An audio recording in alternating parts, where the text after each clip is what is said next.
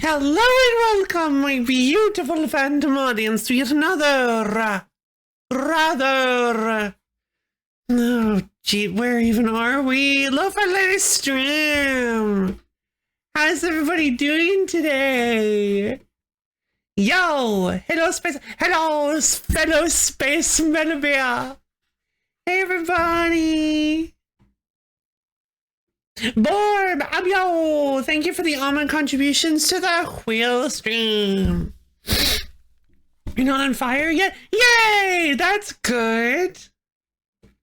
Currency's question mark? Schrodinger's curtsy. We do not have any idea. It is sealed inside the box. It could be curtsy or not curtsy. Oh, Blade Chimera was a ton of good time. Yeah, I kind of said I missed Blows to Blade, but who knows? Oh yeah, no, it'll come back next week. Absolutely, it's coming back next Friday. I need to write that down actually. Yeah, don't worry, I'll try to be more on time next week. I'm sorry about that. But yeah, it's definitely coming back next Saturday. I am jazzed to give it a shot. So I'm so excited. I have most of the schedule ready for next week, so I'm very excited. Schrodinger's curtsy. I think it's actually spelled without an E and with a oh, it's not called an umlaut always. It's a name of dots over O. O umlaut. It was called oh, a diaeresis. Yeah, but I think that's only when it's over an E, actually. Maybe it is. It looks maybe like it's only called a diaeresis over an E. I think it's just S. I think you've got it right, except the O needs a diaeresis or needs an umlaut. I'm not sure which one it is. And then the E just needs to be gone. I think you've got it just about. Oh, so you know how I was just going to make videos and then just did? Yeah, I do recall that, actually. I thought you did make one video though.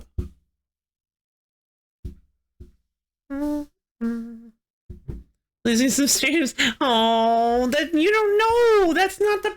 No, I want everybody to be able to make the streams. Just suggestion. Evo on the PC90. All right.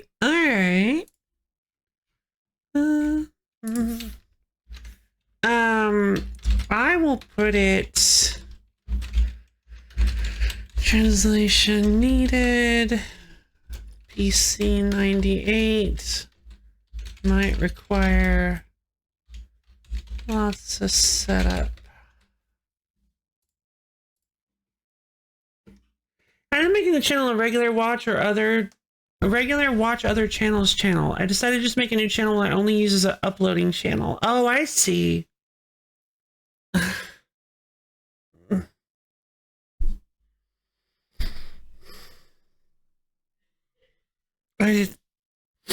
Sorry. Minor headache all of a sudden.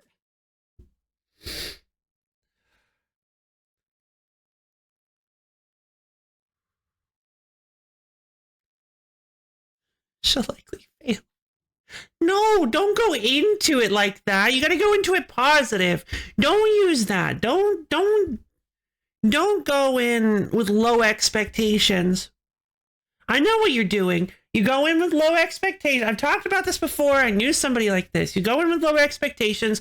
That way, if you happen to fail, you're not disappointed. But the problem is that it usually becomes a self-fulfilling prophecy. You go in telling yourself, oh, I'm not going to do well. Oh, this is going to go badly. And it just kind of, you start to believe it. You start to believe it, and your actions start to reflect that belief. You gotta go in with a positive, optimistic mindset. Look out for things that could possibly go right. Pay attention to things that are going right, and yeah, you should pay attention to things that are going wrong and being messed up as well. But generally speaking, it's good to have a positive outlook. I'm not saying that you don't do it for the view. Yeah, I'm not saying that. I'm not advocating the whole power of positivity thing, like literally anything's possible as long as you believe it, that kind of thing, because that can very quickly become kind of toxic. But what I mean is that generally, an optimistic, positive outlook to things can be more helpful than a pessimistic, negative, oh, well, this just isn't going to work outlook. Hey, Rich, off it all about demoni. No, not demonies. Not demonies. And the power. Anyone feel full combos or everything as a result of thinking there's no way I shall actually pull it? I guess that's actually true. I guess that is actually a really good counter argument. I'm not gonna lie, because yes, I do agree. It's more like kind of extrapolating off of that. I find that I generally have the best luck when I stop trying, like when I stop worrying about getting a full combo. Because when I find myself thinking, oh my God, it's going to happen. Oh my God, it's going to happen. That's when I start to panic and freak out and start to get too nervous because that's when I start to think, oh God, can I even do this? I start to doubt myself.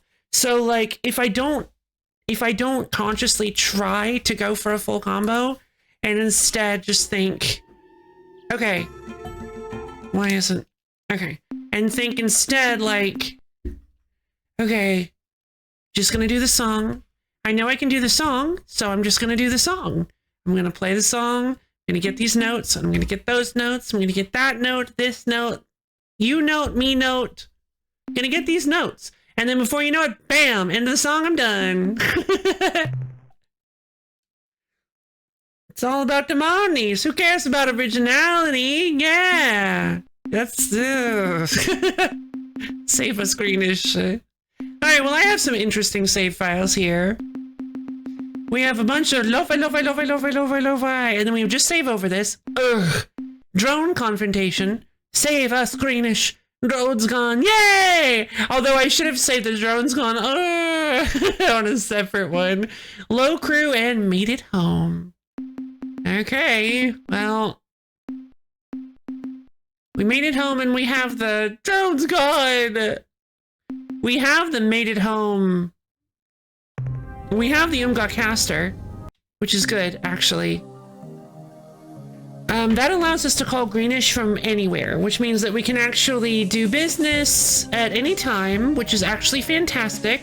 It is entirely possible that the Ur-Quan caster has a chance of calling Okarinasai. It has a chance of it's possible that it has a chance of calling other people in their territory. For instance, if I were to use it in Ur-Quan territory, even though they would probably already be chasing me en masse, it might call an Ur-Quan or something.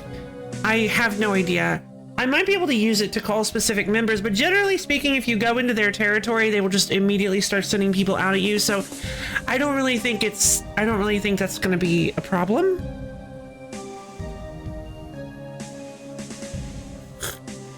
I'm sorry. I am very, very tired.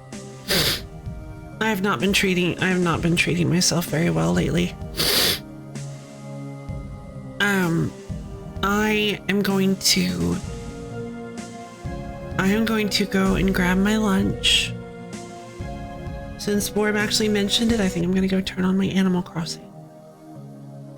And I will be back in just a minute or so.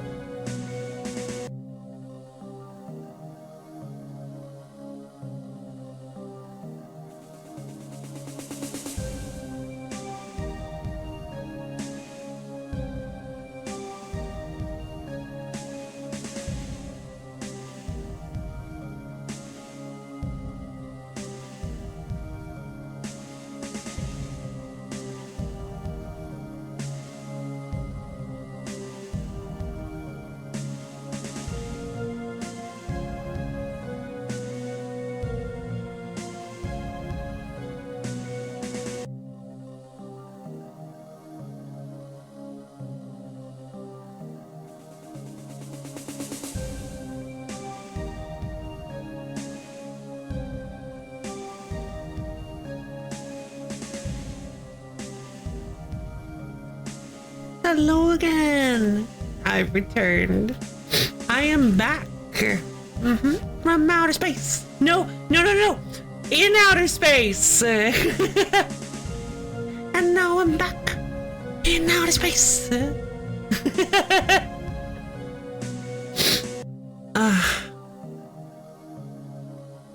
Welcome back. Thank you. Certainly large. I've done that before, actually. I don't know if it. I think it's normally I can't fall asleep and I stay up till like 4 a.m. eat a big breakfast and then end up falling asleep because I can't actually stay up for an entire day anymore. I hope you can catch me. Thank you, Malvea. I'll turn around now because you're not welcome before. No! I must be welcome! I must be welcome! No! Please! Let me in! This is my stream though! You gotta let me in! Where did you get the keys? How did you do that?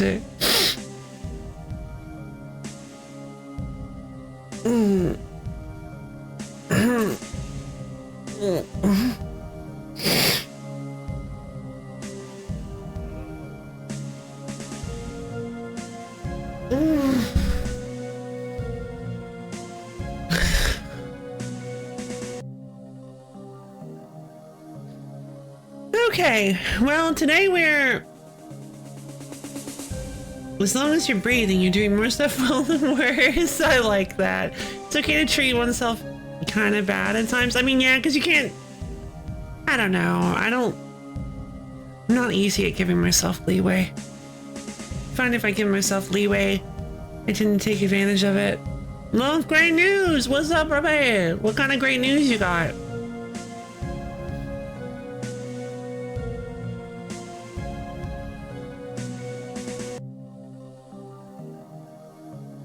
The first battle of bad daycare is a no! Wait. No!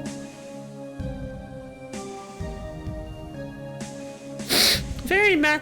I'm not a very bad loaf. I'm a perfectly okay loaf. But I know what you mean. I know it's all in love. I know you guys care about me. Thank you. It's been external factors as well. Some stuff lately has been kind of stressing me out.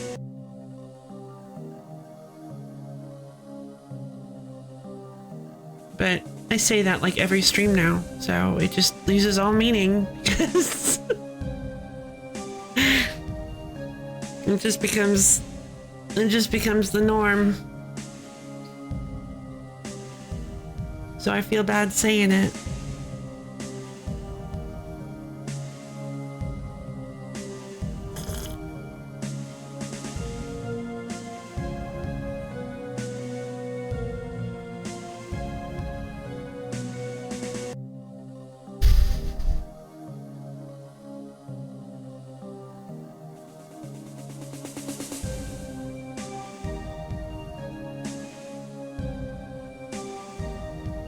That's okay, I'm glad that even if the norm is rough right now, you haven't. Oh, thank you, Malapea.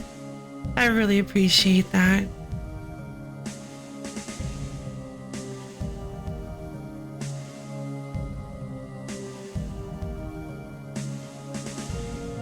Anywho, Genshin Impact has a $20 million lawsuit going on for drumroll loot boxes targeted at children.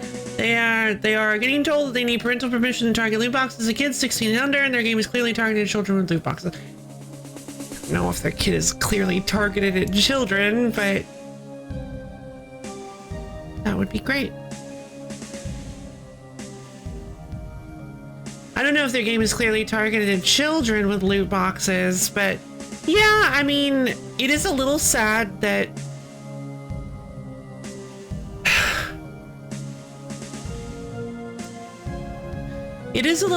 MiHoYo is the one that's getting hit first on this. I will say that, but at the same time, it makes a lot of sense because, in all honesty, I'll feel better time. Yeah, I don't talk much about my feelings on gachas on this channel outside of the fact that I don't want to promote them, because outside of the fact that they are gambling, that they are gamified gambling, which I mean it's also lots of gambling. I mean, most gambling is gamified. It's gambling in video games, and it is very easy to get sucked into it. I do not advocate for gacha games on my channel because I do not want to advertise that kind of thing to people who might be vulnerable to it. I would know, because I'm very vulnerable to it, and I have had a problem with it for a very, very long time. I joke about having a gambling addiction on stream. Whenever gambling shows up, we go gambling, but I do. I've never like gone to a casino and lost hundreds of thousands of dollars or anything. But yes, I have struggled with a gambling addiction in the past. Mostly centered around gacha games. And so I feel like I am fairly qualified to say that as much as MiHoYo makes incredible games, incredibly written and incredibly fun games, their gacha systems are quite possibly some of the most predatory I've ever seen in any games ever. So it is entirely possible to play those games without spending money for strong people. But the issue is that companies like MiHoYo and other gacha game companies prey on the people who aren't strong, who are okay dropping their entire life savings on microtransactions, on the chance of getting something good. And I'm sad that I am sad that it had to hit a company that is very good at writing stories and makes very fun and interesting characters and games. But like any good double-edged sword, they are also rather nasty at times. So I understand that it would have to be that. Especially because of how popular they're becoming with games like Genshin Impact and Star Rail and Zenless Zone Zero. I hope this changes. Also, the OST in gacha games is always so. It is. Oh my god, yes. I wish their games are not gacha because they seem to have incredible games. They are. They do. And that's why I say only if you. I do not advocate giving money to MiHoYo, because as soon as you give them some, it becomes very easy to give them all of it. I'm sure Genshin has its merits, but I personally find it easy to not be attracted to a game with the developers more interested in the profit than letting their entire player base experience the content they've made. That is a very good point. That is a very good stance. I like it. Hurts my soul, but bless my ears. Yeah, the concept of gacha games are a very, for me, a very landmine-filled topic. I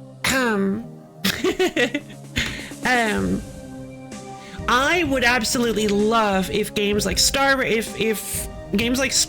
and Genshin Impact got the treatment of certain gacha games that died and became offline games that you could buy like a standard single purchase video game. I think that would be fantastic.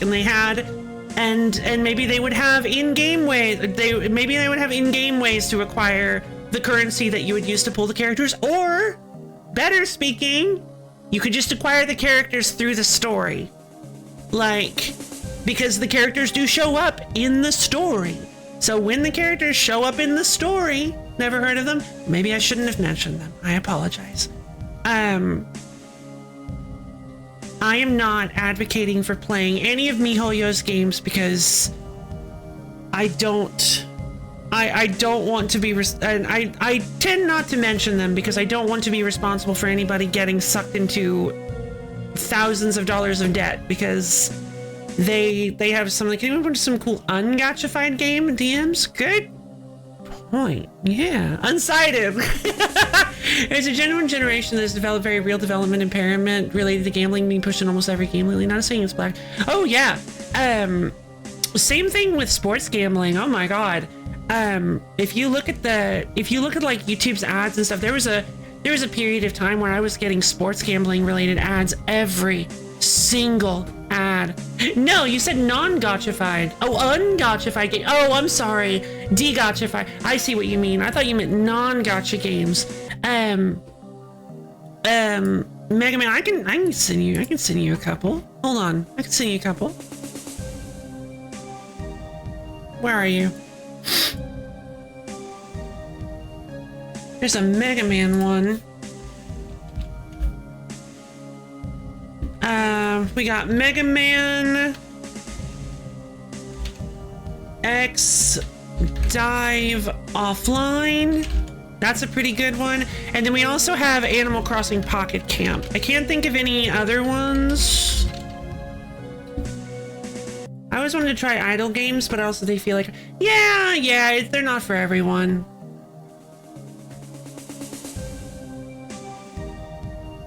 Let's see. Basic standards. I don't like government involvement on many things. Should have gotten involved a long time ago. I agree. Because yeah, there's government regulation on all other like every other kind of gambling. There should be government if there's going to be government regulation on other kinds of gambling, there should probably be government regulation on this kind of gambling. If just so that there's no hypocrisy there. No double standards. But anyway, yeah, so Mega Man X Dive Offline is a Mega Man X game, kind of, that Mega Man X gotcha game that has tons of Mega Man X characters, unfortunately. And I'm just gonna spoil it for you just in case you guys are excited, because I know I was, and I was really disappointed when I got into the game and found out that this was the case. But no, Flame Hyenard is not in the game. It's really sad. They have lots of other villains, but they didn't bring in Flame Hyenard. No burning things to the ground. It's so sad. But the game is still really good, so I still recommend it. The stream does not sponsor or endorse gambling of any kind, so anywhere is XCOM. Oh no, is XCOM like... Oh, I see what you mean. No, I just misunderstood the question.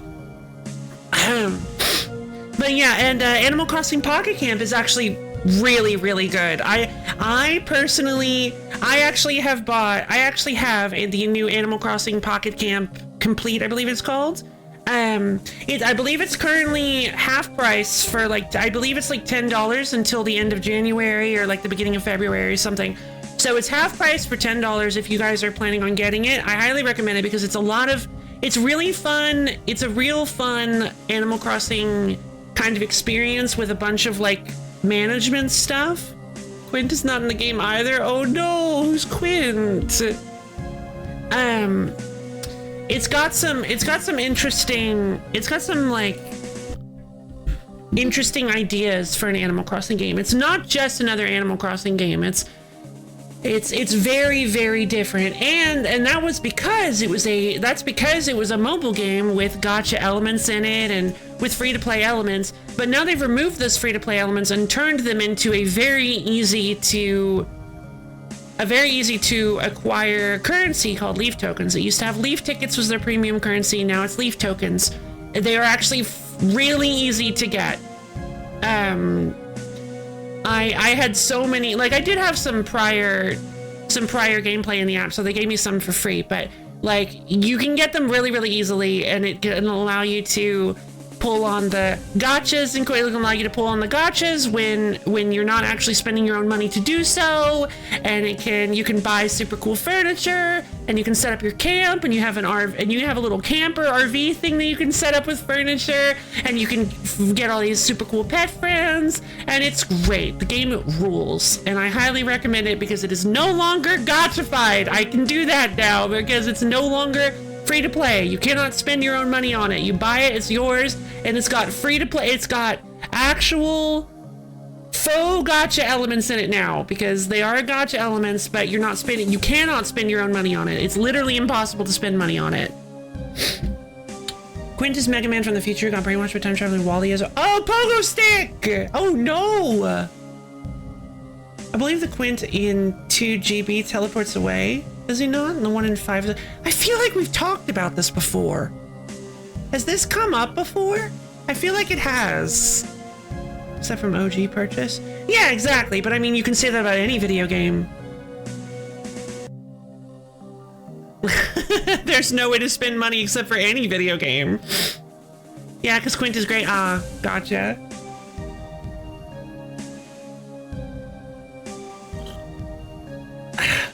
Except I guess like some of the newer ones like Awaria. Awaria is free to play with no microtransactions. Well, no, because you can buy the art book. That's true. Or you can just donate money to the developers. But the developers of this game are Nintendo, so they're doing fine.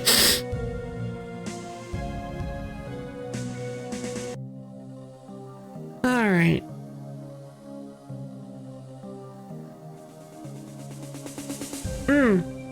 By the way,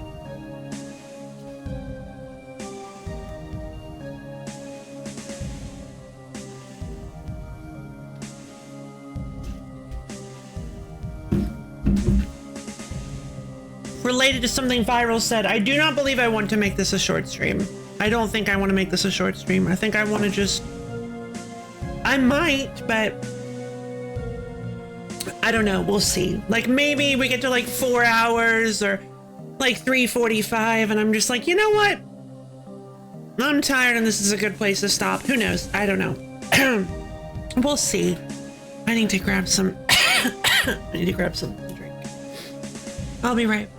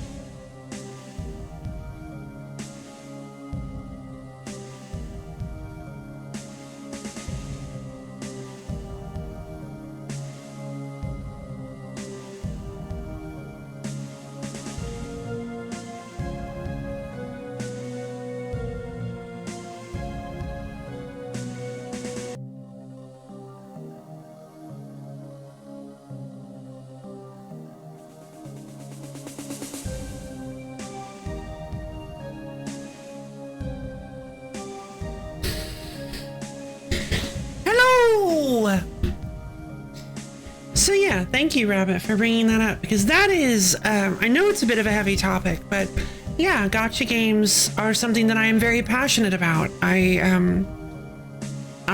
do have a lot of emotions and feelings around gotcha games. So yeah, thank you for allowing me to share some of those with you guys. All right, and I'm definitely not just stalling because I'm worried about where we're even gonna go from here in Star Control. Oh. I have 2,200 RUs. We have 79 fuel.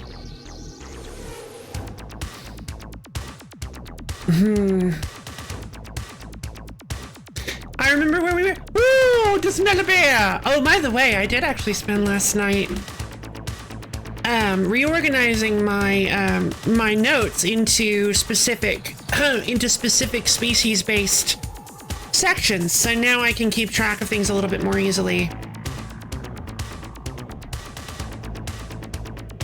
The Unga. Okay, so the Arlu might be able to persuade the Unga to join us, but we don't even know where the Unga are. The Cold and Caring Sprawl of Outer Space! Yay! Cold and Caring Sprawl!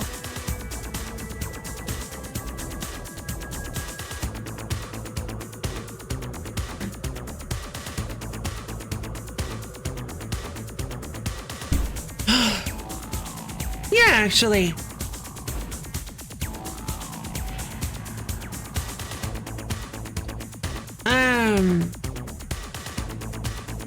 I should definitely change some of these sarcastic entries to make them a little bit easier to reference, to understand, because some of them are kind of not helpful. Okay, so we could potentially go to the Delta Gorno system. Like, one of the things we could do is we could go help the Shofixty. Do so into specific species sections. Oh yeah, I guess it is alliterative. I didn't notice.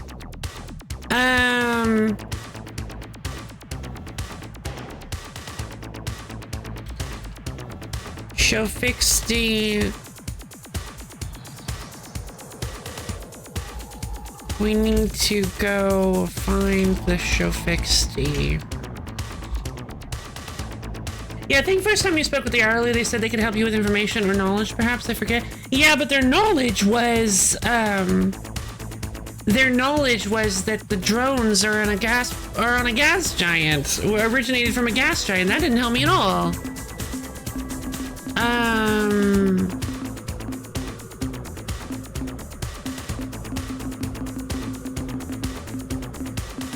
Let's see. What kind of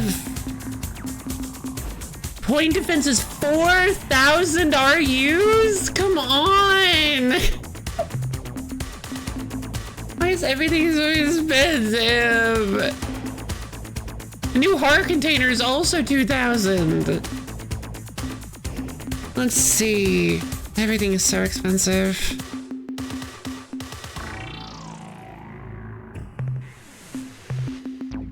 I'm just gonna fully kit myself out with anti-mat thrusters and turning jets. We're just gonna be the ultimate speed vehicle.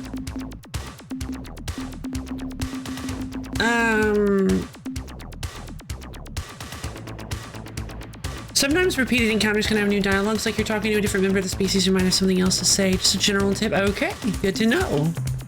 Thank you, my bear. Seems we're full up on crew. Okay, so whoa! Oh my god! Meow! Everybody inside's like, everybody inside is plastered up against the walls. Okay, so the Bakunk are moving. I just saw that. I saw that. They're moving. They're headed westward, eastward. Can we catch them? Why are they oh, this is the Delta Gorno system! Hey, would you look at that? We're heading, I kind of want to go there anyway.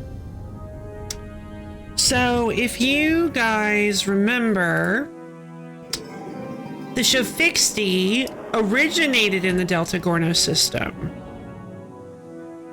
There is a male Shofixty at Delta Gorno, but they are in an extremely fragile ship, so no matter what we do, we cannot fire at them. There's a female Shofixty in the possession of a Vux named Zex at Alpha Cherenkov 1. Now, Alpha Cherenkov 1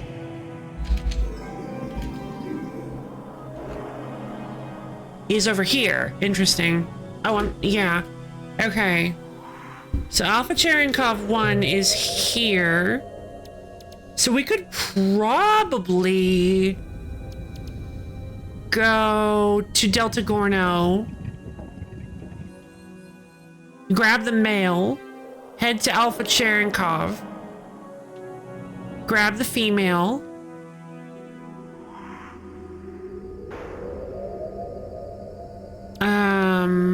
and then we would have, and then in a matter of not a whole lot of time, we would have a newly rebuilt species of Krogan. I mean, sorry, Shofixty. And then, Rex Shepard.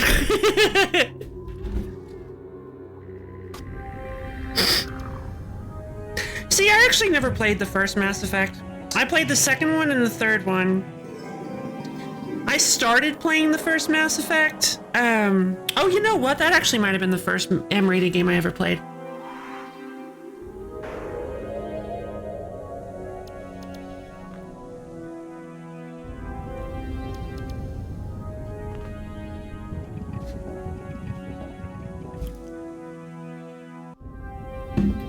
It was too much for me. It was way too much for me. Is the Ilrath sector expanding? I have all three. I actually have the Mass Effect collection.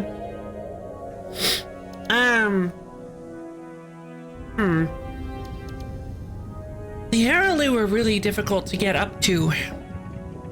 We need more fuel. And then Mass Effect 3 just never came out. Interesting. Weird.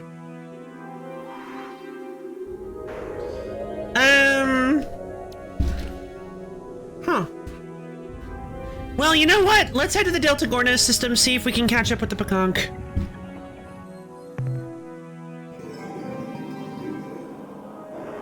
Mass Effect 2 2010 and Mass Effect 2 2010 edition. What?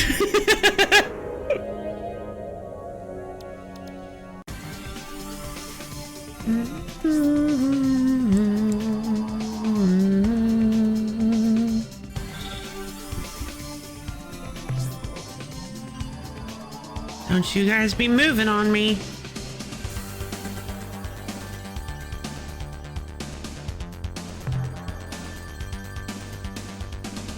It looks like they might be moving slightly. They are. Where are they going? I need to go talk to the Pekonk. Oh my god, I don't think I can keep up with them. Okay, I can catch up to them. I guess I'm faster than them. Let's talk to these loonies. Get it? Hey, come talk to me. We have decided that our year hunt are in need of our love and good counsel. We have waited far too long to return home and heal the wound that has kept our race apart these many centuries. Your siblings with the Yehud. The Serpentis constellation, we will greet our Yehud brethren with warm hugs of affection, which I am sure shall be returned in kind. Sounds like... Oh. Oh.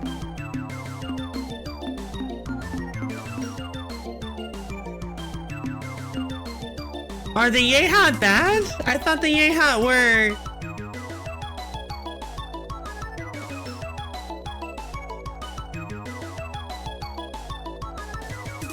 I don't need this anymore. There we go.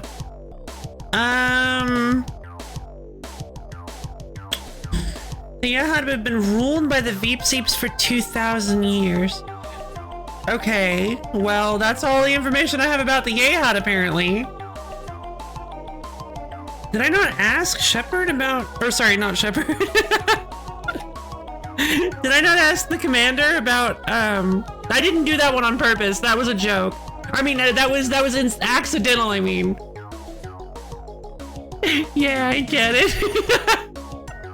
Haze. Okay.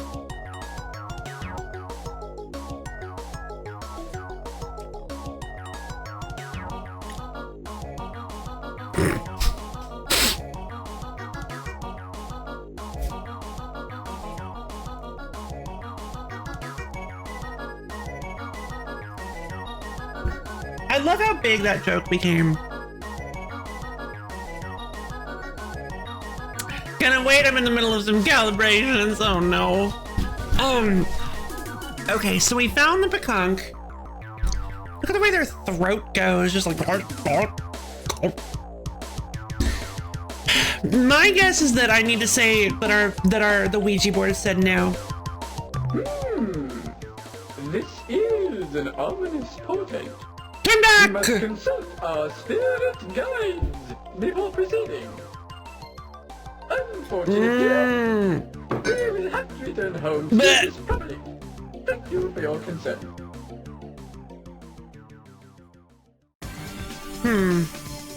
So the Yeha are in the Serpentis constellation.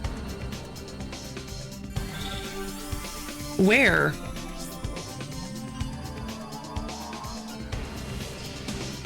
I mean, we're already out here. Should we go check out Delta? Should we go check out the Serpentis constellation?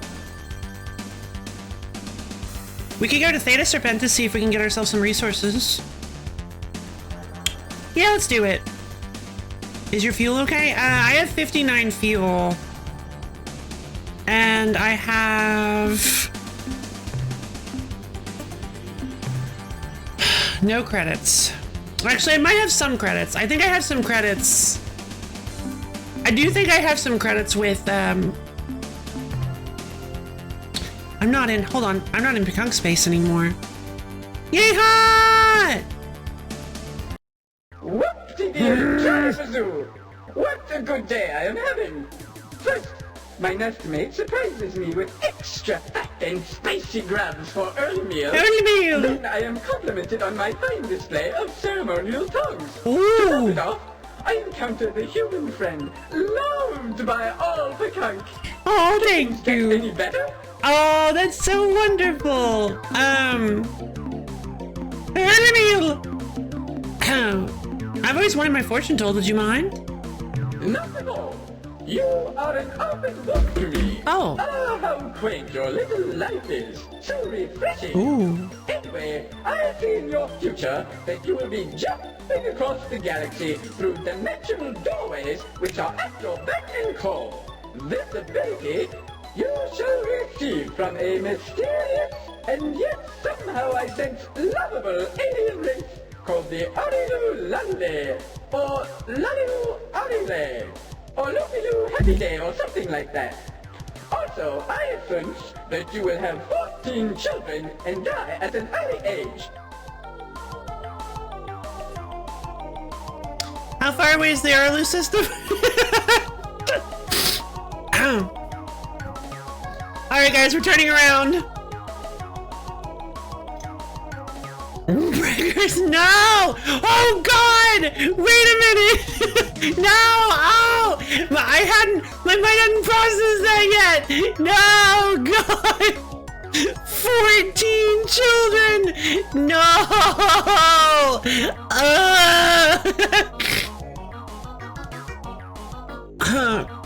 God, no!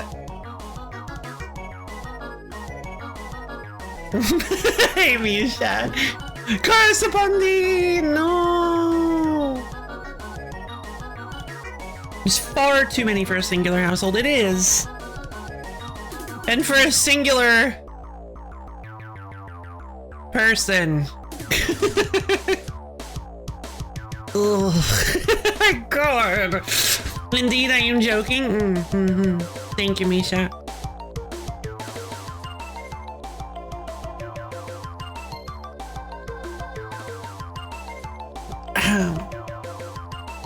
Thank you, Misha. Okay, well, I guess we're turning around. Off we go to the Arlo. What's news? Ah, big omens and mysterious portents, tangled webs of fate, intertwined with the branches of destiny, blown by the capricious winds of happenstance. News, actually there is some news. It just so happens that it has come to our attention that Toga and Kazon, the two gods of the Ur-Quan, they've already told us this. We don't know who this hoax would have been perpetrated by, but it seems someone has used these fictitious gods to send the Ur-Quan down on us.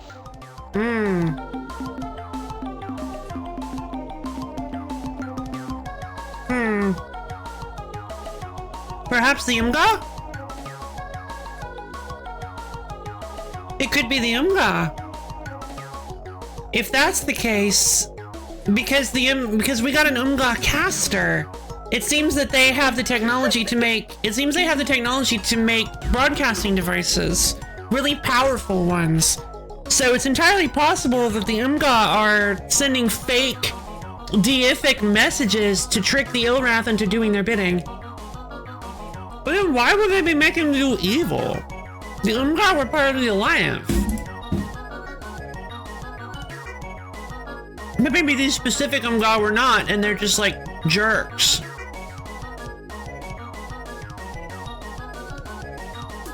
I don't even have a page. I don't even have a section for the Umga. Hold on. Potentially creators of mass hyperlight signal transmission devices. I got the caster from the Spathy, but the Spathy got it from the Umga.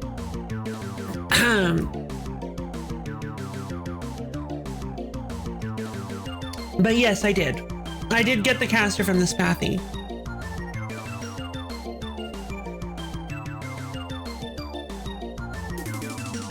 It's even called an Umga caster. Adios, Pacuncos! Goodbye, Captain! Bring the crystal stairs once more, rotating to harmonic union. We shall meet again. I suppose so.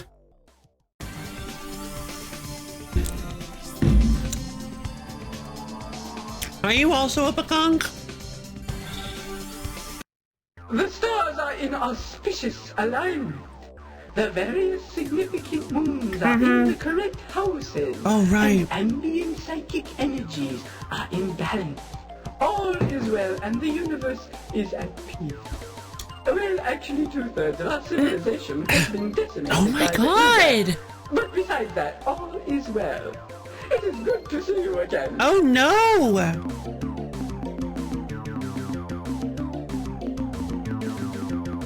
I seem to be having a little trouble defeating the Ur-Quan hierarchy. Do you have any helpful advice for me? Well, not advice exactly, but I can offer you plenty of moral support. Thanks, Also, I can Pacuncos. tell you about another dream. Yes, perhaps I will tell you about my dream.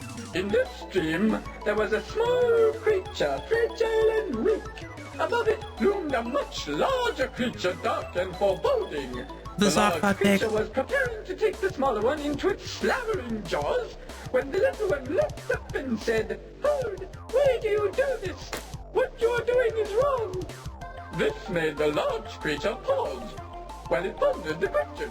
Then I woke up, and I'm not sure if the little creature got eaten or not. Come to think of it, it really wasn't much of a dream. I would have much preferred Ocky Birdie's dream. Anyway, just thought I would tell you about that. What in the universe is Aki Birdie's dream?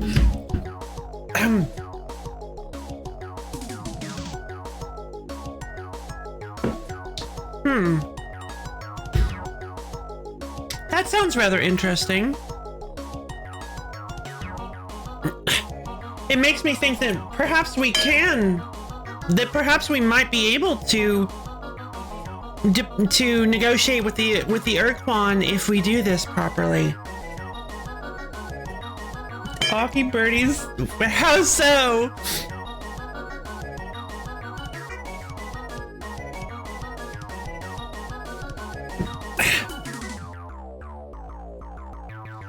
Okay, adios, Pacuncos. Ring the crystal stairs once more. Yeah.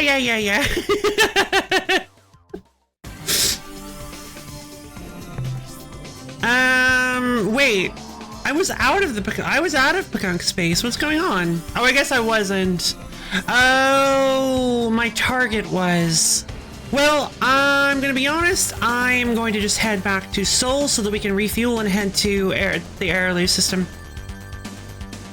I'm not even gonna bother with the Shufixty. Saying it must be a pretty cool dream. Yeah, I guess it must be. I guess I could go to Delta Gorno first. Excuse me. If we head to Delta Gorno and then... Where was it? Where was Alpha Cherenkov? There you are. If we head to Delta Gordo and then Alpha Cherenkov, you're close enough. I could just hop over to Delta Gorno. I'm gonna do that. I'm gonna hop over to Delta Gorno. We're gonna help the male Shafixi.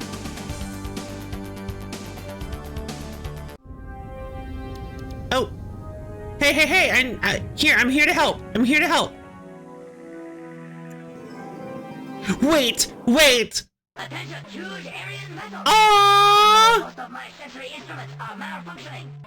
My mass indicator shows the huge size of your vessel, revealing you are none other than a disgusting Ur-Quan slime one. Oh no, that's not true though. I am the glorious Shofiti warrior Tanaka. You killed my father, my mother, my many brothers, or 6 of my sisters. In fact, my entire species. Aww. To die.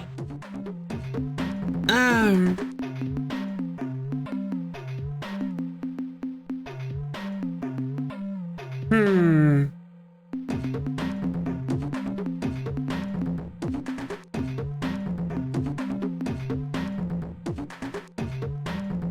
20 bucks that don't attack is not the correct choice.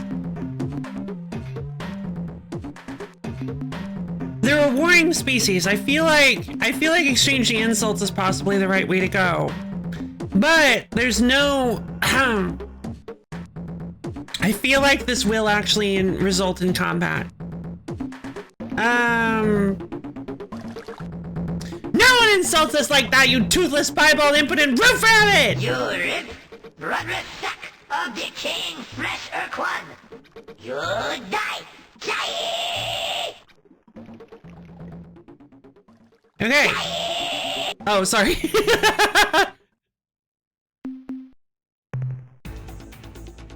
Let's get out of here. Let's get out of here. Let's get out of here. He's gonna try to use his glory device on me. Alright. Alright, let's try this again.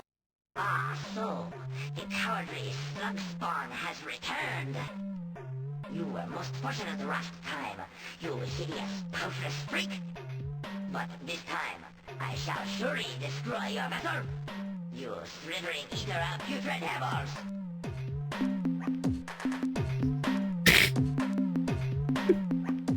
Those are mighty words from a dripping, snout-rotted little furball. I will hang your withered reproductive organs from my posterior monitor.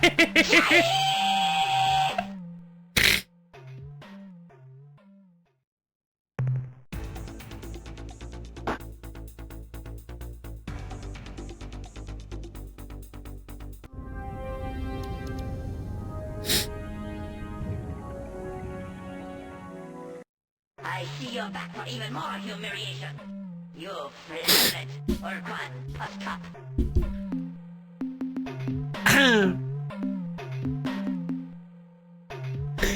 Look, Donkey Breath, one more insult and it's Vapor City for you. Why, you wallowing, phlegm-filled, grunty belly licker, you... Hey, Ur-Quan never insulted you before. Who did you say you were?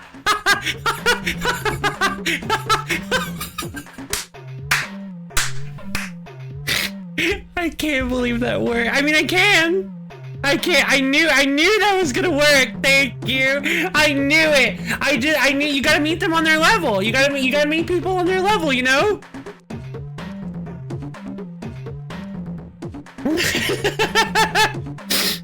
Gotta match the energy. Diplomacy, fine lady.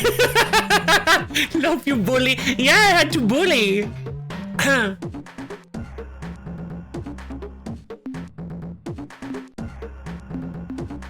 I'm the nice, friendly ally who you've been trying to kill, you idiot moron radhead! Yikes! What a fool I am! When you failed to launch fighter craft, I should have guessed. Just one of those mistakes you make in war. Suddenly, your words ring in my ears. I don't know about that. Captain, is this true? Have the Ur-Quan been destroyed? Has the ultimate sacrifice of my people resulted in freedom for the Alliance? No. I'm sorry to be the one to tell you, but the Alliance got its rear end blasted. I was a Okay. Well, this is a bit of an unfortunate depiction, but that's fine. This is just the show fixie culture, I'm sure. Show fixie, I am your new commander. I order you not to kill yourself. Instead, join our fleet. Fight with us. To fight again? Against the Ur-Quan? Yes! But no. I cannot leave my homeworld unguarded. I will remain here and keep a solitary vigil. Okay. Goodbye. Sure. That's fine. As long as now you know that we're allies, I am okay with that. Because I am going to go recruit... I'm going to go recruit a female of the species so that you can maybe talk again. Oh yeah? But I don't have the female. I kind of assumed I would need the female to... Greetings, Captain. It is good to see you again. Where is your life-filled homeworld, Kabetsu? Kabetsu, what is that? Oh, Kibetsu is the world. Okay. My people blew up the sun. Or at least they caused it to flare like a nova, destroying the many hundreds of hierarchy vessels that had invaded our system to enslave us Shofiki. Well, that's one way to do it. If you're someone Nova, how did you I survive? wasn't here when they made the sun flare. Oh. I was assigned to a Yahat squadron as a forward scout performing deep recon in Mycon space. Oh. We were sent to investigate reports of unusual Mycon activity around Beta Brachii. I was the first ship to enter the system. My scanners showed a small fleet of Mycon clustered around the planet, conducting a test of some device. The unit was small, not even half the size of my ship. When the Mycon activated it, a glow began to radiate outward. I crept closer to get a better look. Suddenly, there was a flare, like a newborn sun, blinding me and overloading my sensors. Possibly an EMP. When I recovered my vision, hours later, the Mycon and their device were gone. Interesting. I was able to effect repairs on my sensors and depart the system, but I had been cut off from my squadron and had to travel home alone. Okay. Interesting. Alright, I'll try to remember to talk to people multiple times then. What's your... I guess some of this stuff can have pretty... I'll just ask everything then. What's your report, Tanaka? Nothing new to report, sir. So what were you doing here, Tanaka? I guard the homeworld. I seek revenge against its destroyers, the Ur-Quan, and their vile battle thralls. I await the Thralls, return of the hero Daikon, and the rebirth of my species. So what happened to your ship? On my way home, I encountered a Vox intruder. Before I destroyed it, the Vox was able to affix some of those vile lipid things to my ship. Uh-oh. And I had to return home at a greatly diminished speed. I did find one thing Using interesting limpets. though, as I skimmed to the edge of Yehat space. I dropped into Zeta Sextantis to recharge some of my depleted energy cells, so I moved into the extreme inner system. There, right next to the sun, I found a very strange planet. It messed up my sensors somehow. That's why I could not recognize your ship at first. I'd never seen a planet like that before, so maybe you should investigate. So I moved into the extreme inner system. There, right next to the sun, I found a very strange planet. Okay. Where do I have... is it in Precursor? Okay, so... one seems to be... possibly... Zeta Sextantis. Possibly in... inner Zeta Sextantis. Possibly Zeta Sextantis 1. Alright, so... perhaps this is the individual who shall have 14... Yeah, maybe! Oh yeah, definitely, actually. When we were fighting, why didn't you use your glory device? During my battle with the Vox, I decided to employ the weapon, but I guess I used too much gusto, and the switch broke. I was worried. I was worried that Tanaka was going to try to use the glory device. Good hunting. Farewell, Tanaka. Okay. On the other hand, this means he will die at an early age. Oh yeah, true. I guess I intercepted Tanaka's fortune. Okay, so I don't really know if we have the fuel to get to Alpha Cherenkov. I was kind of wanting to do some resource grabbing in this area. Let's just do some mining in Delta Gorno to see if we can get some resources. Ugh. Wow, that's not great. Delta Gorno. Okay, so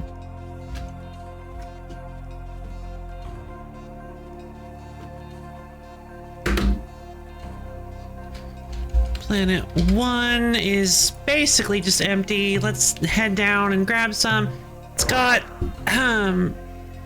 class 3 weather, class 3 tectonics, which aren't great. Hey! Lightning isn't supposed to hurt me if I'm moving! I feel cheated. Stop it!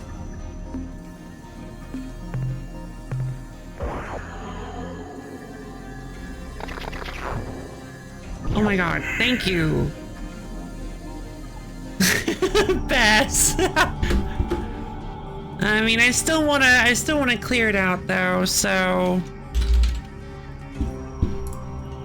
okay.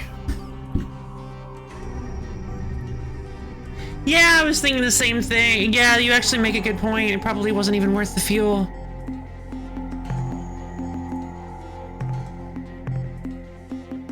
I hadn't thought of that.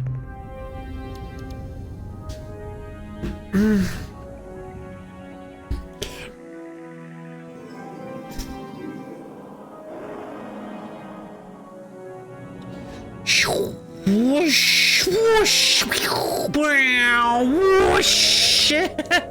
meow.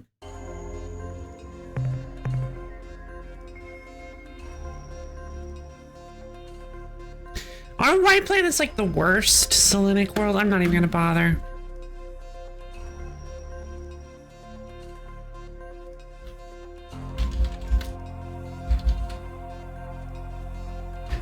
I'm gonna mark it as NWF. I'm gonna start marking planets like this as NWF. Not worth the fuel. Well, I say that this doesn't have weather, so I might not lose the I might not lose people. I can just use one dispatch.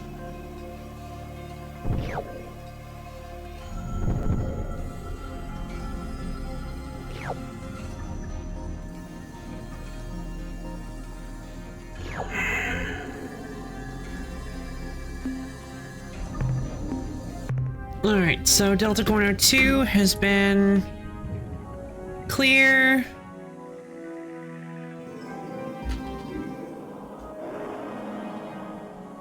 If I remember correctly, hold on.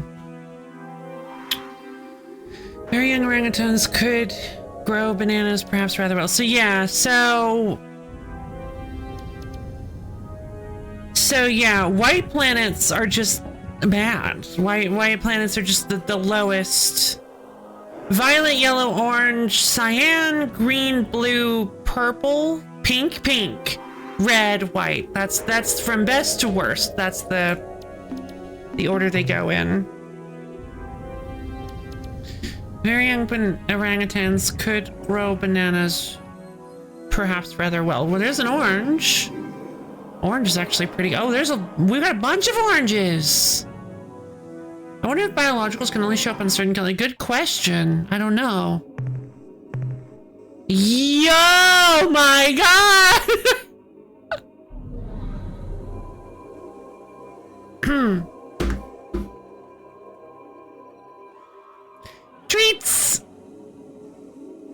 Alright, well, Delta Gorno 1 and 2 were a bust, but Delta Gorno 3 is full to the brim.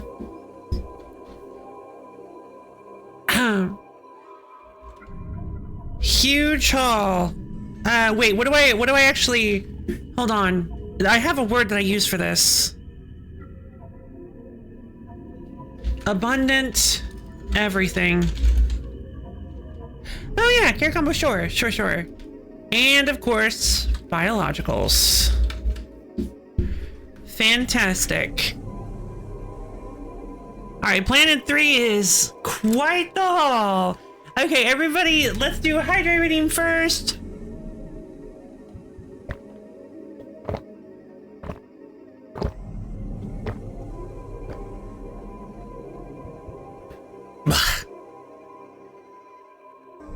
And then we'll do a stretch redeem, and then I'll answer Borb's question. Everybody up off your seat. Stretch your fingers up to the ceiling, dig your toes down to the floor. Twist and turn yourself all around. Get yourself nice and limbered up. Twist and turn, shimmy and shake. Get all nice and stretchy, twisty, turny. Okay. As soon as you're ready, go ahead and slowly bend down and touch your toes. Really feel those calves and hamstrings opening up. Give me 1 second. By the way, I gotta go check something real quick.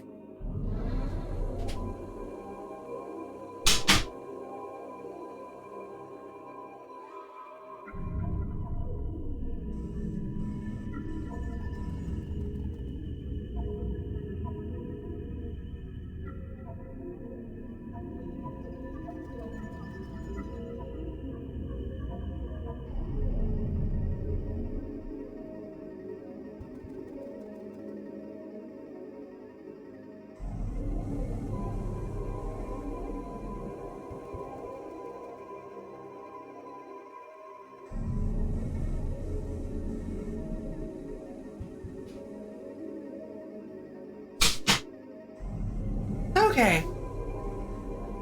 So to answer your question, Borb, my favorite teas, my best tea for when I just feel like drinking something is herbal tea, because it has no caffeine in it, and my two favorite flavors of herbal tea are, well, now I'll let you figure out your favorite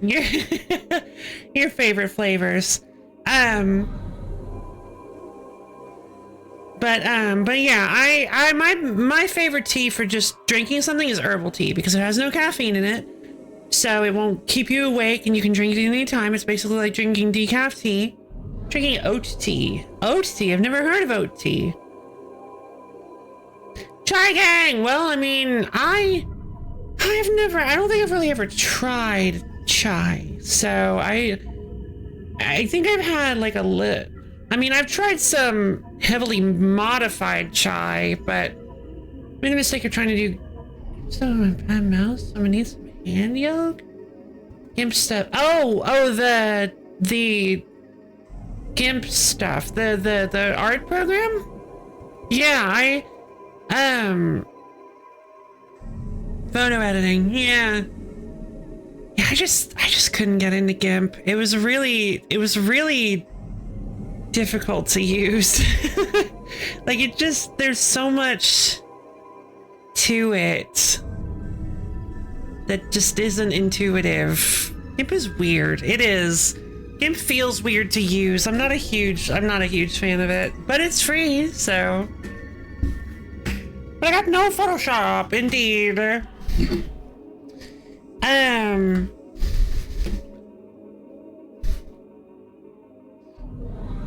Yeah, there are some programs. It's a bit expensive, but I highly recommend Clip Studio Paint. It's designed for digital art, but you can do photo editing in it. FOSS stuff tends to have an ease of use problem for my from my observations. What is FOSS? Free subscription service? 10 minutes of work and probably multiple hours of cramps. Oh no! Let's see. Yeah, so, the standard, yeah, the standard version of the Clip Studio Paint Pro perpetual license, so you buy it and you can use it forever. Until it's just like not compatible with your computer anymore, I guess, but I doubt that. I feel like that's going to be quite a while. Is $54 US or 49 euro. So like it's honestly pretty reasonable for a single purchase. It's honestly pretty reasonable for a single purchase art program. See, Clip Studio Paint is fantastic. It has so many interesting features for working with stuff. It's very easy to use. One of something is I've been using paint.net for my one of something simple to start with because I want to tackle Blender next. Ooh, Blender. I got a little bit into Blender, but I wandered away from it. Thank you very much for letting me know. Oh, no problem, Borb. Mixed media! Indeed, mixed media rules. I do have a problem with that. I struggle a lot with that, and that bothers me.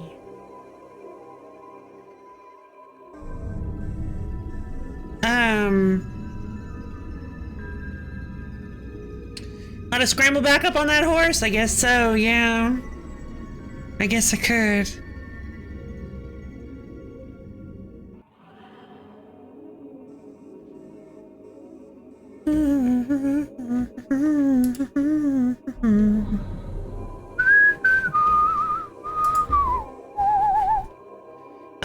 Okay.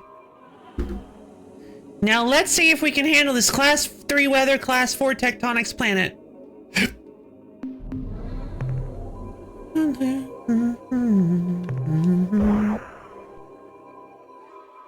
Oh no! Dead mouse!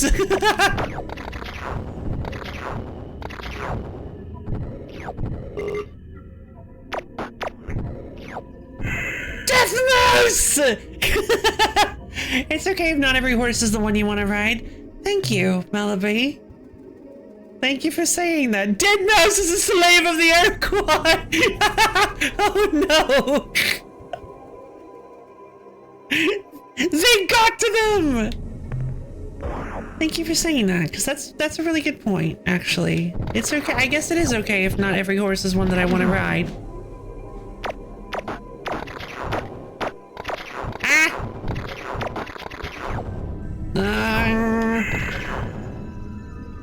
Look out, here it comes! It's the Wiggle Ghost!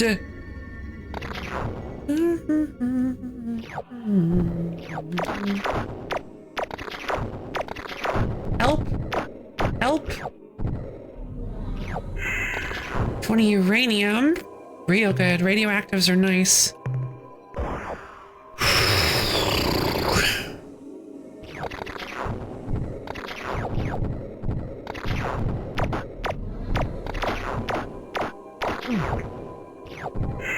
Oh, whoops. I only had one space. Oh, I gotta be careful about that. Okay. Got 23 crew left.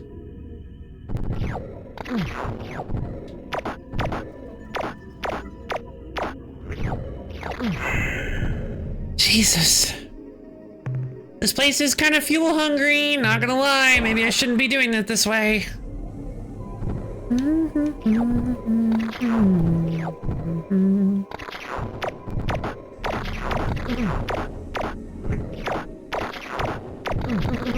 Hey! Hey! No!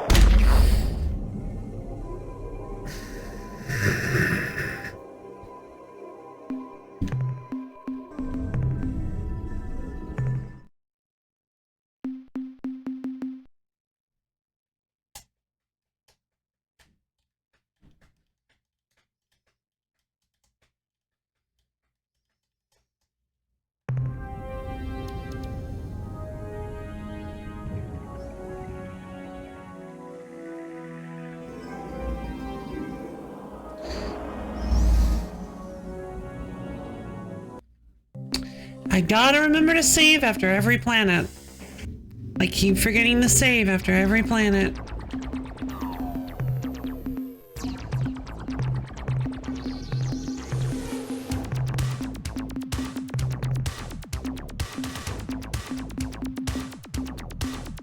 And since I'm not using the RU for anything else, might as well pump my fuel up. Don't know why I didn't do that. Ironic. Alright, let's go. She could save other planets, but not herself. Indeed. Time to head to the Bakunk. Let's go. Okay, we need to go save the Bakunk. We need to go turn them back. Excuse me, to their planet. Then once we've done that, we can head to Delta Gorno, talk to Tanaka, do that whole rigmarole again. Then go to Delta Gorno 3, just skip straight to 3, because let's be honest, Delta Gorno 1 and 2 aren't worth the effort. I'm gonna leave them as clear because there's just not very much there. But Delta Gorno 3, we're gonna try our best to work on, to get, to do. It happens, it do. And then, I feel like maybe we should still get the prophecy from the Bakunk. Because I may need that information from the Bakunk in order to actually have that dialogue option open with the Araloo. Plus, we're gonna be here anyway.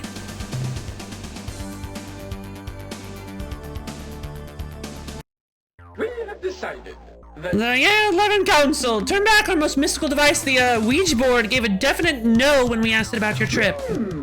Ominous Bolton, Spirit Guides, bye!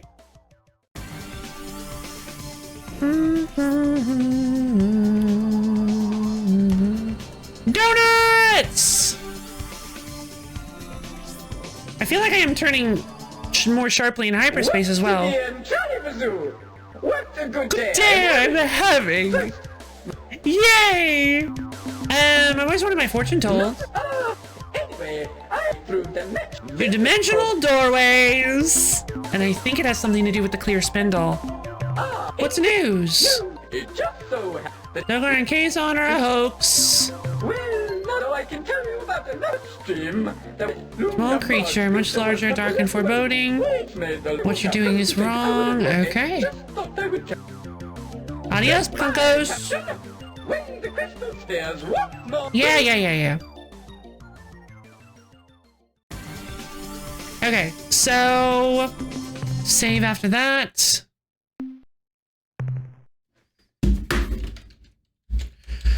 Bakunk reasoned.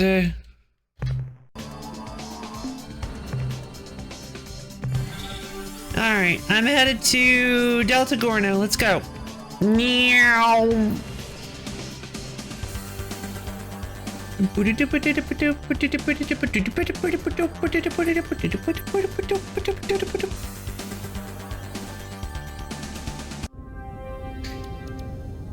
Oh no. Wait, where's Tanaka?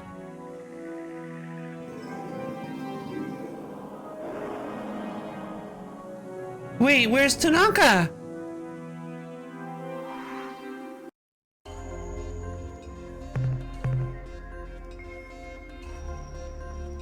Oh, so that wasn't Planet 3.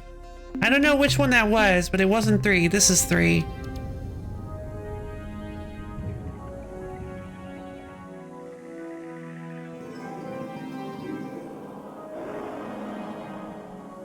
This is the Delta Gorno system. Have I made a mistake? Oh no. What did I do wrong?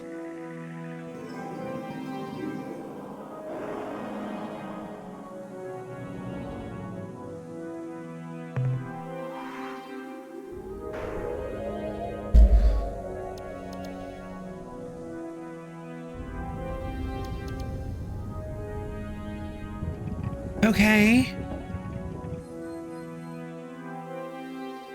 Well,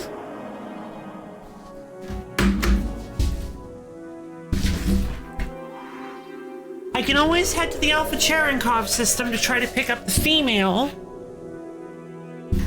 whatever her name is. Maybe he's near one of the planets. He might be.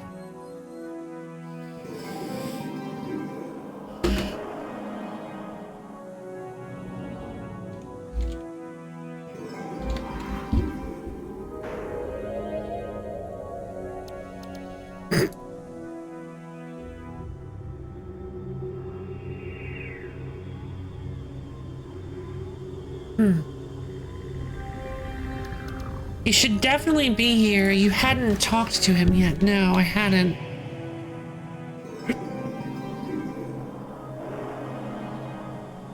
There you are.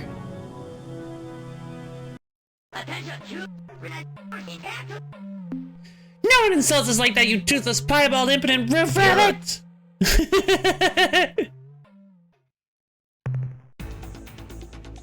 Oh no! He's really close, actually.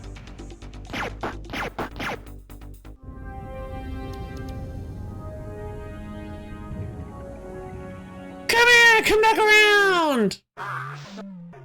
Cowardly spawn, those are mighty words from a dripping, snout-rotted little fireball!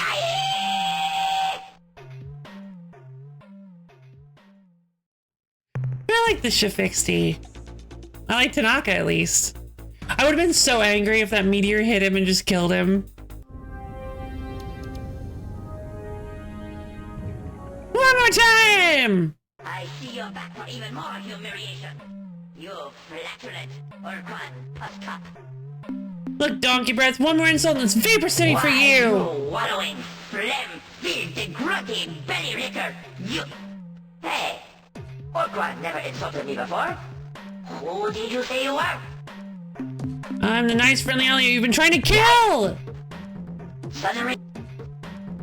Okay, sorry to be the one to tell you the Alliance got its behind blasted. Shafixty, I'm your new commander. I order you not to kill yourself and so join our fleet of us. Goodbye. Cool. I got this scar on my face during a mighty struggle. I hope now you've learned to stop. Oh no. Hey, I want to talk to you. What's your report? I need a report. So what are you doing here? Cool. What happened to your ship? When we were fighting, why didn't you use your glory device? Too much custos. Hierarchy vessels that had invaded my people blew Blew up up the sun. Or at least they caused it to flare like a nova. Someone know about how you survive? The yay hot. Okay, I wrote all that down already, so we should be fine. Farewell, Tanaka. Okay, this is planet 6. It's an orange planet though, which means it might actually have some good stuff. This is the one we were at. This is planet 4. This is Delta Gorno 4. Okay. There we are. Now we're gonna save. We're gonna dispatch. I want to grab all the orange that we can. Stop it! You are weather 3. Why are you like this?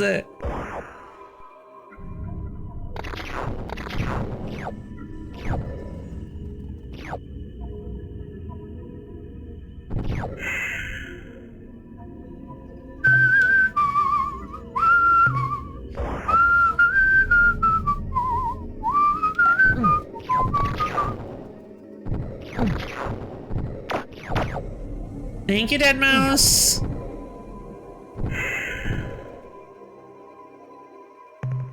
the quest for glory. Juxeri, hey, how you doing? Weather 3 doesn't look like a character.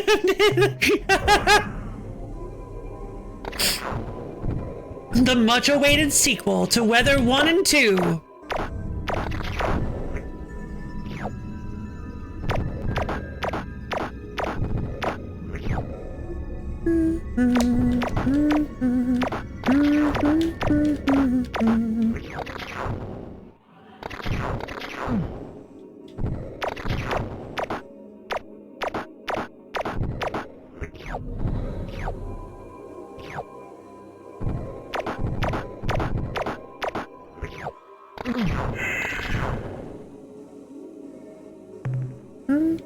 I decided to pick up the reds first so that I could pretty much guarantee I got the most value out of them. I look for the new Pokemon cards, but most of the stores are sold out since the Eevee set has been streamed. Oh, shame. You know what I'd like to have? I want a Smeargle card. I want like a really cool Smeargle card. Like a holo foil one where Smeargle's doing like paint stuff, like slinging paint around and stuff, like a Smeargle EX. Super hyped by people treating the cards like stocks. Yes, because that's what card collectors do. Almost impossible to find cards at a fair price. Yeah, because people are just gouging. What is it called? Yeah, they're just price gouging the cards. Unfortunately, scalping. That's what it's called. Scalping. They're scalping. Yeah. Thank you, Borb. Yeah. It's just. It's really unfortunate. Alright, we're done. We did it. One store selling them $15+ per pack. Good lord. Wait, the stores are doing it? I guess that's not technically scalping then. It's just awful. Alright, so this was Planet 4, not Planet 3. I got that wrong. And we did it. We cleared it.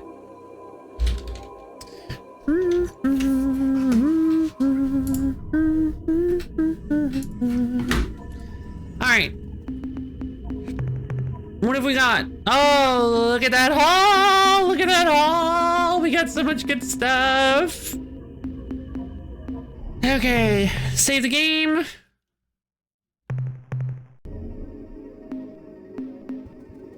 Remember this collecting for a segment, and this wave of scalpers has been quite a nuisance for her. Oh, I'm so sorry.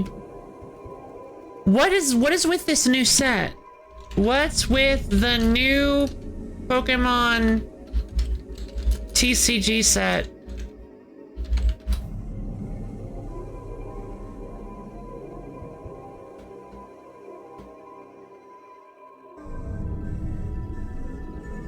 Scarlet and Violet Stellar Crown Showdown? Is that the one? No, that just came out.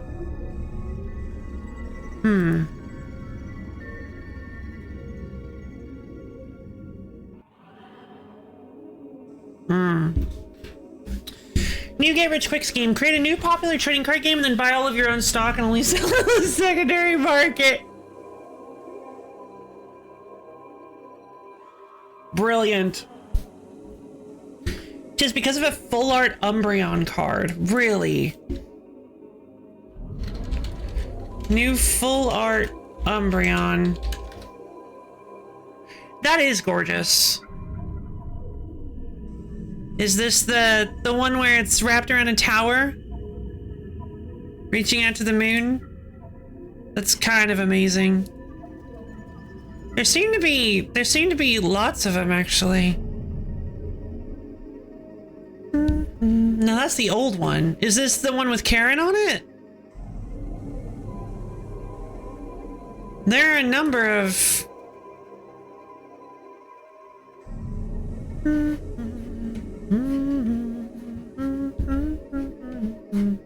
That one went for over $1,000. Good lord.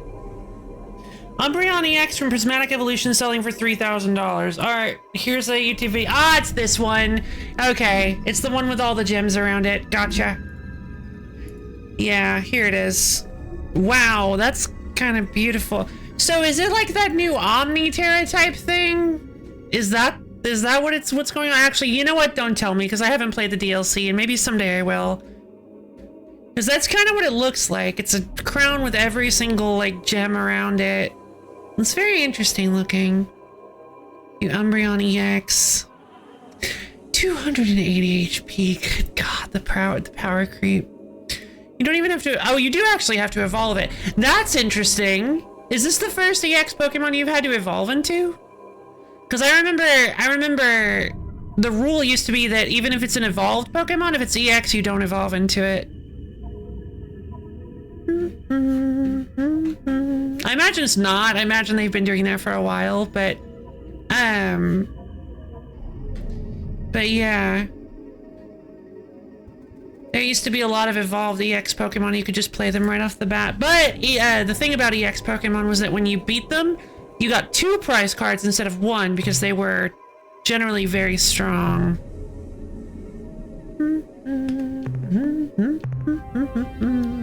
Alright, let's go check out 5. Or was it 6? I think it was 6. Let's go check out this other orange one that that our boy is hanging around.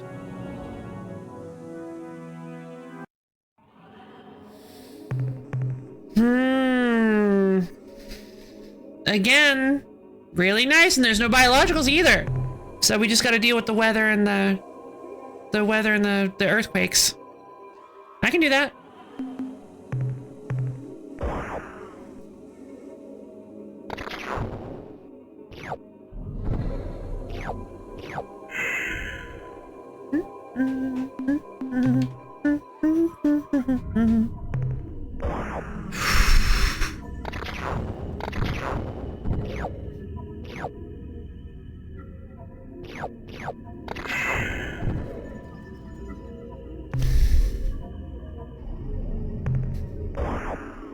But yeah, now I understand why I would want to get the, I now understand why I would want to get the increased, lander material capacity, mineral capacity, because, being able to use less fuel for each run of the lander would be really, really nice.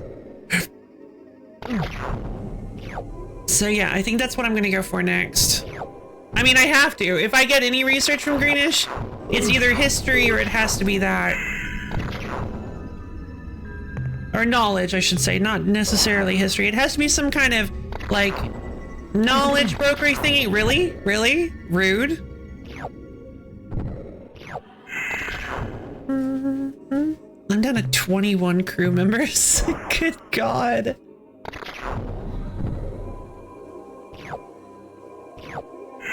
From 50! I started with 50! Knowledge. That was their treasure. Delta Gorno 6. We had abundant resources. And we just have clear.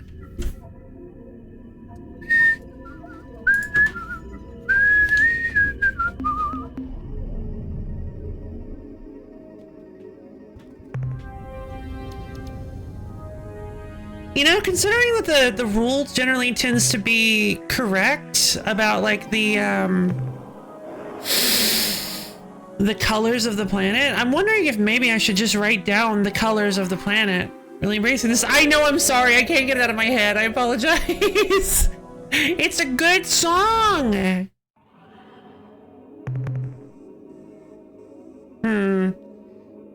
Lots of mostly metals. There are a few biologicals. We could do this again. Class 3s. Sounds like a smart idea. Yeah. I'm gonna have to start doing that from now on, because I'll kind of have to go back to each planet.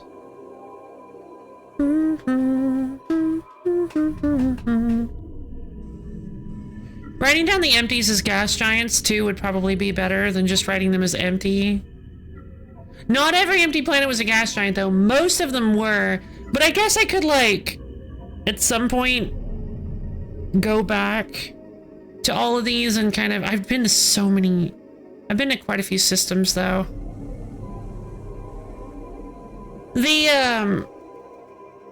Especially, the reason I think I want to do that is because, the reason I think I want to do the colors is because if once I get to, like, a really large amount of these and I start using this as a resource for subsequent playthroughs, having consistent language throughout the dock would be helpful if I want to, like, Control F, if I want to, like, find specific things in the dock, like I want to find all orange planets or all violet planets.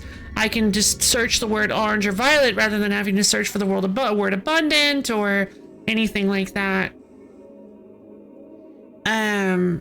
Or lots of minerals. I'll go change that to abundant minerals.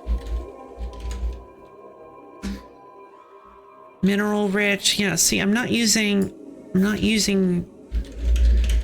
consistent language.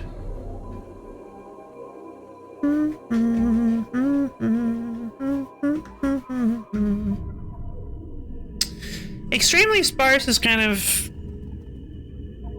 feels kind of pointless, but I think I'm gonna leave it because yeah, sometimes it's just extremely sparse.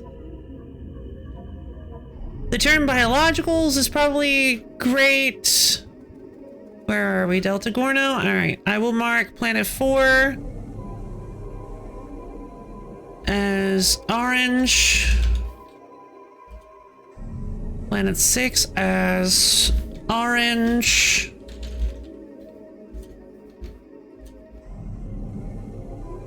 Planet 1, 2, and 3 as white.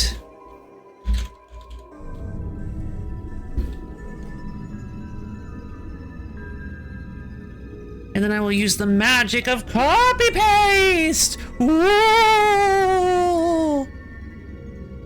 Copy paste.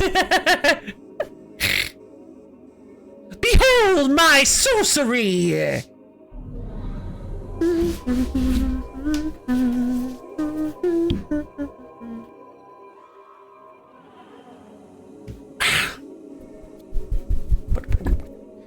Okay. Paste has been copied. Deploying cut. No, not cut! Cut is dangerous. But also important. Cut is useful in certain situations. You know, with all this biological information, I'm actually tempted to just drop it all on greenish and buy the increased cargo. So we call greenish and then just drop it on and then just buy it.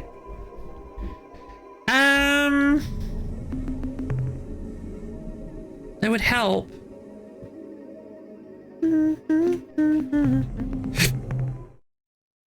I'm gonna do it.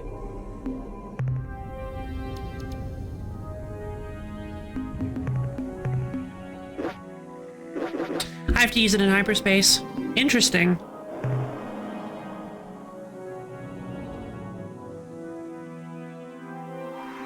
Planet 5 is also... Oh, hold on. I should write that down.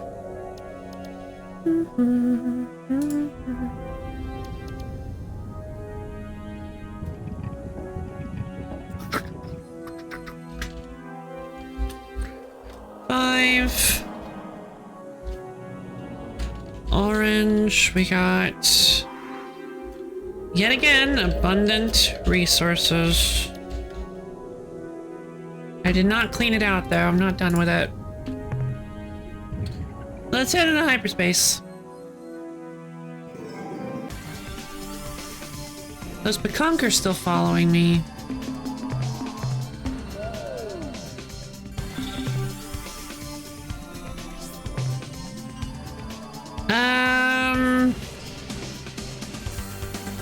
You know what? Let's just head back. Let's just head back to Seoul. I'll come back for Delta Gorno later. Hey, Greenish! Need your help. This very morning, I was just saying to subordinate Ochre, "Fee, fi, fo, fum, I smell the feet of a human." We laughed and laughed. What a synchronicity. Now, what can we do for you today? I have some items I'd like to sell. Would you like to sell, Captain? Seems I already have 133 credits, which is pretty good. The 17 units of biological data we downloaded from your ship earn you 114 credits. Thank you. I would like to make a purchase. What items would you like to buy today? 70. Not 60. Not green tea. 70. I'm interested in purchasing new technology, please. The technology we are now offering includes blueprints. Blueprints. Show how to increase your lander's cargo space to double its present volume. Includes details. I would like to buy the technology described. I hope this makes your resource gathering more cost-effective, Captain. Me too. The technology we are now offering includes blueprints, which show how to add double capacity fuel tanks. They're gonna be more expensive.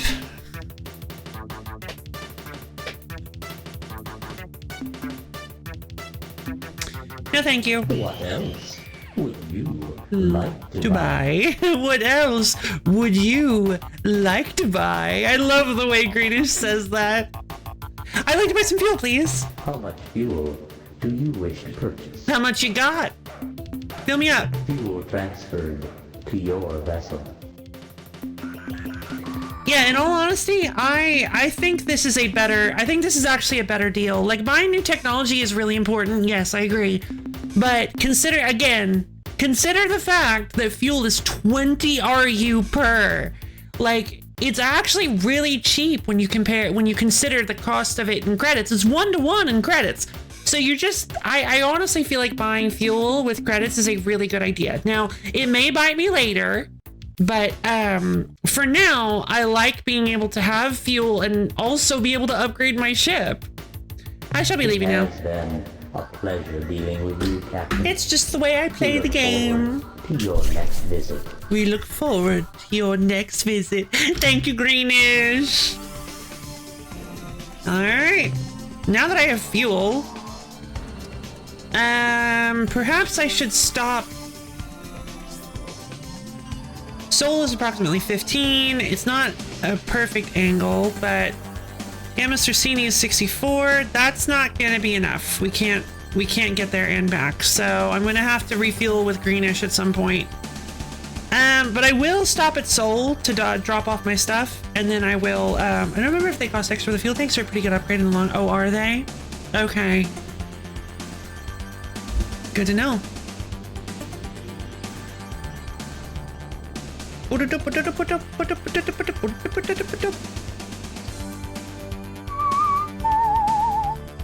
Yeah, if we can get some more biological data, and we can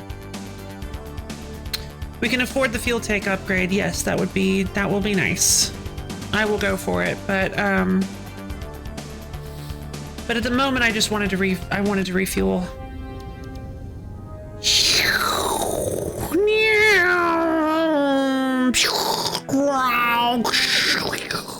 What?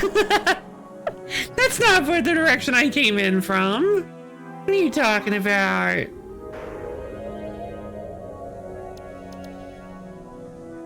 Speed demon.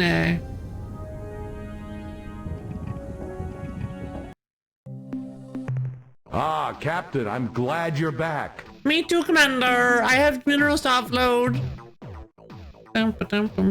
Yeah, there we go. Wow, you really hit the mother load this time. Sure did. Try to avoid getting gruesomely killed, Captain. Will do, Commander. You too, Commander. Alright, outfit starship. Just buy a little bit more fuel. Now, let's consider putting something in.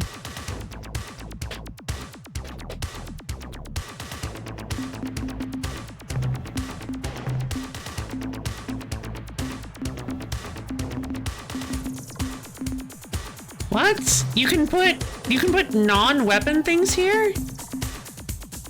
You too, Commander. A fusion blaster is like maybe not a great idea. Yeah, I don't know. What else would I put in? More fuel tanks? I could put in another fuel tank and then just fill it up. Yeah, why not? Let's put in like 2 more fuel tanks.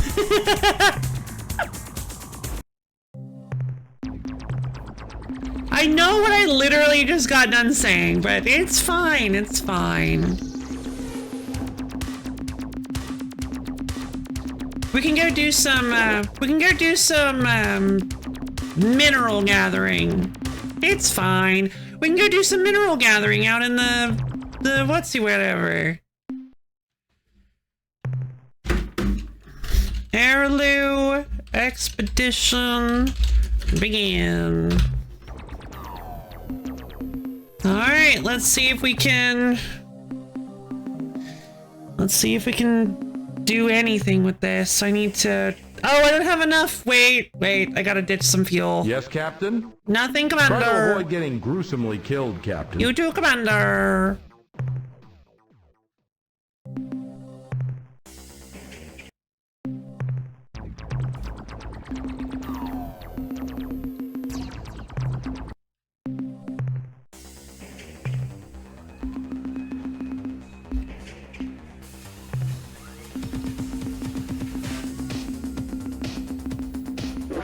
Okay.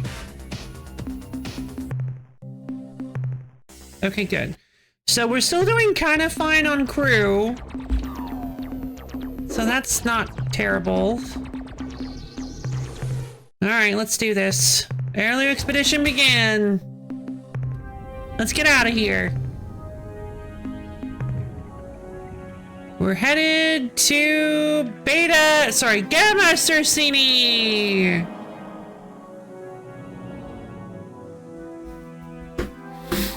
I want to go talk to the Heirloom again. Shoosh! Look at how fast we are!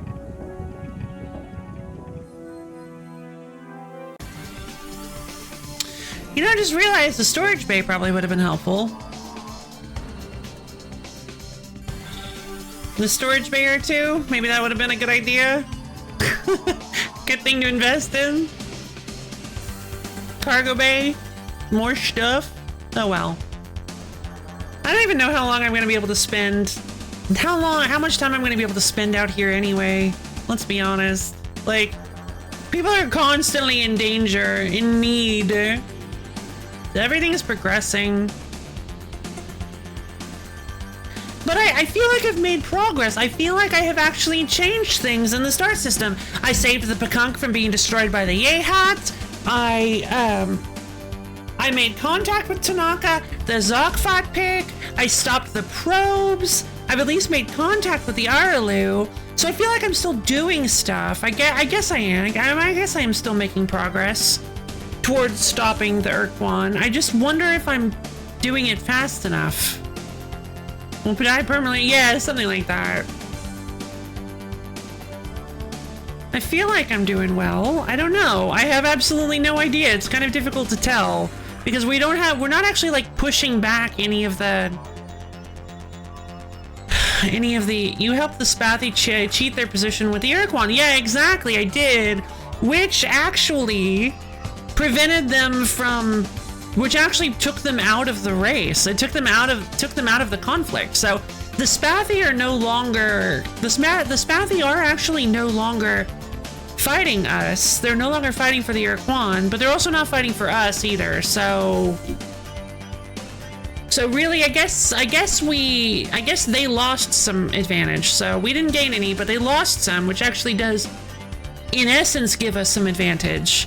I feel like we could be able to do something about the Ilrath. I feel like we should be able to do something about the Ilrath. I just don't know what.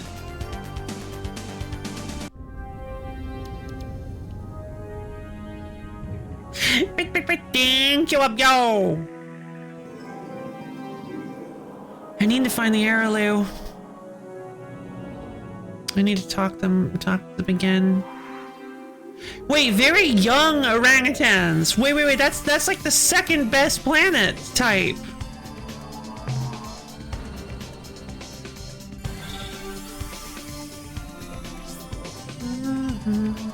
Araloo! Where are they?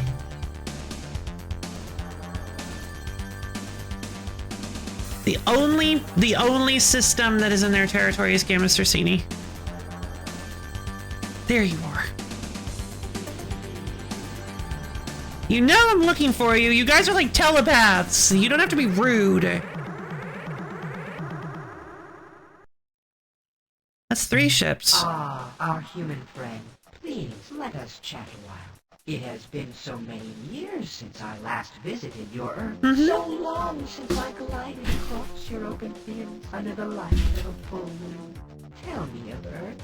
Tell me of what I have. Oh, I forget myself. How silly. You were born on the distant world Unzerval. I have visited there much more recently. Oh. I'm so confused about our relationship. Please elaborate. You have painted our pictures on cave walls, erected standing Oh! for us. You have wondered at our signs to each other. Ancient and aliens! written books about our more personal endeavors. That's really funny. Allowed you to recall our examinations. We have a history together, Captain, and you have come a long way. Oh But I no. must tread carefully. You are not ready for everything. Am I ready fear to- that you would not understand what was best. Am I ready to teleport across the galaxy? Can you give us any more information? The Ur-Quan change and reform worlds with their deep children. These changes affect others, unfortunately. The fate of your world and your heart relate to these matters. What? Goodbye, early. Farewell, child. Hold on.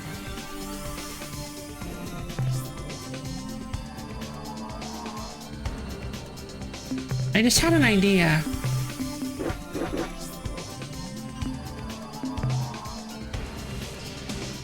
Just thought of something. Let's go to Beta Pegasi. Because I believe I went to Alpha Pegasi. We did. I have an idea. Let's go to Beta Pegasi.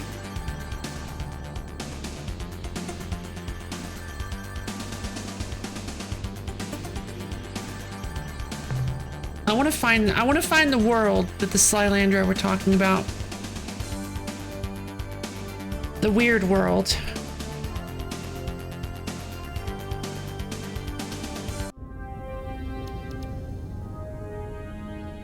Wait, it's not orbiting. Oh, yes it is. It's just really close to the star. That's really close.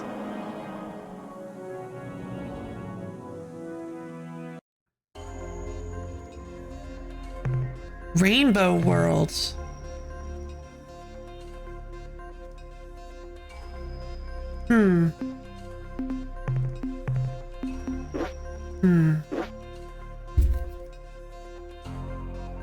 Could this be it?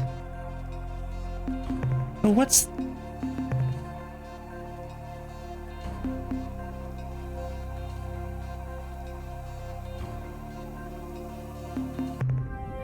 That must be it then.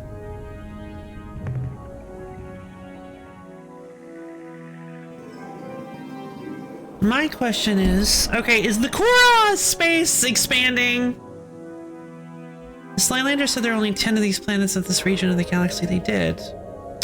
And we have received clues about 3 of them. And supposedly, if we draw a constellation with all 10 of them, it will reveal what happened to the precursors. So one of the 10 circled a large white sun, which is the only one I can see in the galaxy is this one. Sorry, what was it called again? Z-Man. One of them seems to possibly be an Inner Zeta Sextantis, which is over here,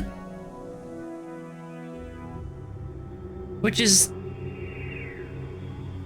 really straight line-ish.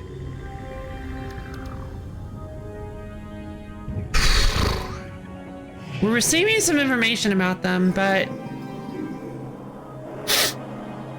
I don't know if it's some sort of like arrow or what. Maybe they ended up in the Serpentis cluster? That's where the Yehat are. Rainbow Rat. The precursors went to Grillby's? Nah. Grillby's too cool for the precursors.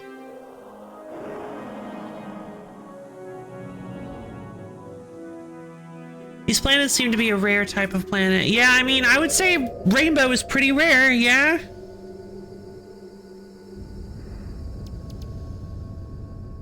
It's too hot. I can't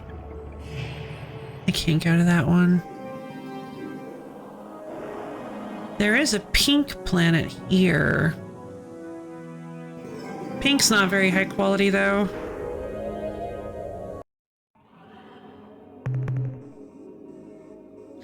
Or maybe it is. Etric world. Actually, it is pretty high quality. Alright, well, in that case... let's write this down.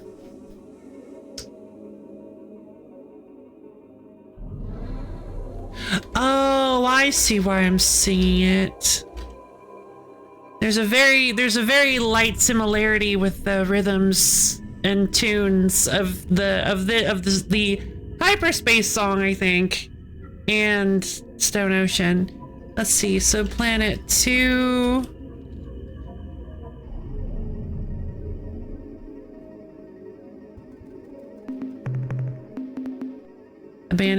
Abundant rare earth.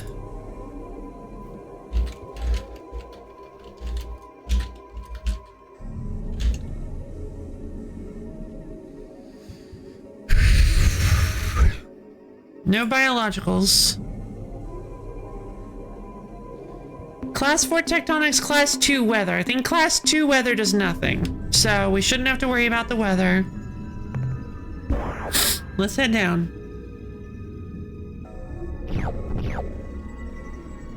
Yttrium. Well, this is nice. Yttrium. Terbium. Wow, that's pretty cool. I like only having to do like one trip for everything. How nice.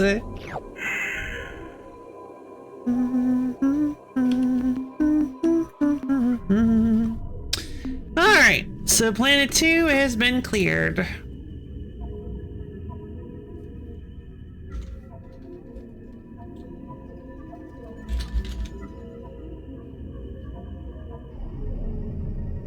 Betasaurus. I forgot about Betasaurus. Poor Betasaurus. Okay, so that was a pretty good planet, actually. The lander has a fanny pack now. Yeah! People mocked the lander for their fanny pack, but, I mean, they've got all the space in the world. Who's laughing now?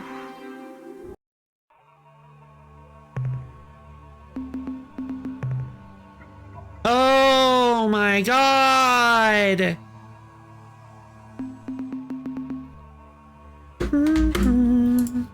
Well, that's a good planet.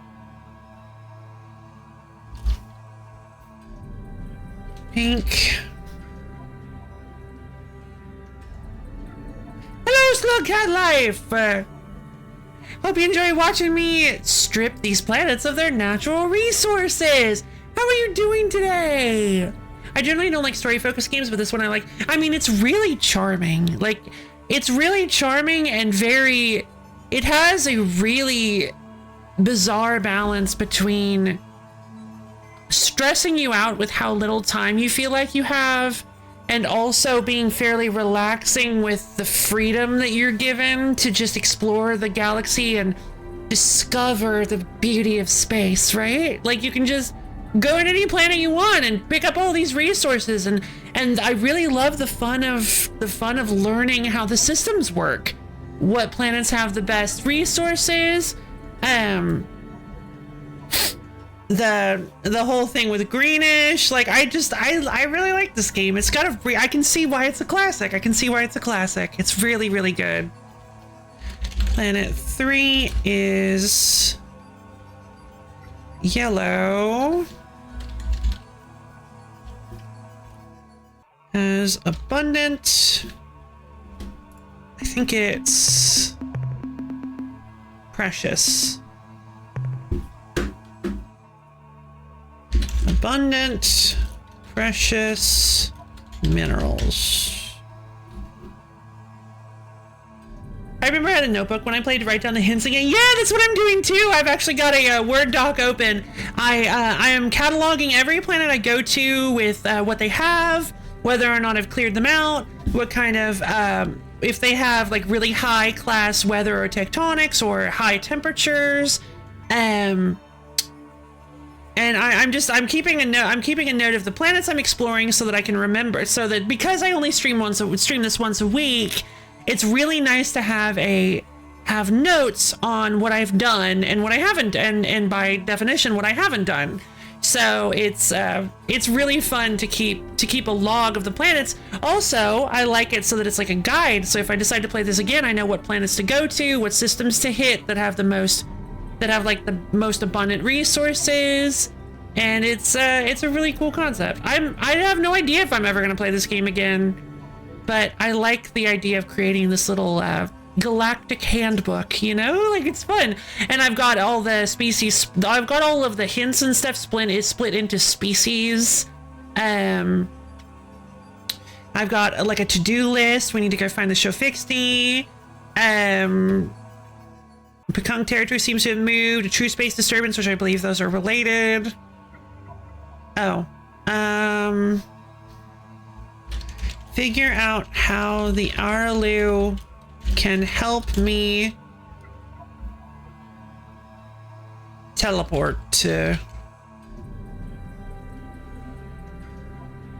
high class weather, such as rain cloud that drinks fancy alcohol. Exactly, that kind of stuff.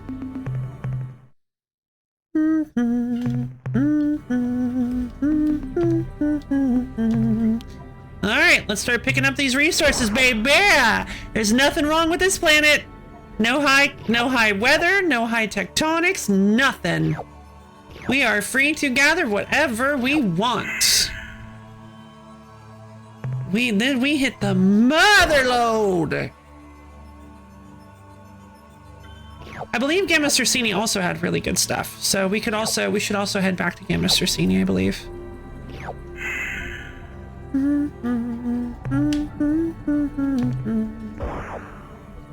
And thanks to our upgraded capacity from greenish, we don't have to worry too much about jumping in and out and wasting a bunch of fuel. So we've cut down on our fuel consumption with dispatches as well. So now the planets are kind of, you could say, worth more.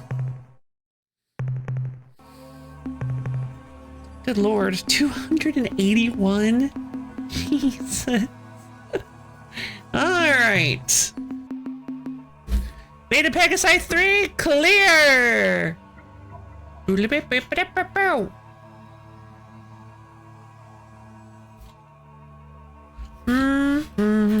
Oh, I'm shifting my keyboard over. What's that all about?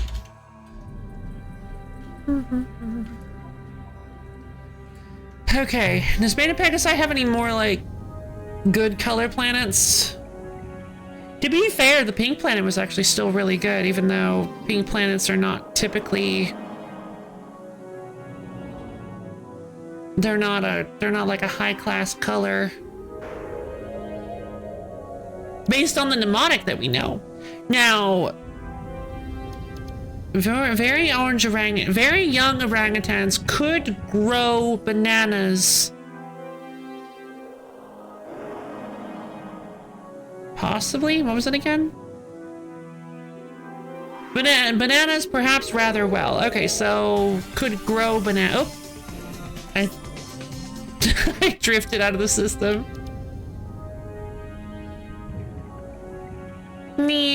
Oh, by the way, I think I figured it out. I think it has to do with, yeah, it has to do with what angle you're at when you approach the planet. Acid world. Oh, that's like nothing. Oh, wait, no. These are commons, I think.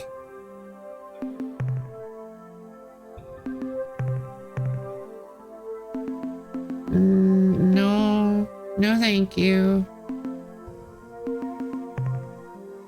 I guess it's class 4 tectonics. I'll just pick it up, whatever.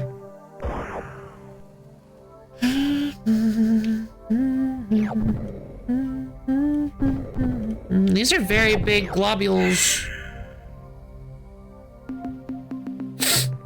Yeah, those are commons. Alright, well, at least it gave me a lot of,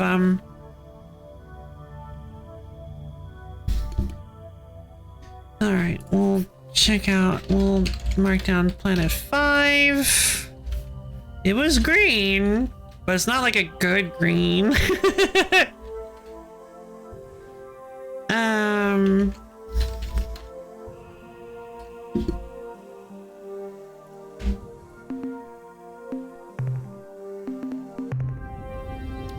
Okay, I think I would like to get out of here and try to go back down to the Arley system, see if they can help us with anything. We still have enough fuel to make it back to Seoul as it stands, which is good.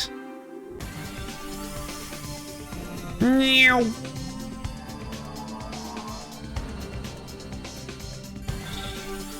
We haven't lost any crew members yet, which is also good.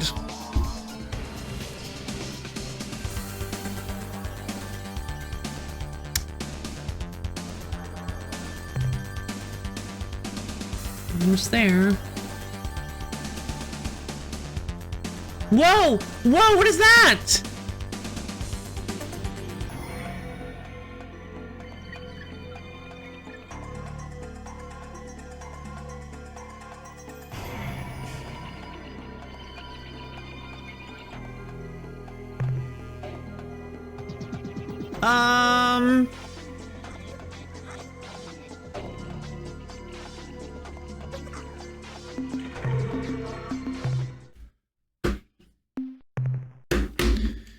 Oh God, where are we? Exclamation point. Okay, fantastic. I want to see what. Hold on, I just saw something. It said quasi space.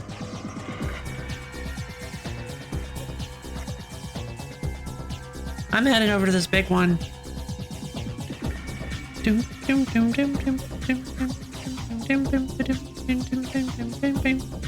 I made it to quasi space.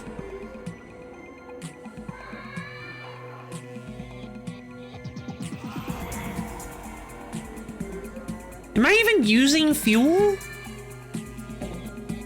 I'm not using fuel.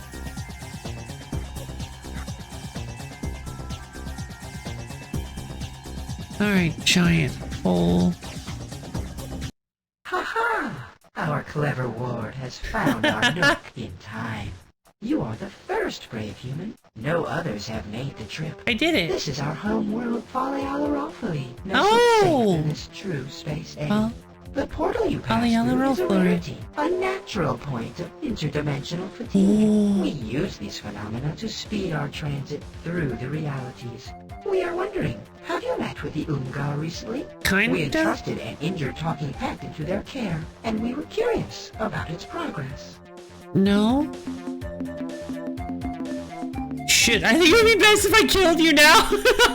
Oh no. You said you had much to give my people. Can you be more specific? As you know, we live in a dimension adjacent to hyperspace, which we call quasi-space. Quasi-space. Our ships move between these dimensions through weaknesses in the interdimensional fabric. Although many such weaknesses, or portals, exist which lead from our dimension to quasi-space to various locations in hyperspace, there is only one natural portal which will transport a ship from hyperspace to quasi-space. We therefore find it convenient to generate our own portals artificially with focused dimensional fatigue rays. Yeah? As a sign of our long-standing relationship with your species, we would have fit your vessel with a portal spawner of its own. But your ship is so massive, our units would be ineffective. Oh. However, we suspect you may find a sufficiently powerful warp pod, a key element in a portal spawner. The clear spindle? in the wreck of the Oh. Ur-Quan dreadnought on the 7th world at Alpha Bavonis. Bring that warp pod back here, and we will prepare a portal spawner for your vessel. Okay. Alpha Favonis, huh? let's go grab it then. And you know what, Airlu?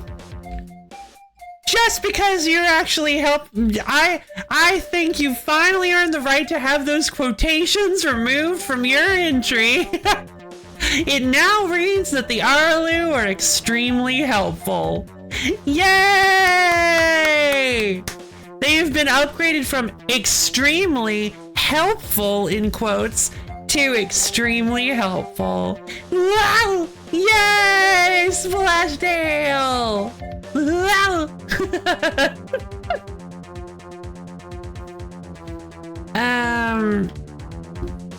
Alpha.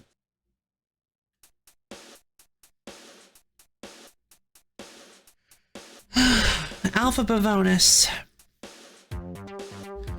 Ur-Quan Dreadnought Wreck at Alpha Pavonus 7 has a warp pod. We have to find it.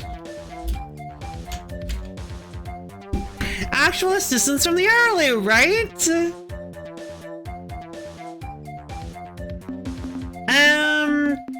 You mentioned a talking pet. How did you find one? We are an endlessly curious species, and we spend much of our time on, how should I say, reconnaissance missions.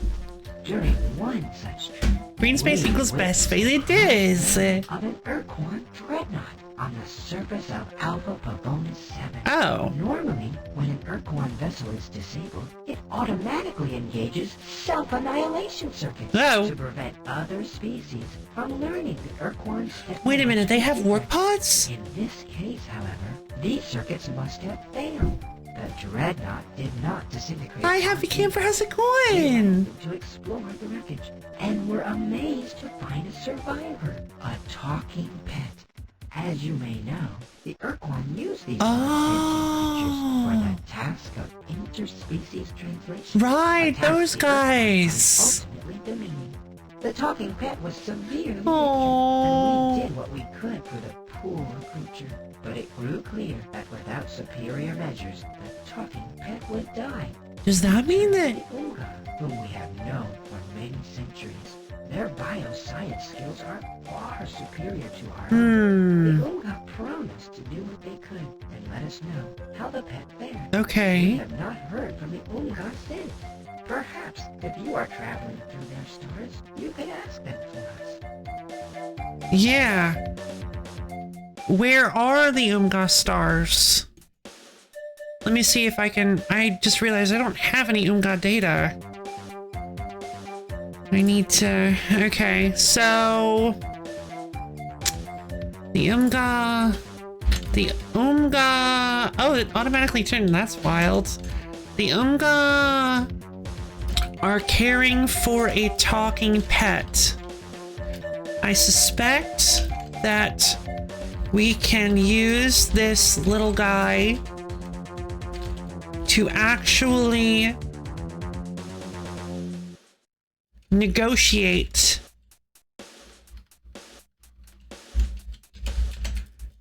with the Ur-Quan. We should go track them down.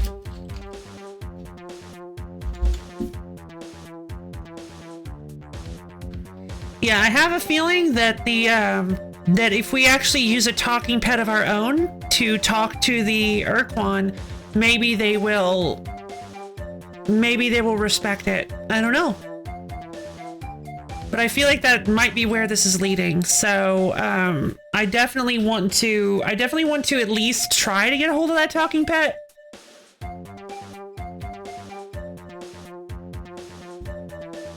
See if the poor thing's doing okay.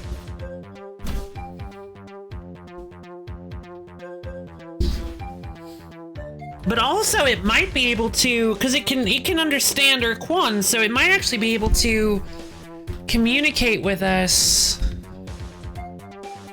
You know, I wonder if that's implying that some of the talking... I wonder if that's implying that maybe the talking pets are pulling an evil chancellor? like maybe they're actually like some of the talking pets are communicating the wrong thing to people. And then also maybe communicating the wrong thing to the Ur-Quan.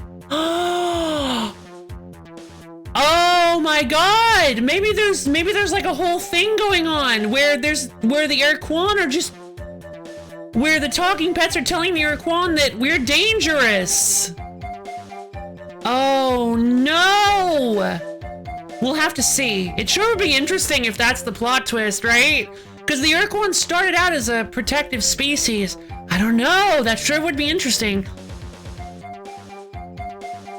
Because they consider it demeaning. I mean, it's perfect. It's a perfect setup. The Ur-Quan consider any language beyond their own to be demeaning. And so they don't share the language with anybody. They also don't share the language with anybody but their own species. So the only species that speaks Ur-Quan are Ur-Quan and talking pets. The talking pets speak every language. Now, they may just be like a device that you speak into and they just automatically translate it so that people can hear it. Like maybe there's no like consciousness behind it. But if that's the case, the talking pets are in a really good position to be evil chancellor translators. Ooh, that sure would be neat. What a possible twist. Let's see, so what did happen at the end of the war? Real interesting theory. Thank you, Belvia. Forgive us if we forget the importance you attach to such events as this. Our context is infinitely broader than yours in scope, both in space and time. We just are so cool that to way. please you, I shall try to recall. Yes, now I remember. Here is the sequence. The Ur-Quan fleets have moved through your solar system, and you are defeated. Your people make the choice not to fight with and for the Ur-Quan. A shield is cast about your world. Your people are now safe. This makes us happy. The Armada departs your star system and moves toward the remaining Alliance members. Ourselves, the Cyrene, the Yehat, and their adopted Shofixti. The Yehat and Shofixti withdraw to Delta Gorno, but they do not permit the Cyrene to follow. We are content with the flow of events and leave the area to return here. From our perspective, this sequence of events ends here. Interesting.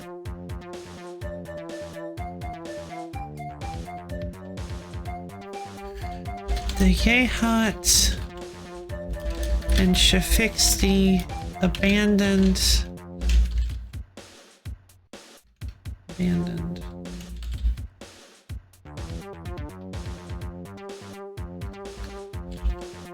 Abandoned the Cyrene to the Ur-Quan.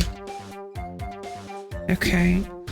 Well, the Yehat and the Shofixti went back to Delta Gorno. We know about that, but apparently the Yehat then split with the Shofixti and went back to the Serpentis constellation. Is also what is, according to the Bakunk's information, the Yehat are somewhere in the Serpentis constellation. Oh, should have written that down.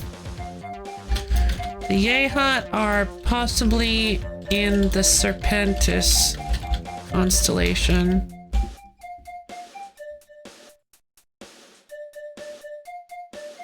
Well, what about the Ur-Quan? What are they up to? Soon after the Ur-Quan defeated the Yehat and imprisoned the Cyrene in Betelgeuse, his siblings arrived to initiate the doctrinal conflict.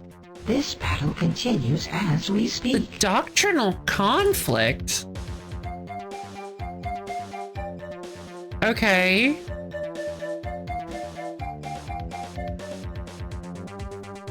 Cyrene Bug Squirt. That's what it was. Cyrene are in Betelgeuse. Fwifo told us that the Cyrene were slave shielded in the bugs, something like in the bug squirt system, and I had no idea what that was supposed to be. Betelgeuse. Gotcha. Okay, the doctrinal conflict. Bug squirt is so good. It is. It's pretty good. I like it.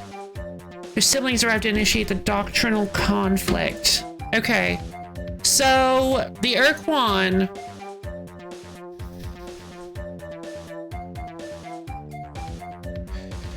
The Ur-Quan are involved in a doctrinal conflict.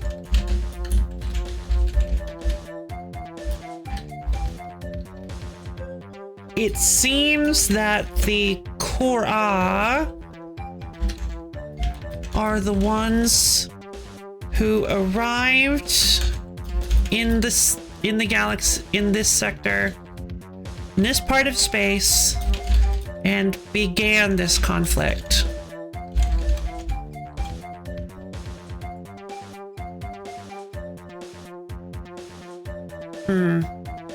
Strange. But why? What is that? What is gained from this? Who are the Ur-Quan? And who are the Ur-Quan Korra? What is this? Are the Ur-Quan Korra like a splinter faction that have decided that they need to eradicate the entire galaxy? I guess the whole point of the Ur-Quan recruit either slave shielding planets or recruiting planets was so that they could basically do what we're doing and fight the Ur-Quan Korra. And since their doctrine is still to, since their protocol is to still protect people, they give people a choice. All I say is that you're asking very interesting. Oh, thank you, Happy Camper. I'm guessing that the Ur-Quan, it actually makes sense as protectors. It makes sense. Like what they're doing is we think that we kind of view them as these destroyers, these evil destroyers, but what they're doing makes sense from a protector perspective. They want to either slave shield a planet so that they call it slave shielding, but they want to shield a planet so that they can't be harmed, or recruit them if they're willing to fight against the Korra. Totalitarianism for the rulers truly believes is the great. Yeah, exactly. So like, they believe that they're the only ones who can decide who. It sounds like they believe they're the only ones who can decide the direction a species goes in, and that they know what the greater good is. That they know what the greater good is for all species in the galaxy, in the universe. And the Ur-Quan Korra sound like they just have decided that all species need to die, apparently. And so the Ur-Quan are recruiting factions to try to make sure that the Ur-Quan Korra don't destroy everything. Now, it is a little weird. You exist because we allow it, you'll end because we demand. Yeah, exactly. Now, they do go around destroying species that don't comply with either of their demands, which I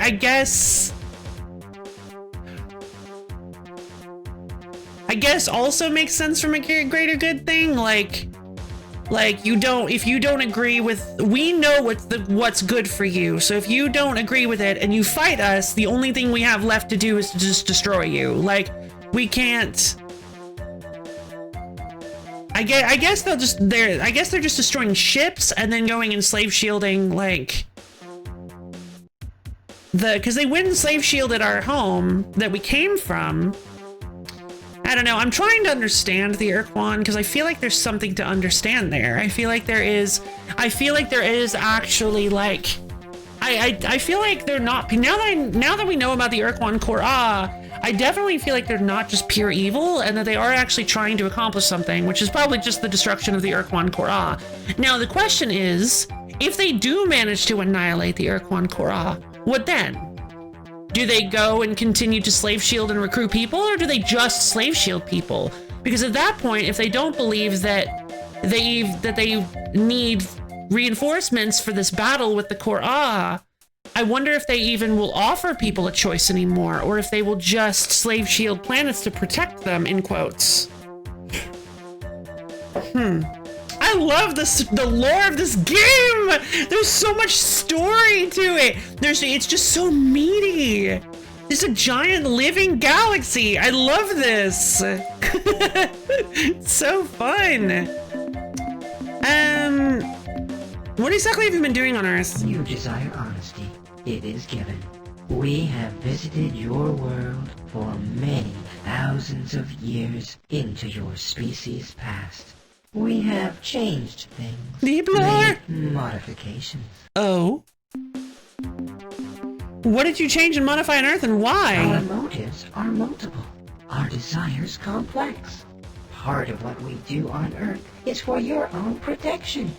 There are parasites, creatures who dwell. Oh. They have names, but you do not know them.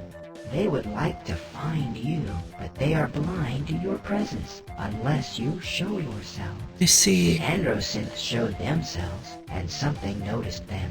There are no more androsynths now, only ores. Oh. Maybe I shouldn't ask about this.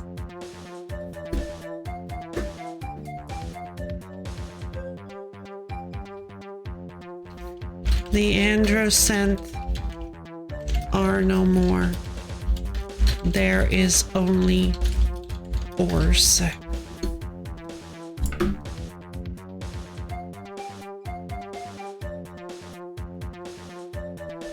This sounds creepy. Please go on. No. In a way, ignorance is Yeah. your armor, your best protection. That's what I figured. They cannot see you now. They cannot smell As long as we don't know about Much it. of our work with your people involved making you invisible, changing your smell. Oops, all ores. If I tell you more, you will look where you could never look before. Yeah. And while you are looking, you can and will be seen. You do not want to be seen. Fair enough. Goodbye, my Arlu friends. Goodbye, clever child. Thank you. Okay, so we are in quasi-space. I have no idea what to do in quasi-space. Let's see. Okay, so 99902. Oh, hey, the numbers are inverted.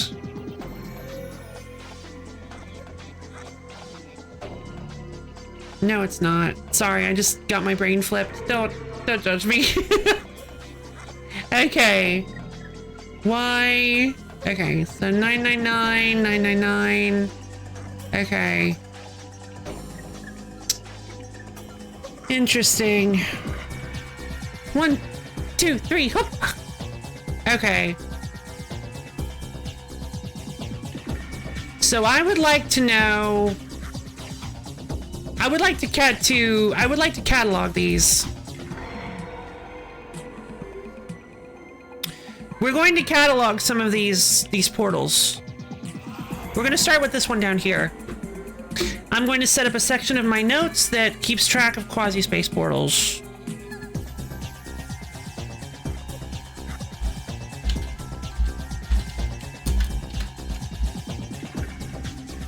Quasi-space portals we've got. Where the first one we're going to check is 476 by 4580 or 476.0 by 458.0, and we're going to see where that takes us. Let's head there. We need to head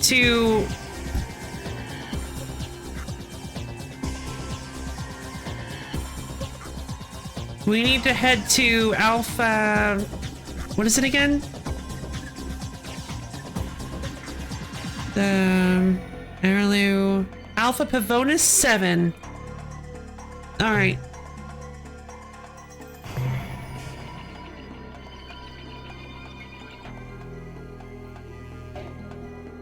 This is the far southern cloud. This is like the far south end of them. So I wonder if maybe this is going to take us to the southern end of the galaxy, of the sector.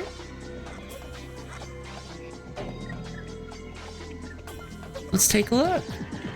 Thankfully, we can like just wander around in here without even really having to worry about anything because we don't use fuel in here. This rules. Okay, here we go. We are now in 409.1 by 774.8.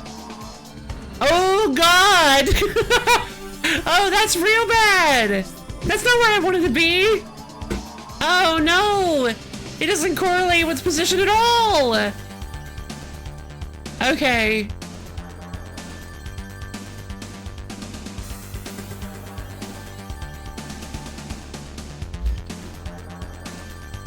408.7 by 773.0. All right, where is Alpha Pavonis? Oh, hey, that's actually not too bad. Wow, if we had just if I had gone back to the earlier system, we would have been right there. Okay, let's head that way. Off we go. We're currently in Korra territory, so we're probably about to be besieged by Korra. That's fine. We can outrun them because we're super duper fast at this point. I mean, we could always outrun them.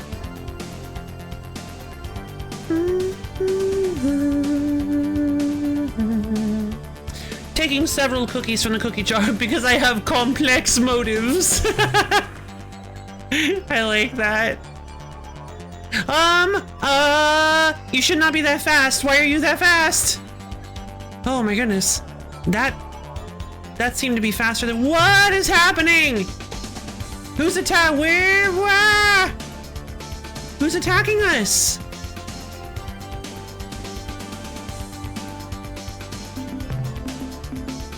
Who are they?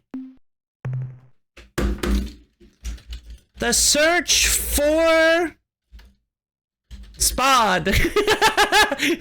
Yeah.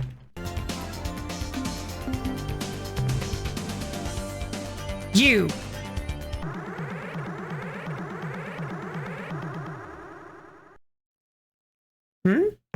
So, what's this? An unknown alien species. Hello! How wonderful. Someone new to fight. No. We, the Tradash of Culture 19, Tradash? famous Ur-Quan combat grounds, know well the value of a good fight. Either you win and prove your superiority, or you lose and are vanquished. The vanquished is lucky. It may survive to learn an important lesson from its defeat. This is the way of the Tradash. We fight and learn and improve. All other cultural schemes are inferior. This is a proven fact. What have you to say before we begin combat?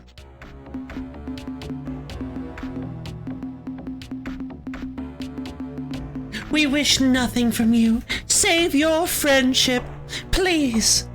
We wish to hold hands with you and frolic among the grassy green fields of our planet.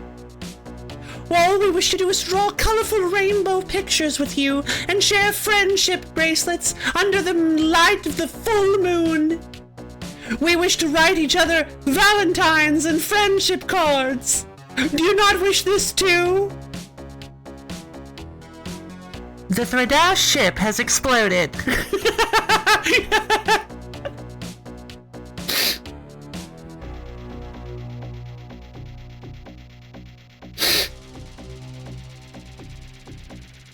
And make friendship packs in front of a tree. Your blustering does not impress me. We have requirements which you will fulfill now. Yeah? What? You say what?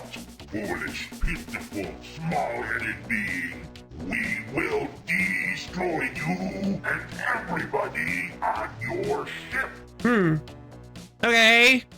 Maybe I shouldn't have said that.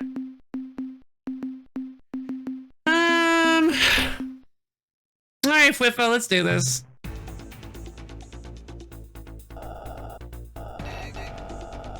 How do I don't remember how to use the...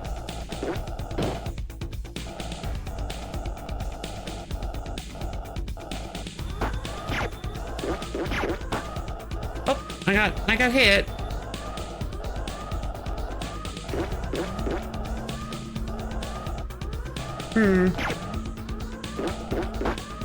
They're good runners.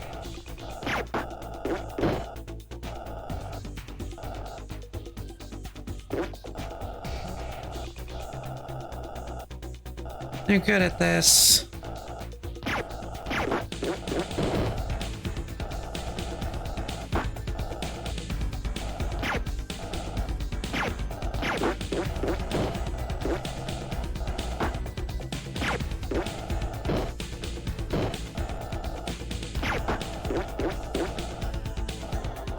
Okay.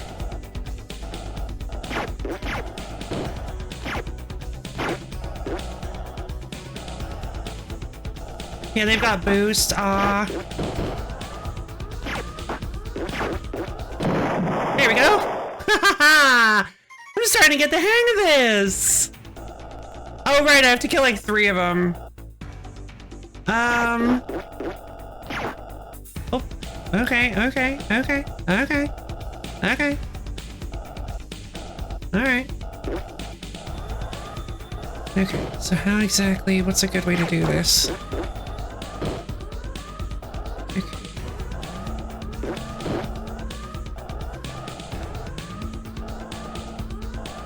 Get behind them.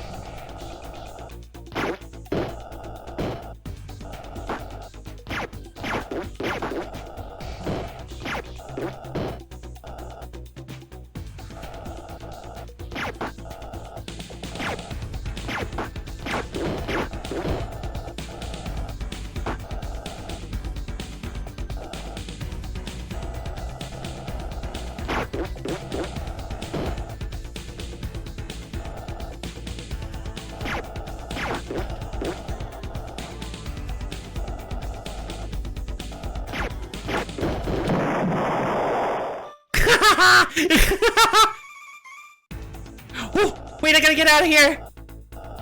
No! I didn't realize how little I had left. Well, we have to leave and save now. We have to leave and load now because I can't lose my baby. Huh. Rip Whiffo. Alright, search for spot, let's go. Alright, let's talk to these guys again and use the power of time machine to maybe come up with a better choice of words. So, how Unknown alien species? Good Ash of Culture 19, we sense a bit of hostility here, why? hostility? Har, har, har. We are not hostile. Hostility is unwarranted aggression. If you want to know about hostility... No worries, Happy Camper, have a great day! Thank you for stopping by! Ultra 12 was so hostile that while they were on their way to their first great battle, Jugka, the battle master, stepped on Nusco, the tactician's foot, Oh no. causing him great pain. The annoyed Nusco turned on his battle master, Jugka, and sliced his body in half. This miffed Jugka's troops, who took it Miffed, upon huh? themselves to murder Nusco and his elite troops. 1, 2, 3. The real trouble started when now dead Jugka's master sergeants, Mood and Putt, started arguing about how to kill Nusco.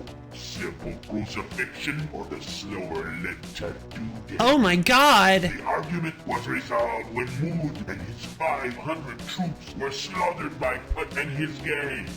Well, this probably all would have gone down in history as a great day of learning for Culture 12, were it not for the surprise arrival of Culture 12's original enemy, the Yajag and his cronies, who wiped out Culture 12's army, thus beginning the long and glorious Culture 13.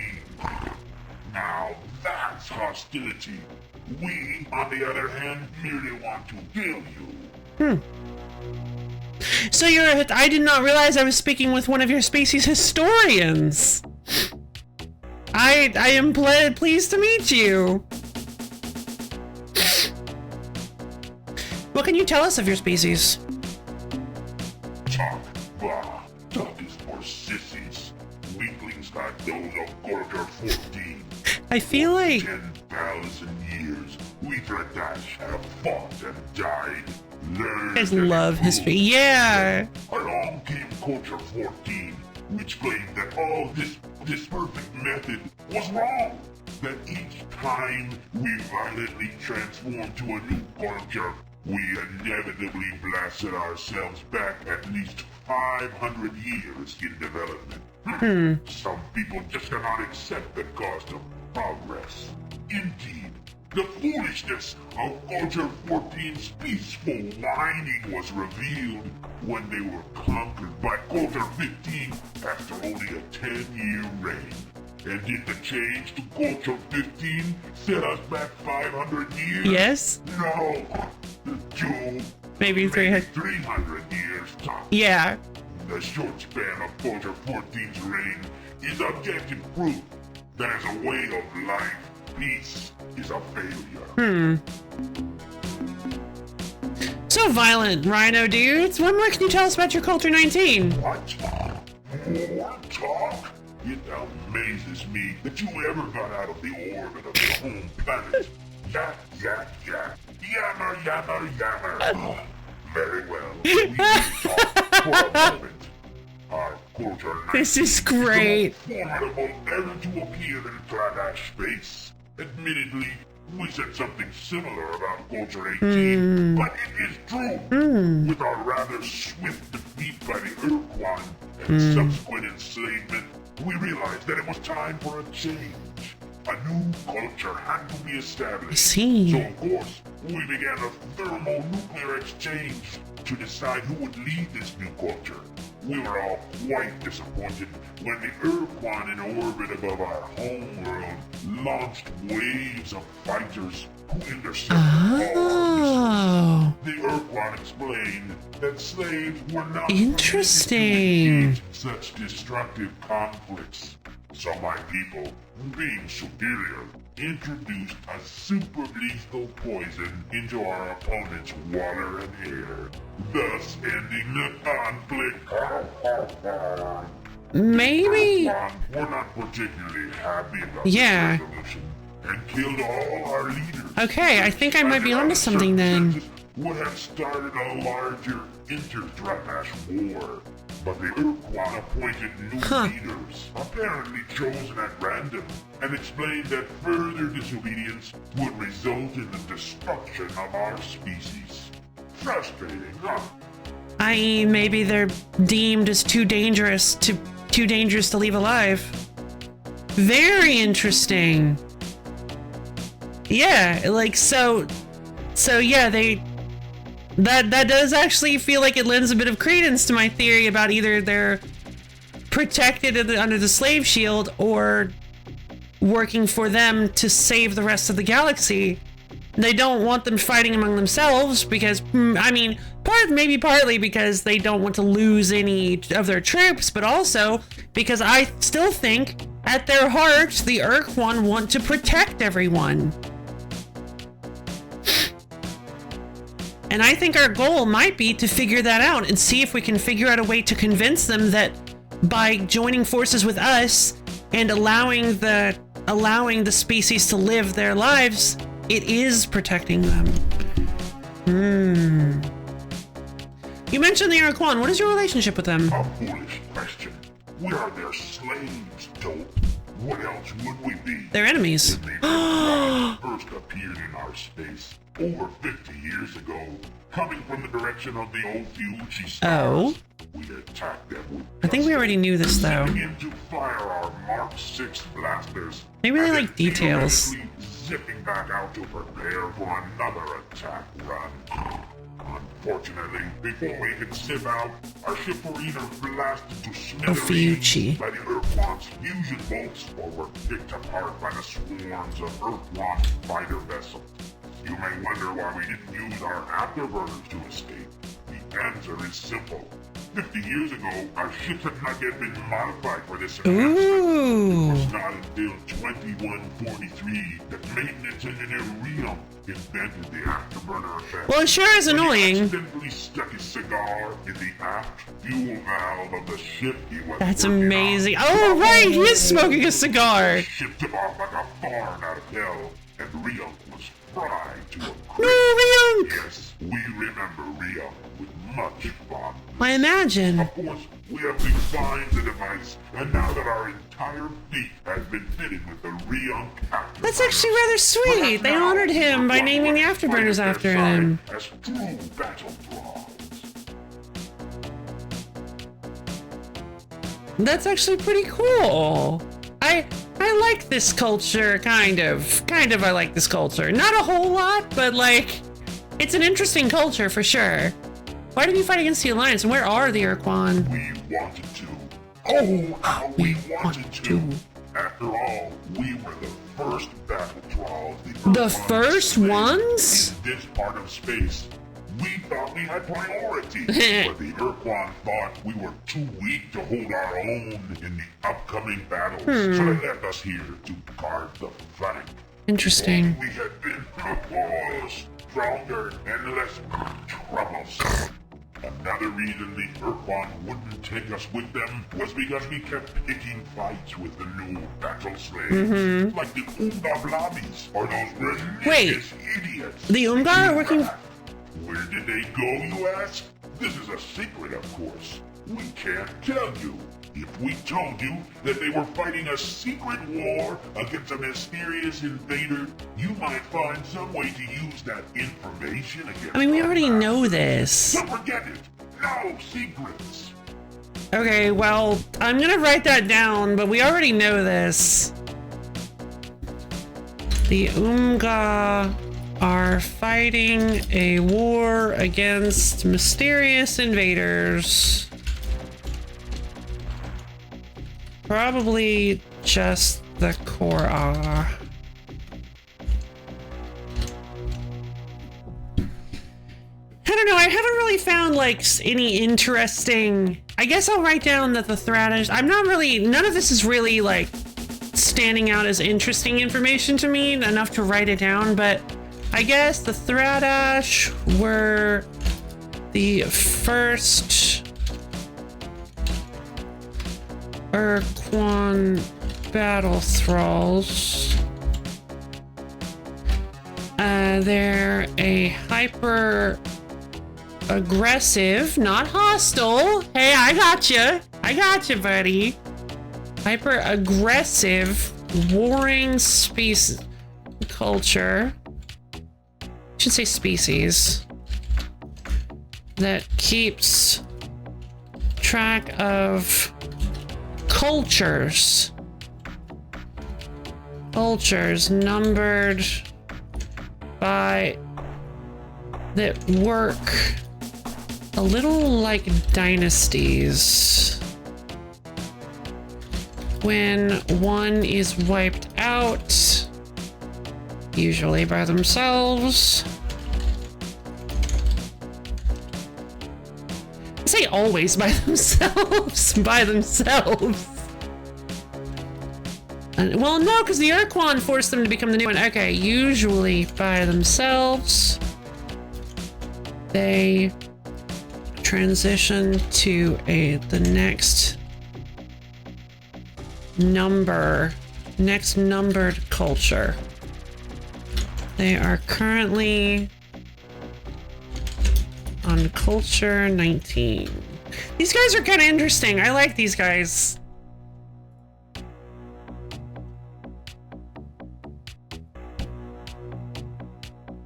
Alright, let me go I'm gonna have to go get some water for the hydrate redeem, and I gotta go to the little streamer's room anyway, so I'll be back in just a few minutes. I'm going to run an ad so you guys don't have to worry about pre-roll. So any of you newbies, just kidding, any of you guys that are not subscribed don't have to deal with pre-rolls, so that's real nice. Or I guess you don't have Prime. I think Prime also disables ads. I don't remember. I think somebody said that once. Also, their voice acting is really good. I agree. I like that. I like the snark thing. It's really cool. All right, see you guys soon.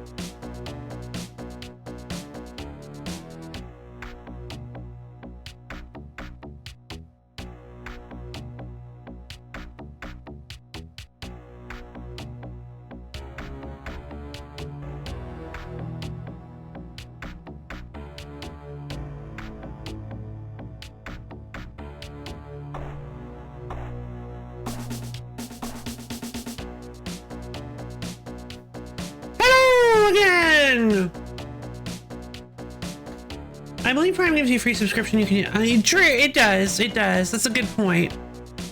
But I think somebody said, oh, maybe it was ad blocker. I don't remember. All right, hi, Davidine.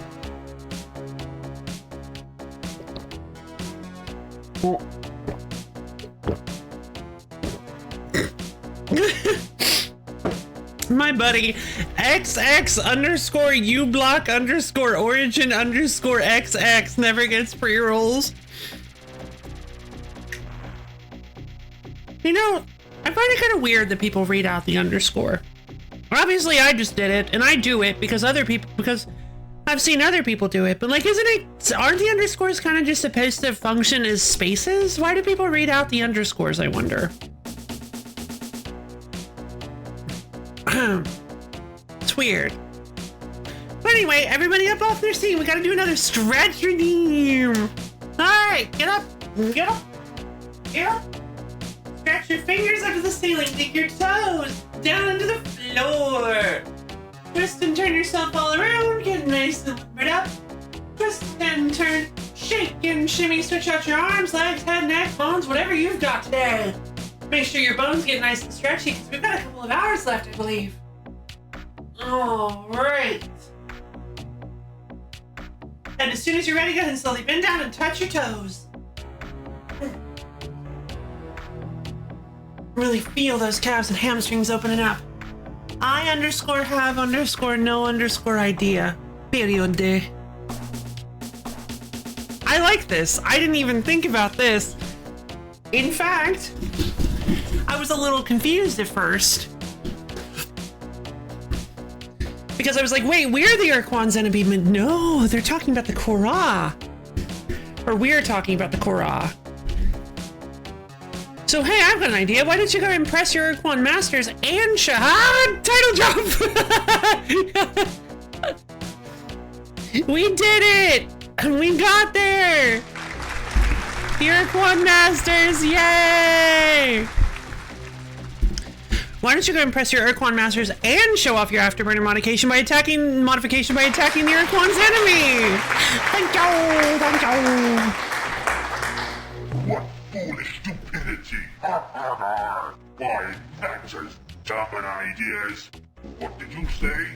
Attack the Ur-Quan's enemy? Help them win their war? Mm-hmm. Why, that's an excellent idea. I think so too. I'm glad I thought of it. Yeah, me too. Marshal our forces and leave at once. Stupid, human, pitiful, weakling dog. You have been helpful. So as a You won't kill us? You may leave alive. Thank When you. we return from our glorious campaign, we may even honor you with a retelling of the many great battles we shall certainly win. Thank you. Until then, get lost. May you survive. I hope you survive, buddy. No!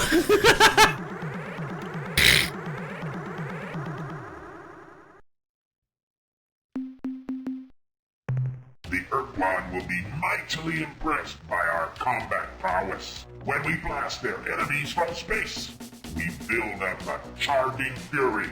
Stay out of our path. Aye, aye.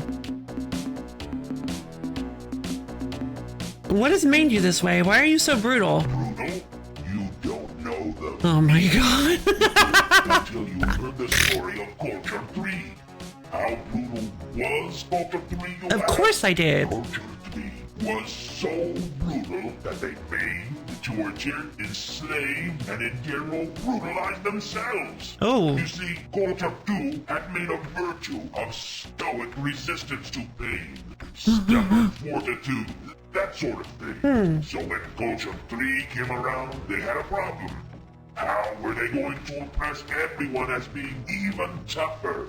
Their answer? They would arrive at a battle, stand on a tall hill where everyone could see Oh, them, no. and chop off one of their own limbs. Then they'd wave it around, screaming and shaking it at their enemies. It worked. It scared the hell out of their opponents. They ran like crazy. I mean, I can't say I wouldn't respond the same way. War hero back then by how few arms or legs he had left. War parades were quite different too. Instead of sturdy old warriors walking slowly past their reviewing stands, they tended to roll. Not a good That's clip. horrible.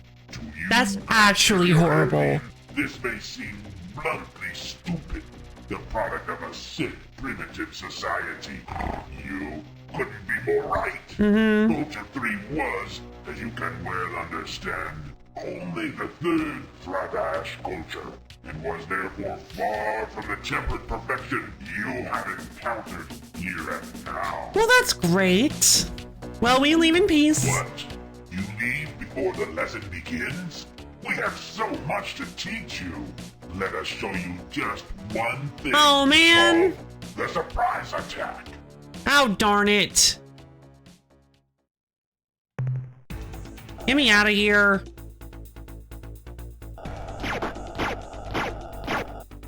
Oh, beans. No! Oh, no! I might have to reload. No! Individual skill and our individual skills, our superior fighting chips, and our objectively correct political views are sure to greatly impress our Ur-Quan masters. To arms!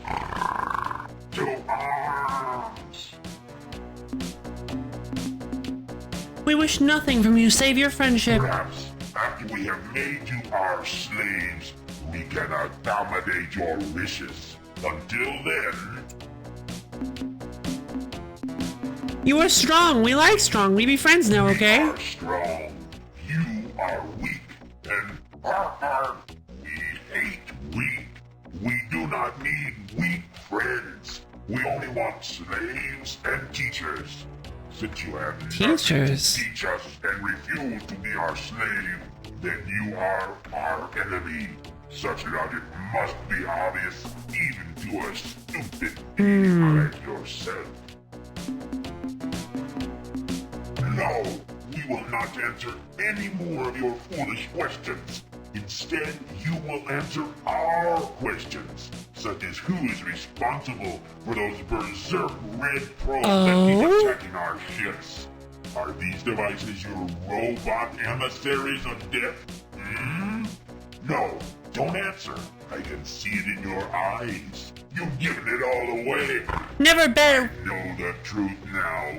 The only thing that confuses me is why do the probes approach from the direction of Vega? Oh, that's fun. That's fun. Never gamble with a Sicilian when death is on the line.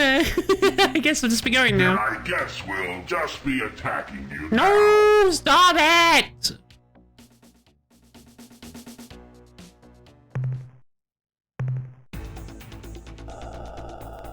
Go away!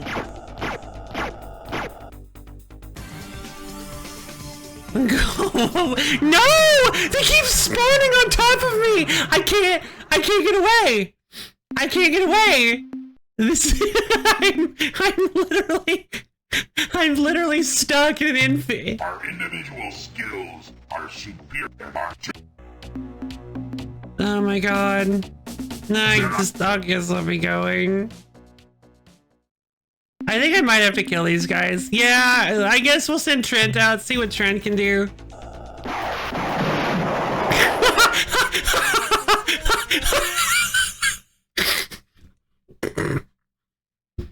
A glorious battle that was! Stop! Please! Our individual. Then I.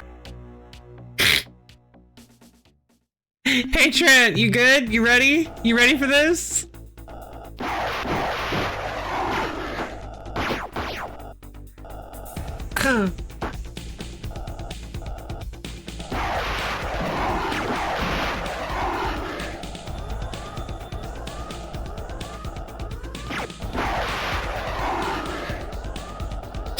Oh, I see. I get it now.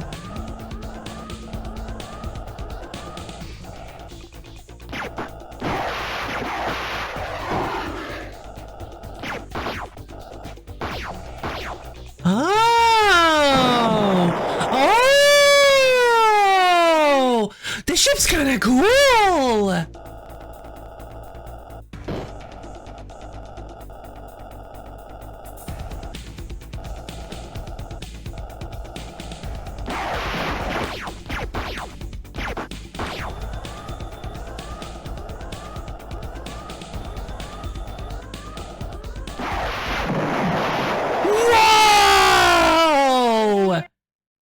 I actually really like this human ship.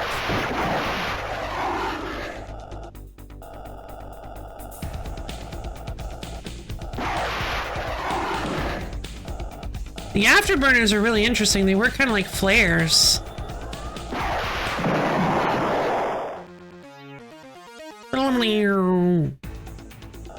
Oh my god.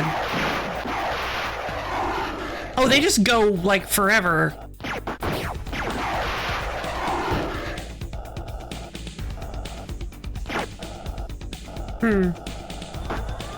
Interesting.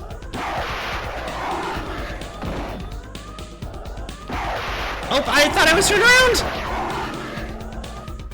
There's a certain distance. You have to be a certain distance. Hey, what's with my... did they destroy my...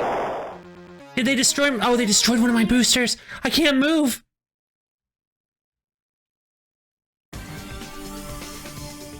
God.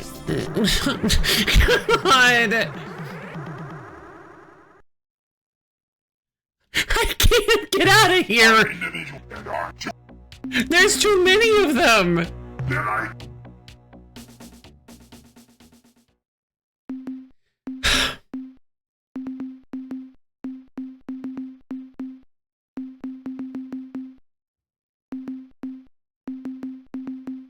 Can I use the tongue? Can I use the tongue? I'm gonna use a Zotfa ship, I guess. What do these guys do again? I don't remember how these guys work. Are these the Pakunk ships? I don't remember how Pakunk ships work. I'm gonna be honest, I think I could probably just kill them with my ship.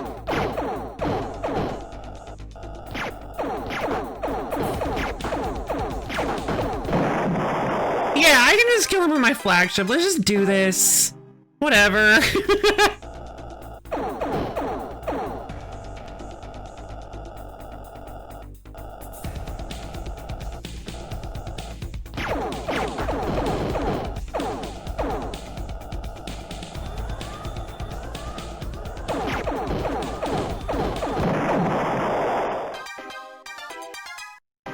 Zokfat Pig do this. Oh, they do tongue? Okay, gotcha.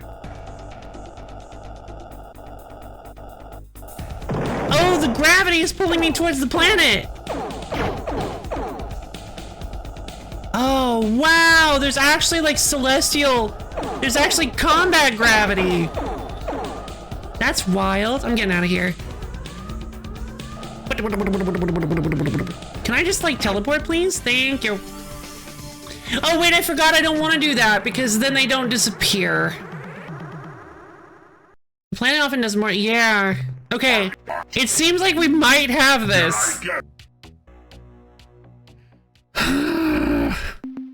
I'll try a Morp ship. Alright, Fat Pot, let's do this.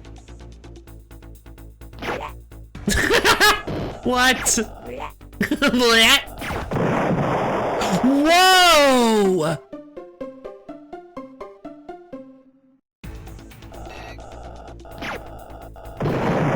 Oh. That's fine. I guess I can build another one.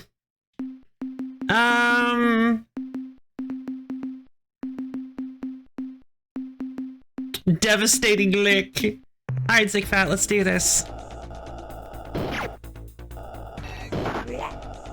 Okay.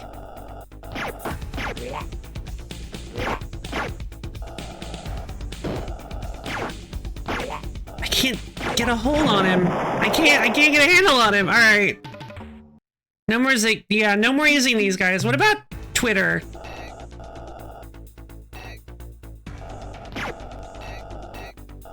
Oh my god. Dodo, oh, these guys! I want out of here! Get me out! Alright.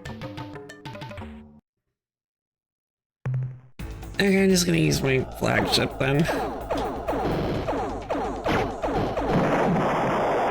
Okay, I'm running low on crew.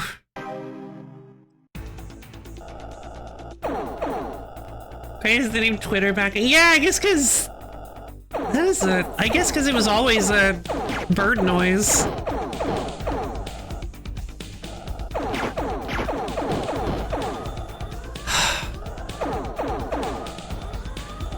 This is... We're in hell. we are trapped in hell. That's just the story of it.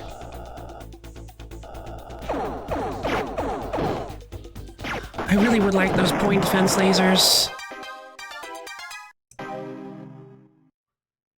Can I leave? No, no, no, no, no, no! Okay, oh my god, finally! Jesus Christ!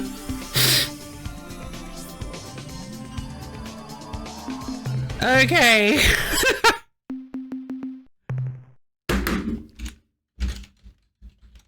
Thradash Gauntlet beaten. Oh my god. Where was I even going? Alpha Pavonis. Okay. I didn't realize those were all Thradash.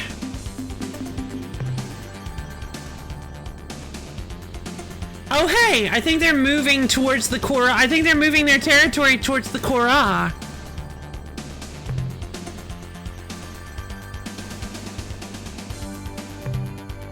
They are! That's so cool!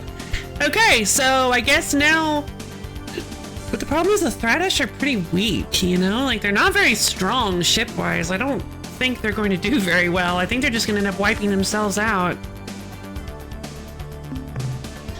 Okay, we need to go... Ooh, it's a big system. Okay, 7. Where's 7?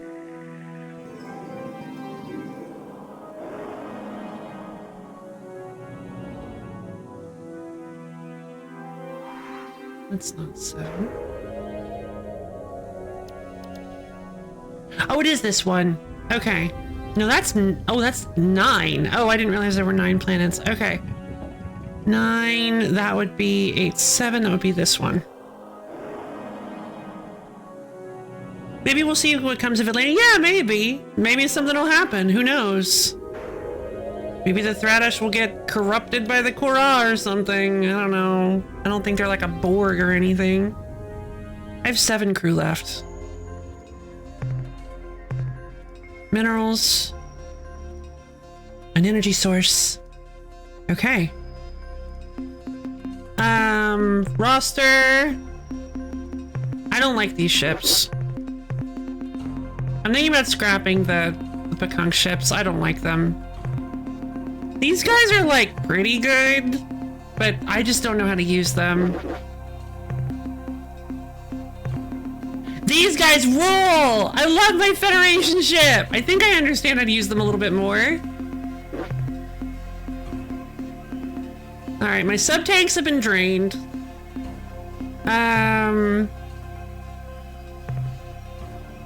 Oh, lots of biologicals. Okay, that's good. And there's nothing wrong with this planet! Yes! There's no danger!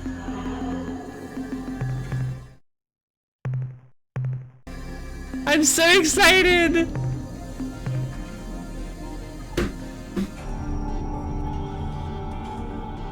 Come with me, and we'll be in a world of pure imagination! Yay! Alpha. Oh! Oh! Oh my god. What? This is wrong. Oh. I missed. I thought that was a negative. I thought that was a negative. This planet is really hot.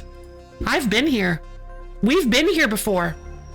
I missed the energy signature. I could have grabbed this. I've actually been to this planet before. I'm so angry. I didn't notice there was an energy signature. Oh my god. Was this the one that was, oh my god, 0.01 Earth masses? Oh my lord. I can't believe it. Obviously. Oh! Yeah, there it is. Alien junk. We made hollows of everything, but I don't think it will be much. Oh, I accidentally skipped through it. Darn it. But I don't think it will be much use to anyone but those egghead xenotechs back at the base. We found one piece of equipment which is relatively intact. It is a huge hyperspace warp pod, the star pod unit, I think. We will bring it aboard. Okay.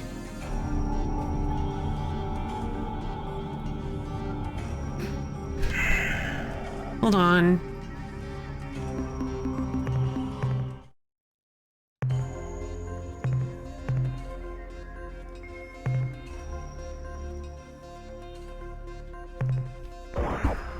This place is pretty hot, though, is the problem. Report from surface. Captain, we have located the wreck of an Ur-Quan dreadnought. The fact that there is anything but a hole in the ground indicates that the vehicle had some engine power left to soften its crash. Most of the dreadnought is just so much alien junk. We have made hollows of everything, but I don't think it will be much use to anyone but those egghead xenotechs back at the base. We have found one piece of equipment which is relatively intact. It is a huge hyperspace warp pod, the starboard unit, I think. We will bring it aboard. End of report. Okay. There we go. So what is the point of the clear spindle? Was the clear spindle used to get me into the portal? I don't understand. Anyway, maybe it'll come up later. We'll see. You managed to miss so no. Yeah, I'm a little sad that I can't believe I've been here and I missed the pod. But to be fair, that wouldn't have, I don't know. I wonder how that would have changed things.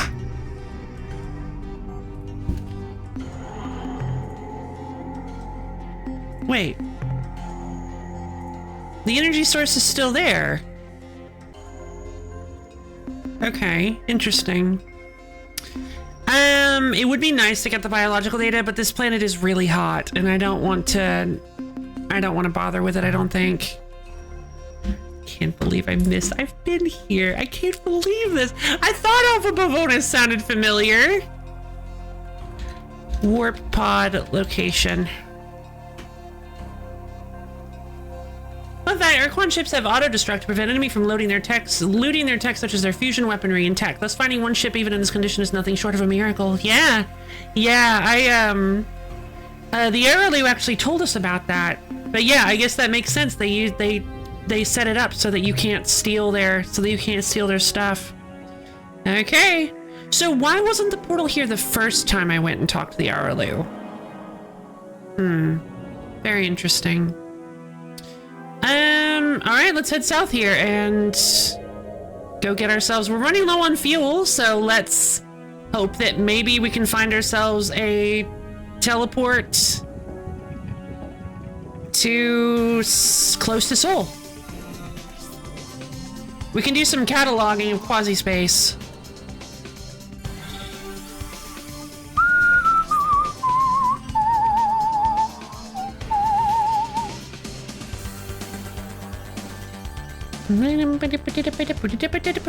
Quasi-space! Quasi-space! We're gonna get access to quasi-space! I'm so excited! Quasi-space! Quasi-space! Warp drive! Telewarp drive! Teleport! Telewarp drive!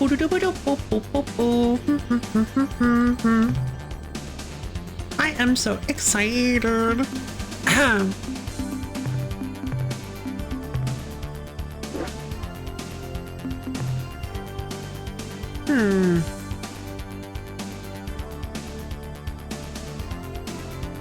Hey, where'd it go? Hello, my clever child. We have met again, and I am pleased.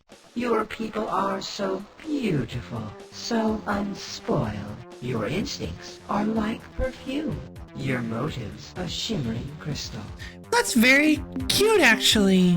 Can you give us any more The information? carnate forces of Ur-Quan and Korra are twined about the memory of pain. They respond to these words.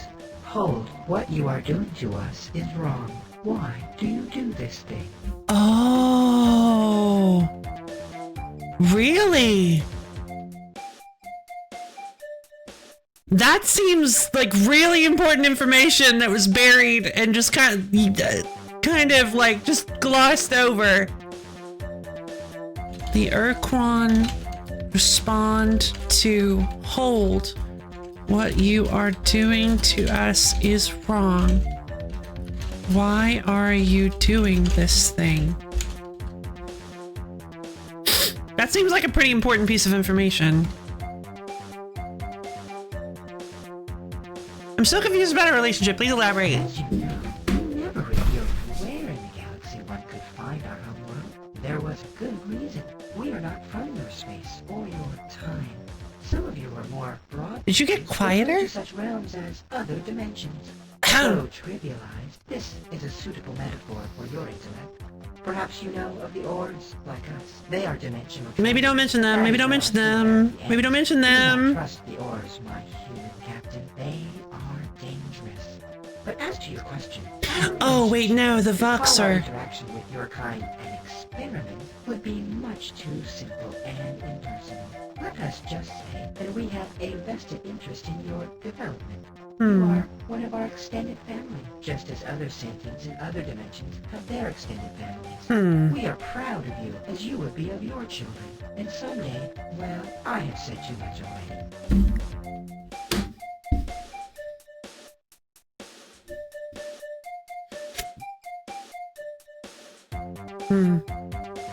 Goodbye, Early. Farewell, child.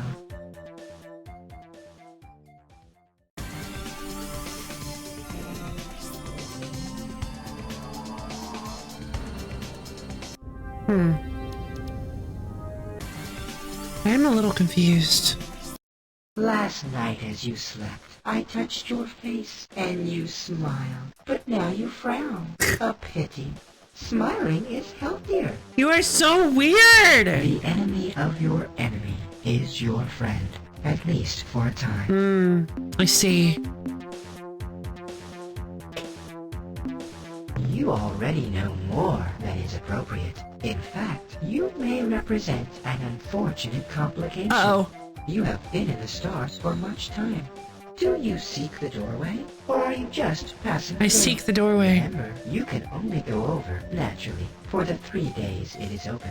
How to find it? Look on your star map from 17 Thank you. through 20. The variable star shall be your guide. Farewell, child. 17 through 20. Okay. How do I just pass time then? No!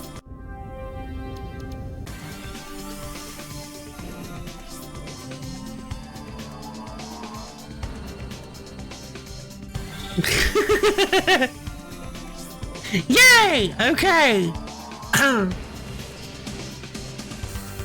I can't believe I found it on accident. I can't believe I found it on accident. That feels like an incredibly low chance. Off we go. I just happened to be passing through from the 17th to the 20th. I got really lucky. I did. Oh, wow. That is wild. Okay. I'm a little worried that if I use... No, because the arrows seem to be fine. I wonder if maybe, like, there's... I can't use quasi-space too often, because if I do, maybe I'll get, like, attacked by the ores. I don't know. We'll see. It is really The convenient. prospect of sharing the easy way with you excites us. If you have found the Ur-Quan warp pod, this prospect Me can too! be a reality. I have obtained the warp pod unit from the Ur-Quan wreck! What a surprise! As we have always said, humans are a most resourceful and clever species. We are so proud of you, but don't worry that you shall have to. Thank We are you. prepared. Even now, Our technical personnel are equipping your ship with a custom version of our portal spawner device. The device is usable only in hyperspace. Wow! Whenever it's activated, the spawner will focus several interdimensional fatigue beams adjacent to your vessel, opening a temporary hole into quasi-space. Move quickly through the portal. After your ship has passed into quasi-space, you can choose any of the nearby portals which lead back to hyperspace, thus saving you needless transit. Yeah! Be keenly aware of this fact. The spawner requires a great deal of energy to function. We estimate that each time you use the device, it will consume 10 of your fuel units. Goodbye, my early friends. Goodbye, clever child. Okay. That should be fine-ish. That should be fine-ish. That way we can do some... Oh, darn. Where did we come out of?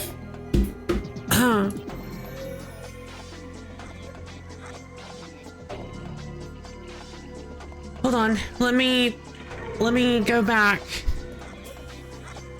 I just want to look at which one we came out of.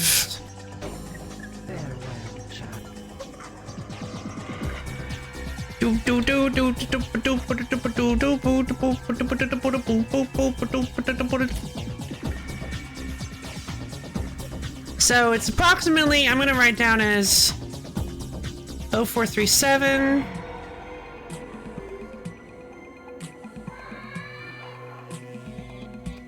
What is with this music? It's so creepy. 0.7 by 637.3. Is that like supposed to be a crying child? What is that? At least distance isn't really an issue now. True. 500, 500. All right.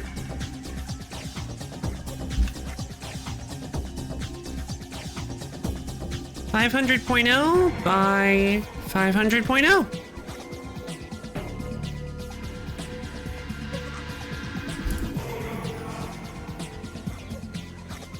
All right, which one is that?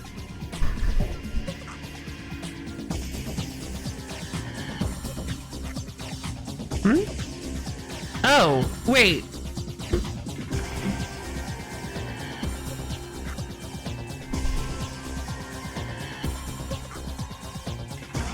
Oh! The original quasi-space music is much better, IMO. Probably the only track with the 3DO version ruined. Oh, but that's my onion. Shame. I respect your onion. I see. It's got a big portal-looking quasi-space as well, so yeah, the portal only opens one way or another. Okay, so you can't even go back in. You can't even go back that way unless it's the right day. That's very interesting, actually. I feel like all of these are going to be very random as to where they drop you. But we know this one drops us in Korra space.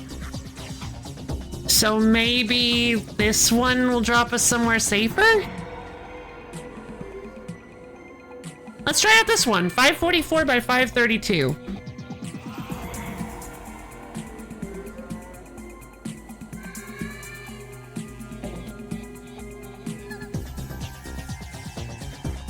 .4.0 by 532.0.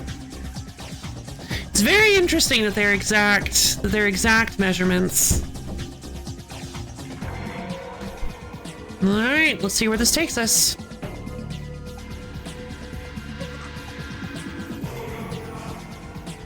Off we go! I'm so excited, we have a teleportal system now! But we need lots of fuel and I don't have like any, so... Oh.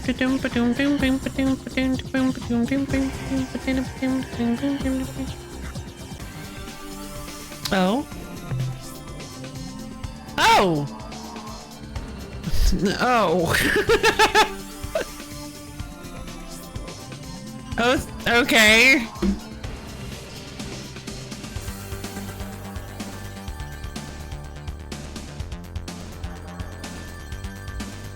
Well, that was weird, but 036.8 by 633.2. So just really, really close to where the super portal drops you.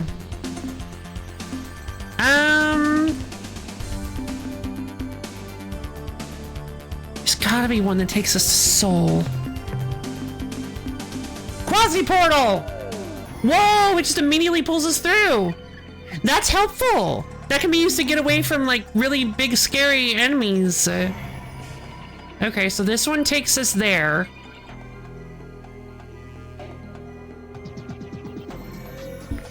Hold on. 476 by 458. Yeah, okay. I was wondering, I was afraid they were moving. Let's hit this one. 492 by 492. Why not? Maybe this will be a good one. Oh, this is close to... Oh, God! I mean, it's close.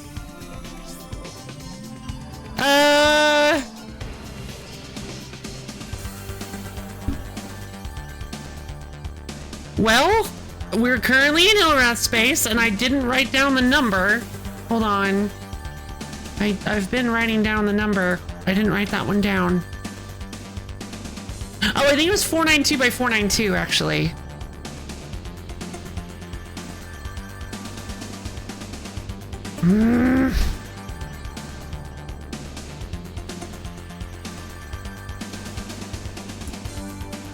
Well, I guess I'll just run. I guess it's time to run, you guys. 492.0 by 492.0. And that took us to...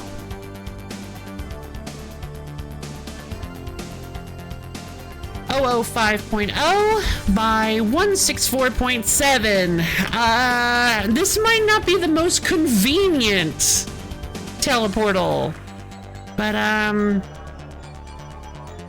gonna put like qualifiers so that it's easier to Ilrath. Just center of Ilrath space. Center of Ilrath space. This might be a good opportunity to try out any hunches you might have. Oh. I mean, what, like maybe the fact that using the caster... Oh god, I don't have fuel! I can't get out of here! Yeah, this might be... I'm gonna try to use the Umga caster and see what happens.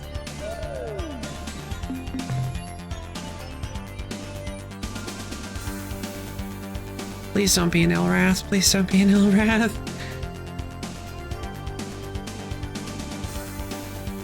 Hey, Greenish. I must warn you, Captain. This is the time of the month we Hey! drive exceptionally hard bargains. Beware. What? Now, what can we do for you today? What do you mean? What would you like to sell, Captain? I don't know. Wait, should I do that? Oh, wait a minute. Is that might be a bad idea.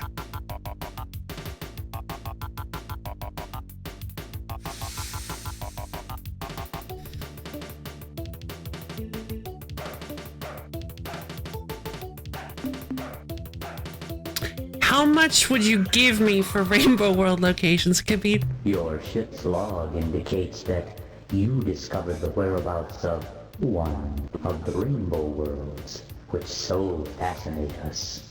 In exchange, we will give you 500 credits.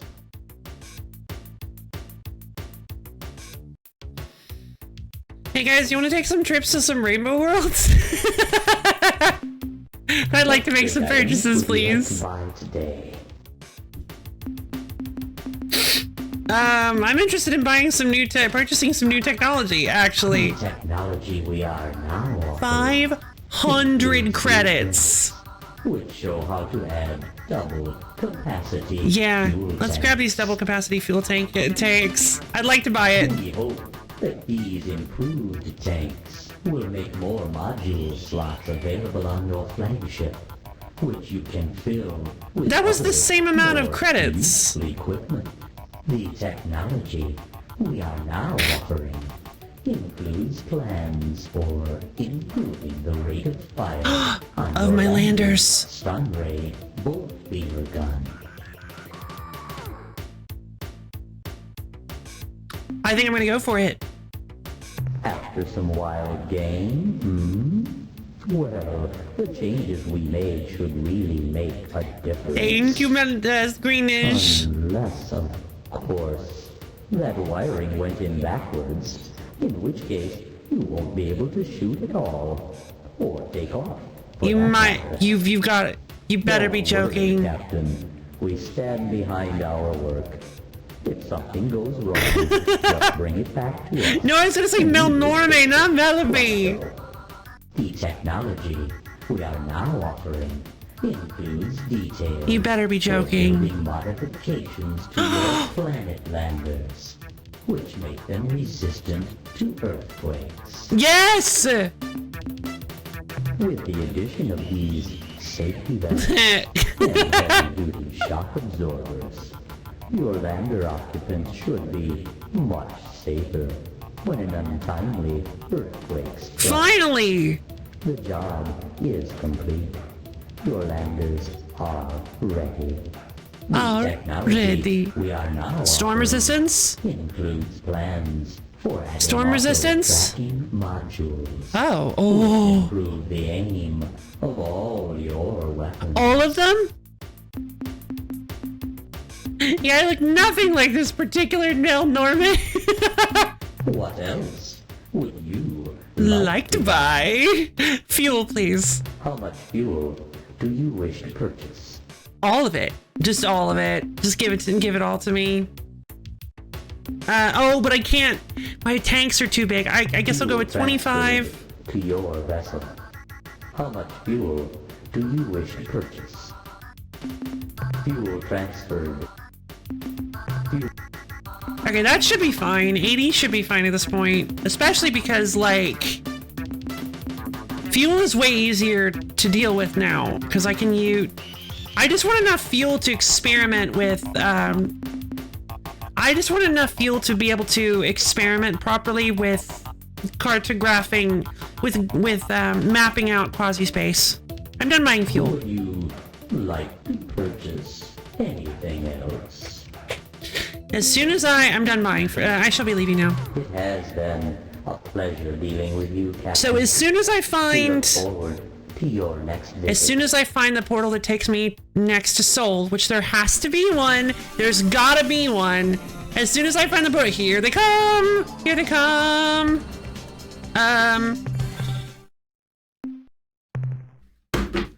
Quasi portal acquired! Yay! Alright, time for a theory.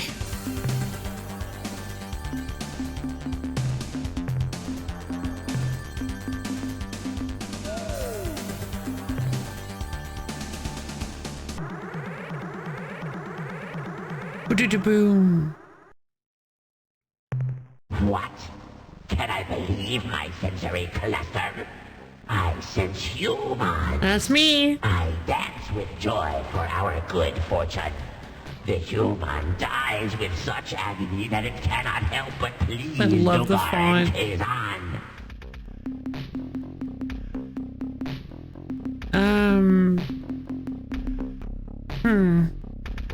I guess we need to find out where Dogar and Kazan.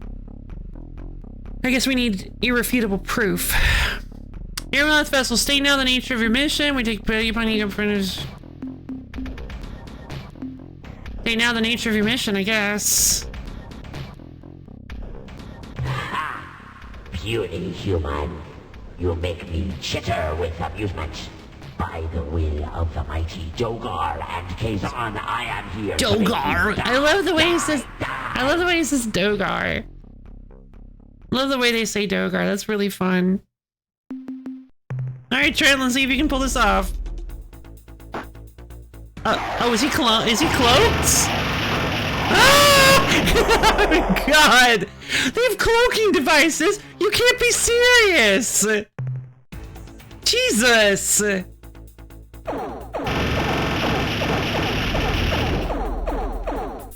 Help?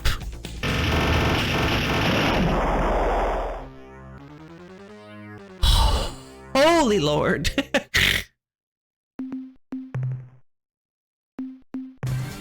Alright, let's get out of here. See you guys later. I'm going back to Seoul. Where's Seoul? I'm going back to Seoul.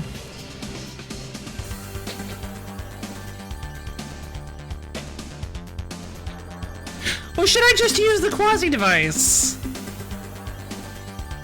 Should I just keep using it and try to find the portal to Seoul? Quasi portal! Alright. Time to test! This one. 476 by 496. 476.0 by 496.0.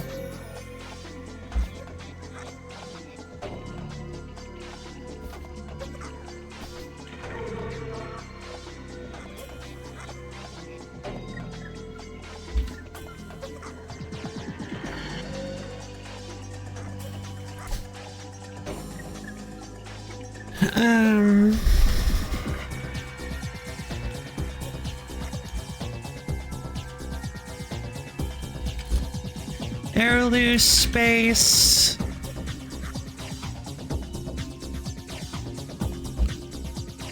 Airloose space.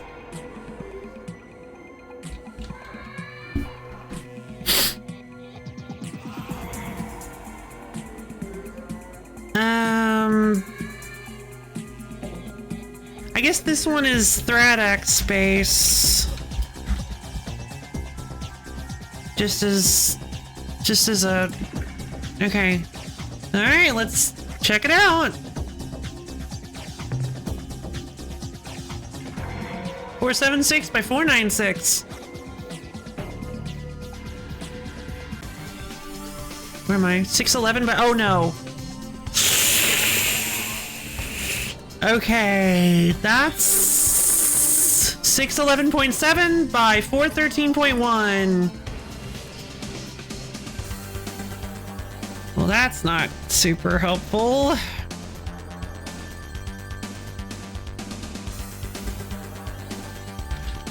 Hurrah, space.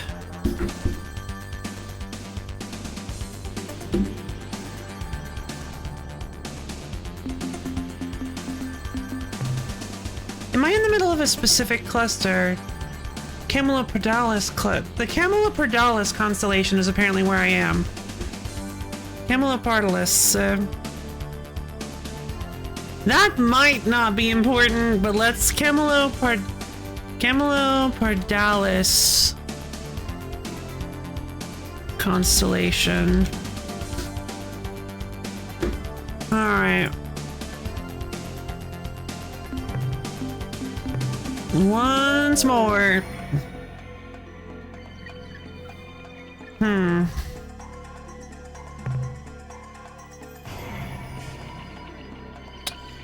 So this one 492 by 492. That was Ilrath space. The one here was Airloose space. Not this one. 530 by 528.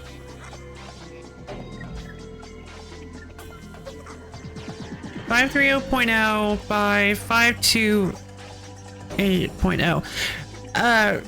It's really interesting that they just have .0 for these. It's kind of strange. Also, their positions mean nothing. The positions in quasi-space mean absolutely nothing in hyperspace. All right, let's go check this one out.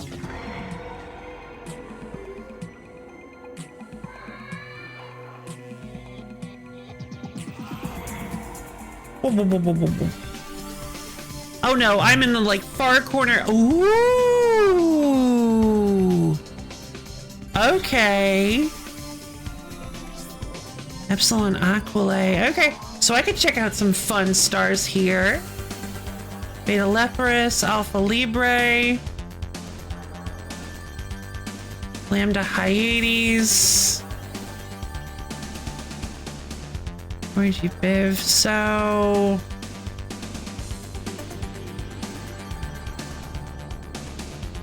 anything good in your nuts? I was just thinking the same thing. I don't think so.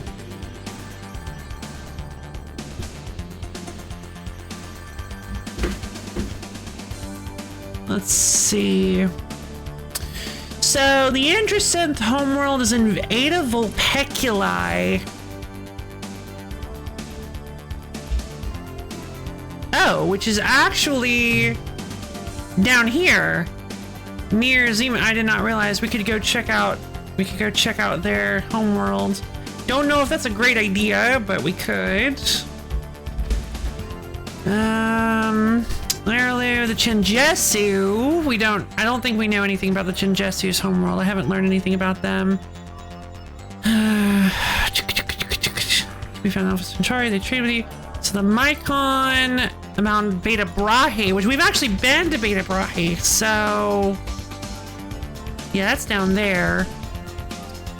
The Peconk, wait. The Peconk have moved way down here to the Ilrath. What's that all about? So, circle large white sun, Zeta Sextantis. Which one was Zeta Sextantis? Down that way, right. Oh god. Okay, so we need to go to Alpha Cherenkov, which we also shouldn't be too tough. Hey, Rabbit, what's up? Shaggy Giants, slow to connect. Okay, so oh, this should have been. Oh no, this is on the Slylandro, right? Slylandro. Okay, the Spathy, Cyrene, and Beetlejuice. Which one was Beetlejuice? Ah, it's that way. Okay, so some of these were actually okay. I might want to go back. I might want to go back here then, because we can easily hop our way over to Beetlejuice and go check on the Cyrene. Have you heard of Aloft? I have not actually. Unga. Caring for a talking pet. Unga are fighting a war against No. Why did I put that? No, they're not. The Ur-Quan are fighting a war against the mysterious invaders. So weird I even wrote Unga.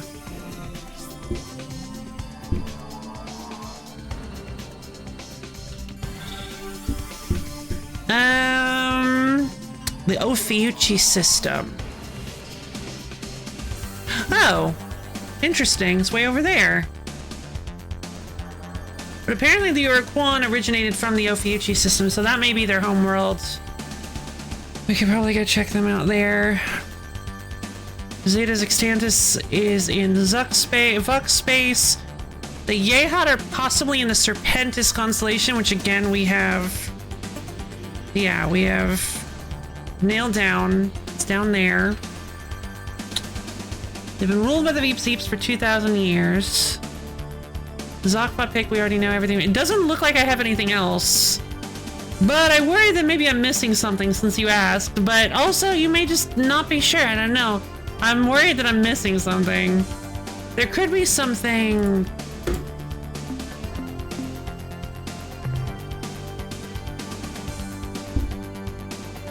do you know that one place from the original Avatar movie, the place full of floating islands? Yes, I do.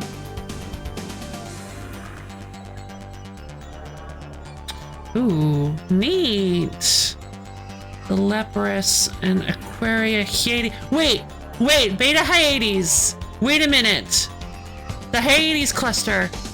This was mentioned. The Hyades cluster was mentioned. I think Hayes talked about it. I think. I might be wrong. I might be misremembering.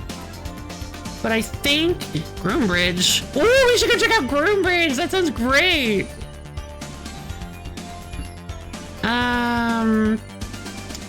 We could also do some. We could also do some mining around here. Orange isn't too hot. We could go to the Beta Lepora system. I want to go to Delta Hyades. Well, that actually sounds really exciting, Rabbit. Ah, we're in somebody's space. I had a feeling.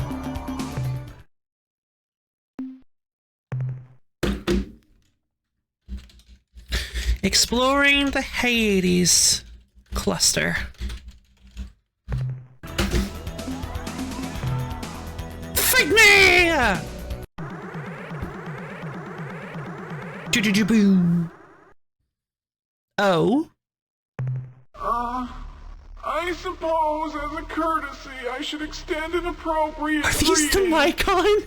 On behalf of the Ootwig Proctors, I truly hope for your sake that your day has been better than ours. Oh no. Although this really isn't saying that much. Oh no! You guys! I don't know if I can handle today. Send to Steam link in games. Thank you.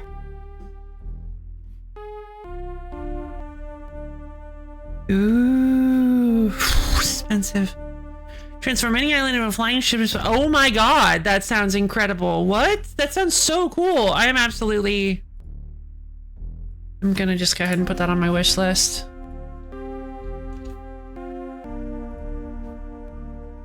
What is this? Aloft 6 Airborne engine? Aloft and Airborne Empire. Oh, I see. Aloft and Foundation. Neat. There's a demo! There's a demo! Oh, it's 3D. I wasn't expecting that. That looks really neat, actually. This is me after a mild inconvenience. Yeah. Relatable.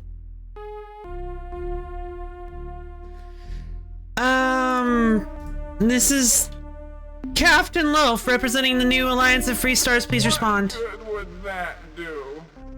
I mean, why should we? Should we? Agonized for hours, wondering if it was a cruel twist of fate or simply a serious case of butterfingery. The lifetimes that have been spent I don't in think- the pursuit of the elusive I answer don't think I can handle this, you guys. to a simple question has driven many of us down the dark road of self-destruction. Indeed, even as these words strike the ears of any who We're not care even to listen, halfway done. The real question is, does it matter? I cannot say. I wallow in a quandary, unable to determine what better atones for my I'm gonna rip off my ears. Should I engage in slow and painful self-termination? No. Should I commit myself to a long life of painful self-flagellation? No, what are you, Culture Should I throw 3? myself with enthusiastic verve at the problem of collective annihilation? Maybe? I do not know.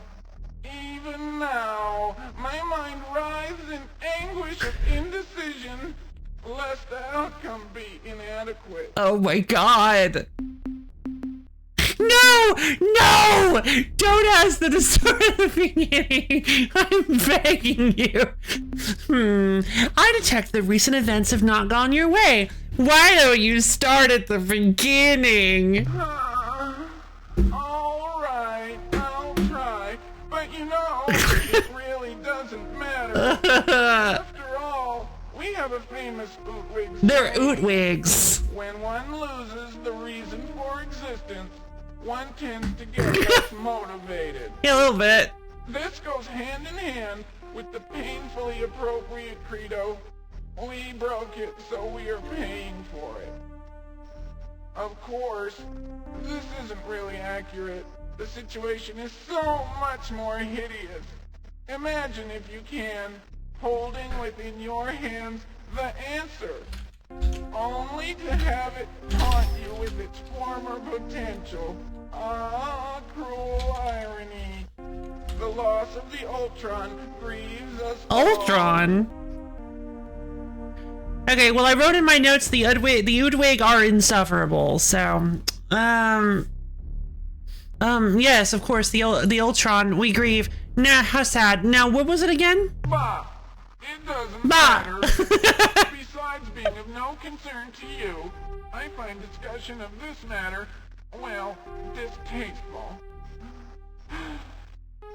The Ultron was not the only thing which assures Not only the thing. meaning of life for you and I. Not only It the is thing that was... universal. I'm sure that you two are aware of this thing, if only in legend. Legend? It granted us all limitless power and knowledge. Is it the clear spindle? It has been since, well, rendered inoperative. There's no way it's the clear spindle. That reminds me when my pet dog split brain in front of a rock chipper. Oh my god. Don't, just because you busted your ultra thing, you don't be a bunch of crybabies. Yeah! Now you've really done it. Your blatant transgressions have me hopping mad. Hop, hop, hop. Okay, that's it. Put up your dukes. Nobody makes fun of the Ultron. Yeah, that was probably not what I should have done. Yeah, that was rude. Oh, wait a minute. Yeah, that was rude. Oh. Oh, oh, oh, oh, oh. Okay. Hey, you guys want to join our team?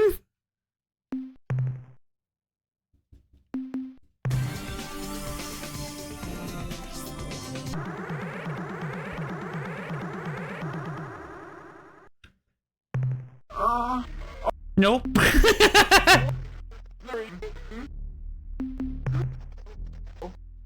You know, when we asked, of course, the Ultron, we grieve. Not the best thing to see somebody's clearly extremely upset. And yeah, I know, I'm sorry. I shouldn't. I thought maybe, I'm not exactly sure how to deal with these guys. I don't really know.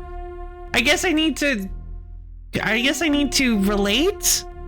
That reminds me when my pet dog split brain in front of a rock chipper. You are kind. If we could wield the Ultron to resurrect your splib, we would. But I suddenly am overcome with waves of depression. I must retire now to perform rituals of anguish.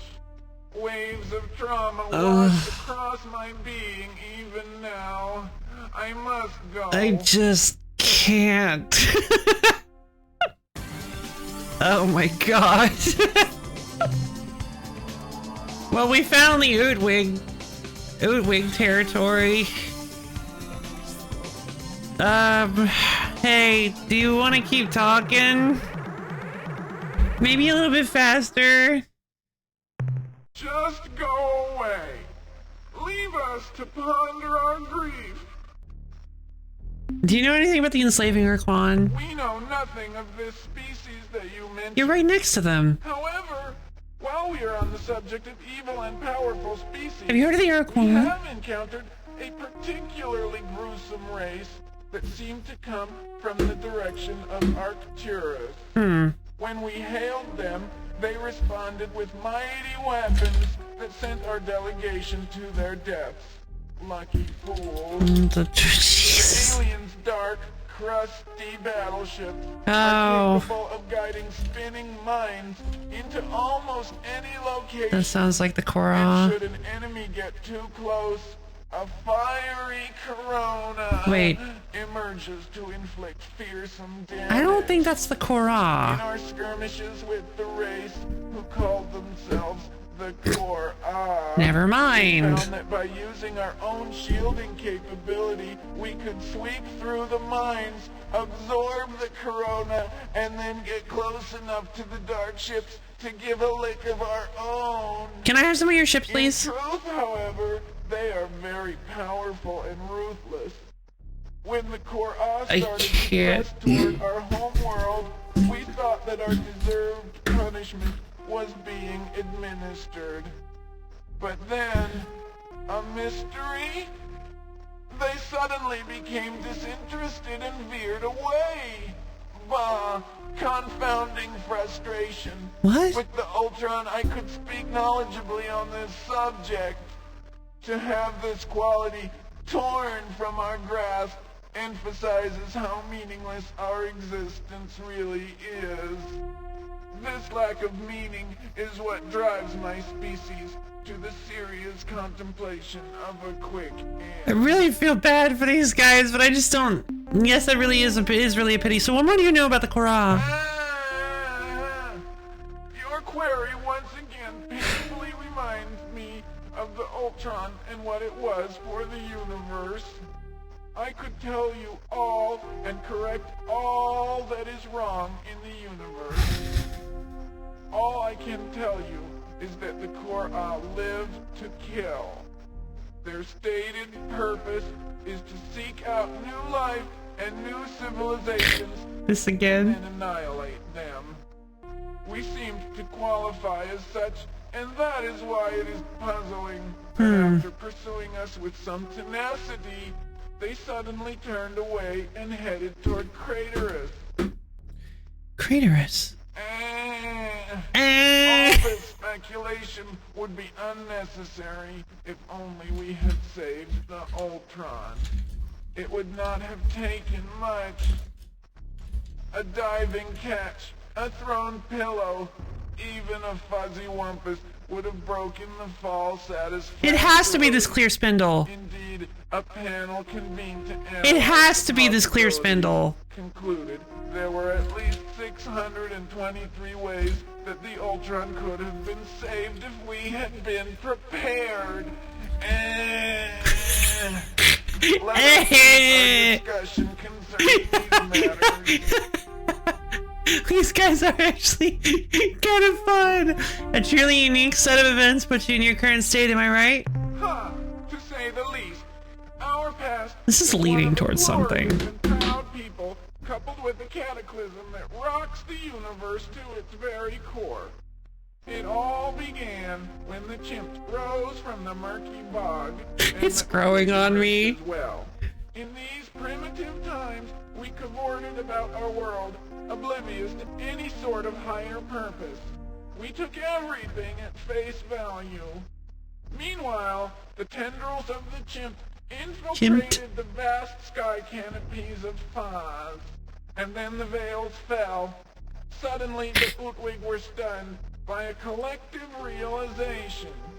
All immediately and urgently donned veils of every description. Hides, leaves, shells, rocks, even living drells were donned in the early Drells. days. You see, the face is the mechanism that expresses many of the primitive qualities that hinder sentience.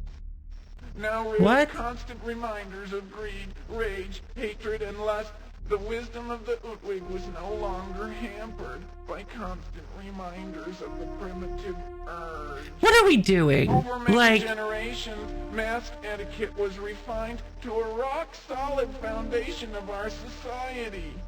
Sure, the morality riots were expensive, both in lives and Actually, this is kind of infrastructure, interesting. but the result was better mask regulation. Specification from your basic mask of grueling but necessary activity to the most highly decorated countenance of stellar representation. These were clearly defined, recognizing the importance of flexibility, clear-cut and efficient procedures for revision and redesign dealt with the few anomalies. From that moment, when we covered the source of our intellectual oppression, we knew that it was a grand purpose that defined our destiny.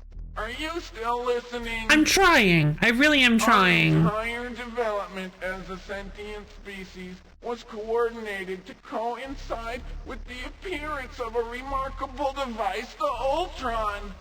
We were oblivious to its tragic implications. Yeah, no, I'm actually trying. I was actually trying to follow the.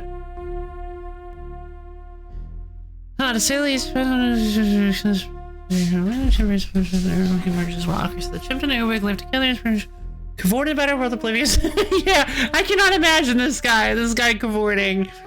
Everything at face value. Another attempt infiltrated the vast sky canopies of Foz, and then the veils fell. Suddenly the Udwig were stunned by collective realization. All immediately and urgently donned veils of every description.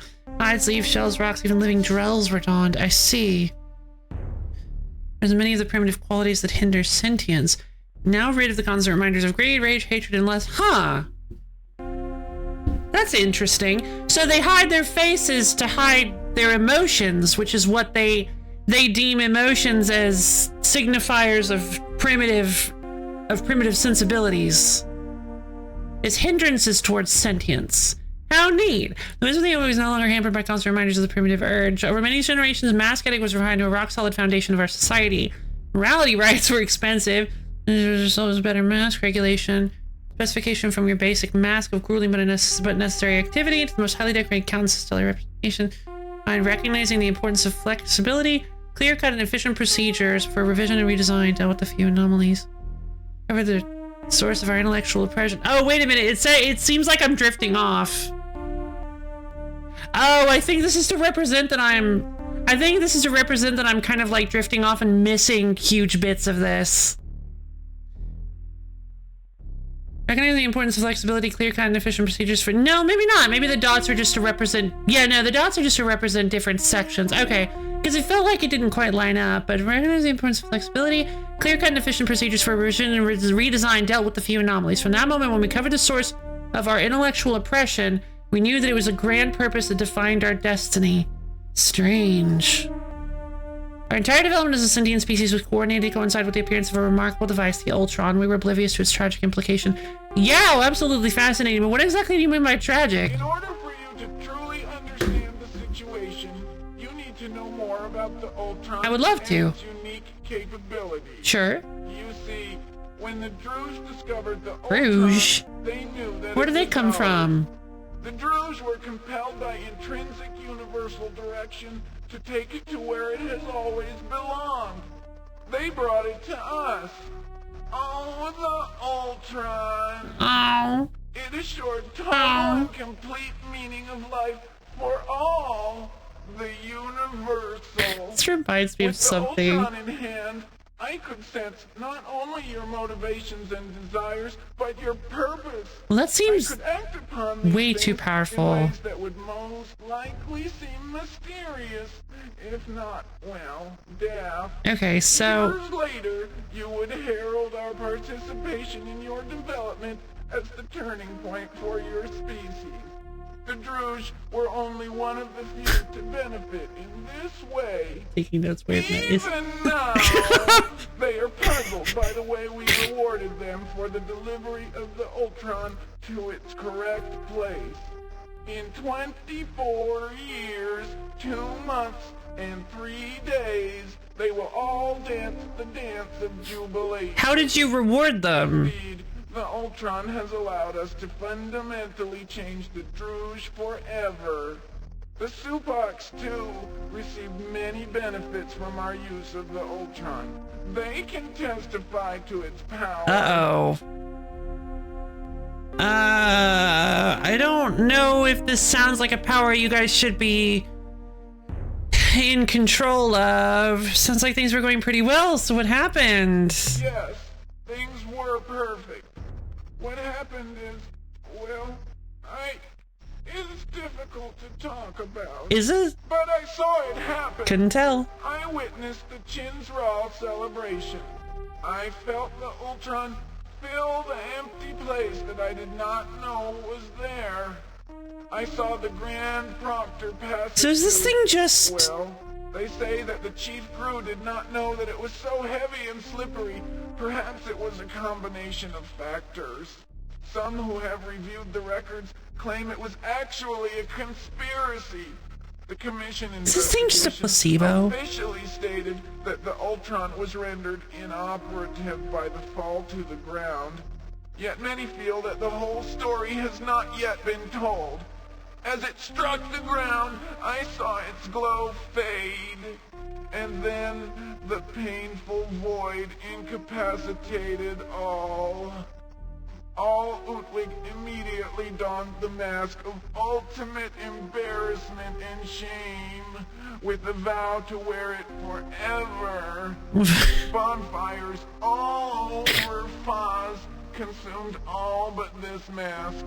No other mask was spared. Oh no. The visage of ceremonial orations, in all of its contexts and revisions, as I'm sure you understand. Not really. All of the courting masks, from the clever and intriguing veil Why? of flirtatious prancing to the infamous lewd monocle, all consumed by the hungry flame. Okay. Even the most fundamental fixtures were committed to this. This feels like a irreversible conspiracy. fate.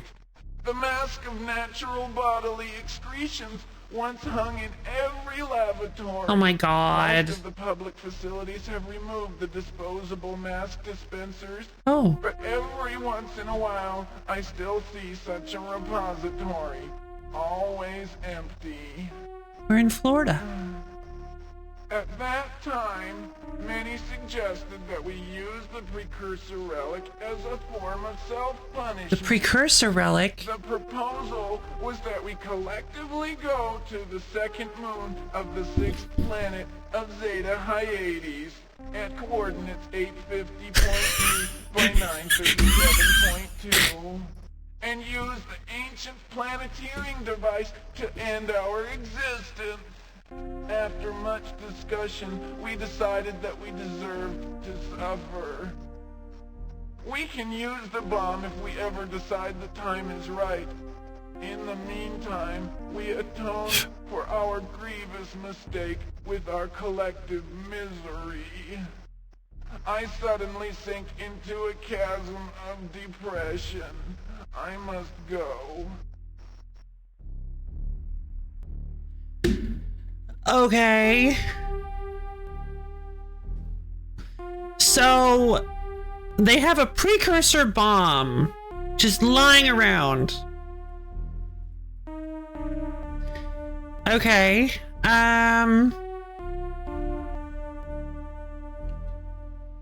They seem to have taken a precursor bomb to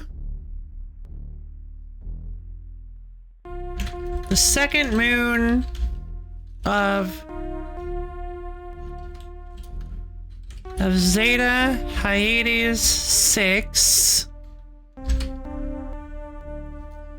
at 850.3 by 937.2. Okay. I now sink into a chasm of depression. I must go. Me when I sink into a chasm of depression. Too relatable.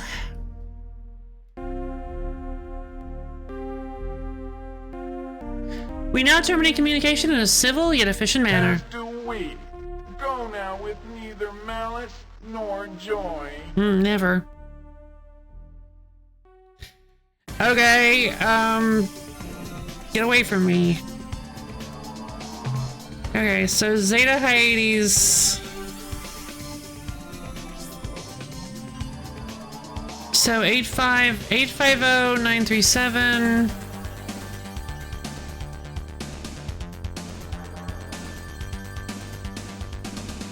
There's Zeta Hyades. Alright, I guess let's go check out Zeta Hyades before we... Wait. The Supox. So we can actually go talk to the Supox. Oh no, it was a political... I bet it was a political conspiracy. Ah, fine. Maybe they do. Just go away. Leave Just us go away. Well, they don't. as do we.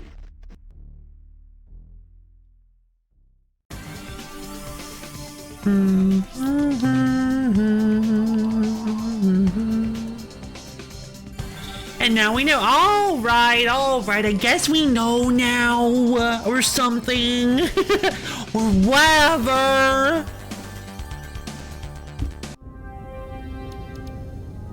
It's a lot of planets.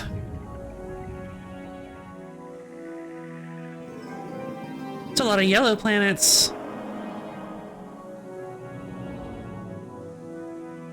That's 6. Second moon.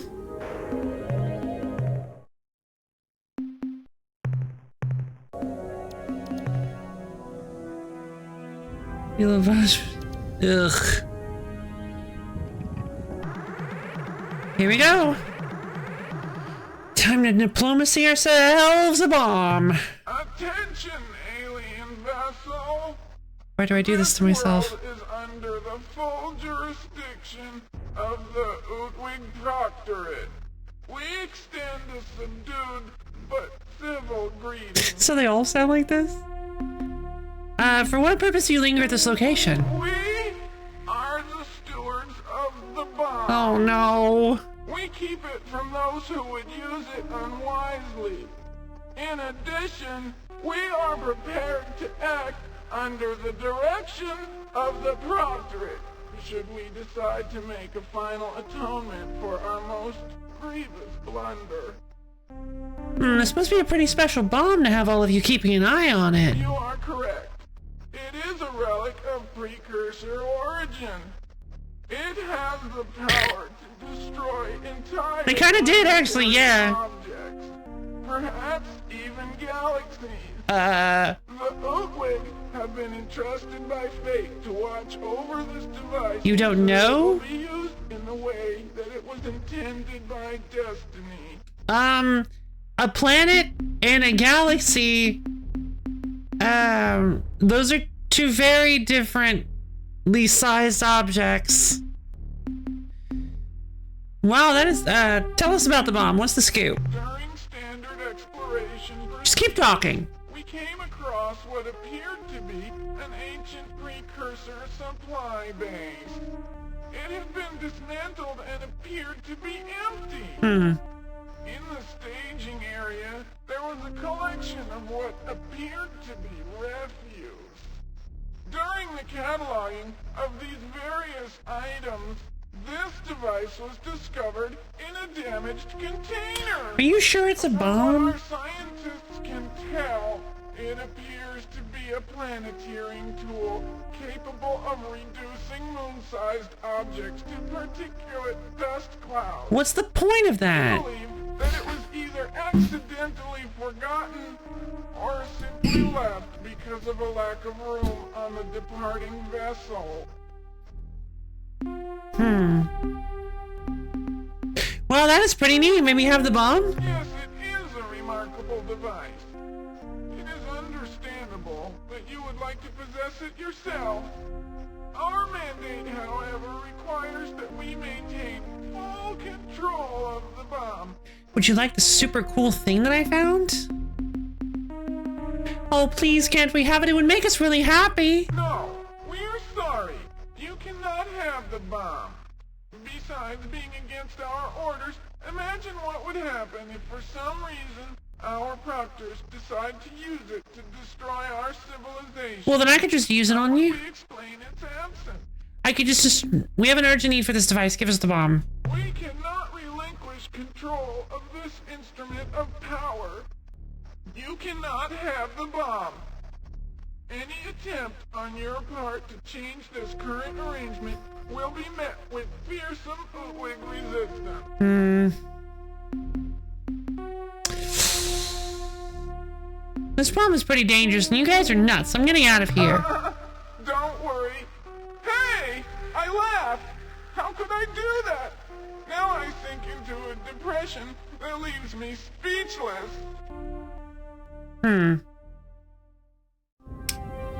Okay. Well... I don't seem to want to give up the bomb. Strange.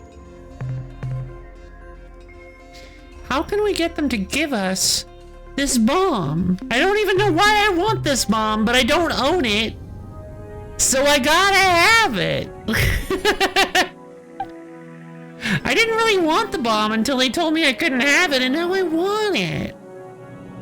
It's gotta be my bomb. It's their bomb, but I don't want it to be anymore. I want it to be my bomb. Whoa, check out all this cool stuff. Cool. Okay, we're at Zeta Hyades.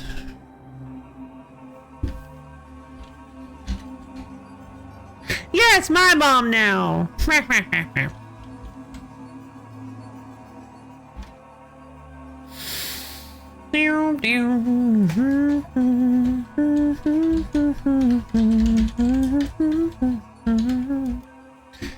Okay, so this is a yellow planet.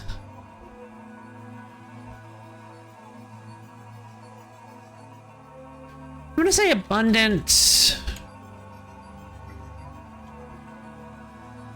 What are these things called again? Not rare. Precious. Abundant precious minerals. Seems to happen a lot on yellow planets. Alright, time to go down. Down we go. Actually, that's the thing is, no, it's not my bomb now, but I want it to be. I want to take it. I want to have it. Bomba! Magicaru bomba! I desire it. And hey, we may be able to use it to stop the Ur-Quan in some way. You know, I wonder if maybe that's why they left. Maybe they sensed the presence of the bomb.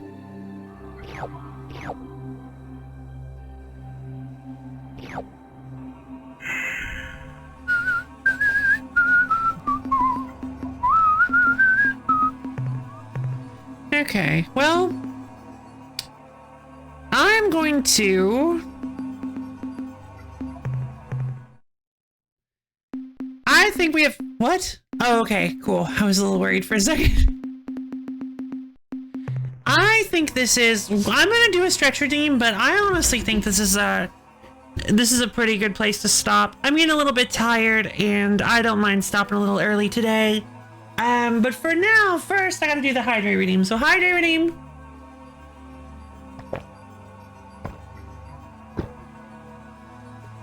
Blech. Everybody up off your seat. Stretch your fingers up to the ceiling, dig your toes down to the floor. Twist and turn yourself all around, get yourself nice and limbered up. We're finishing up, but this has been a long stream, so make sure you're not too stiff. And as soon as you're ready, go ahead and slowly bend down and touch your toes. Really feel those calves and hamstrings opening up. See you Wednesday, Borb. Okay, so yeah. Thank you everybody for coming. This was Star Control 2, the Ur-Quan Masters. I like this game. And we got access to quasi-space. I'm having a great time. Now we can jump all over the place. We just need to figure out where goes where. We need to map out quasi-space so we're not completely lost. Because right now, we're kind of just jumping all over the place, and we might get ourselves into trouble if we're not careful. I really want to find somewhere that connects to Soul, if I can. Quasi-space and Udwig disgrace. Yeah! Oh lord, this Udwig storyline. I have no idea what this clear spindle does. Like, I really am so excited to figure out what this thing is. But yeah,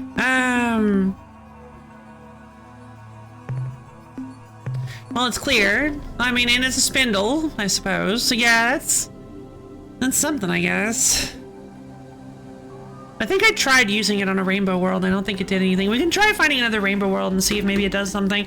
I want to find those other two. We have the locations of 2 more rainbow worlds, so I'd like to see if maybe we can track those down, because that'll get us a lot of credits and a lot of technology and fuel and stuff. So yeah, I'm really excited to figure out what's going on with that.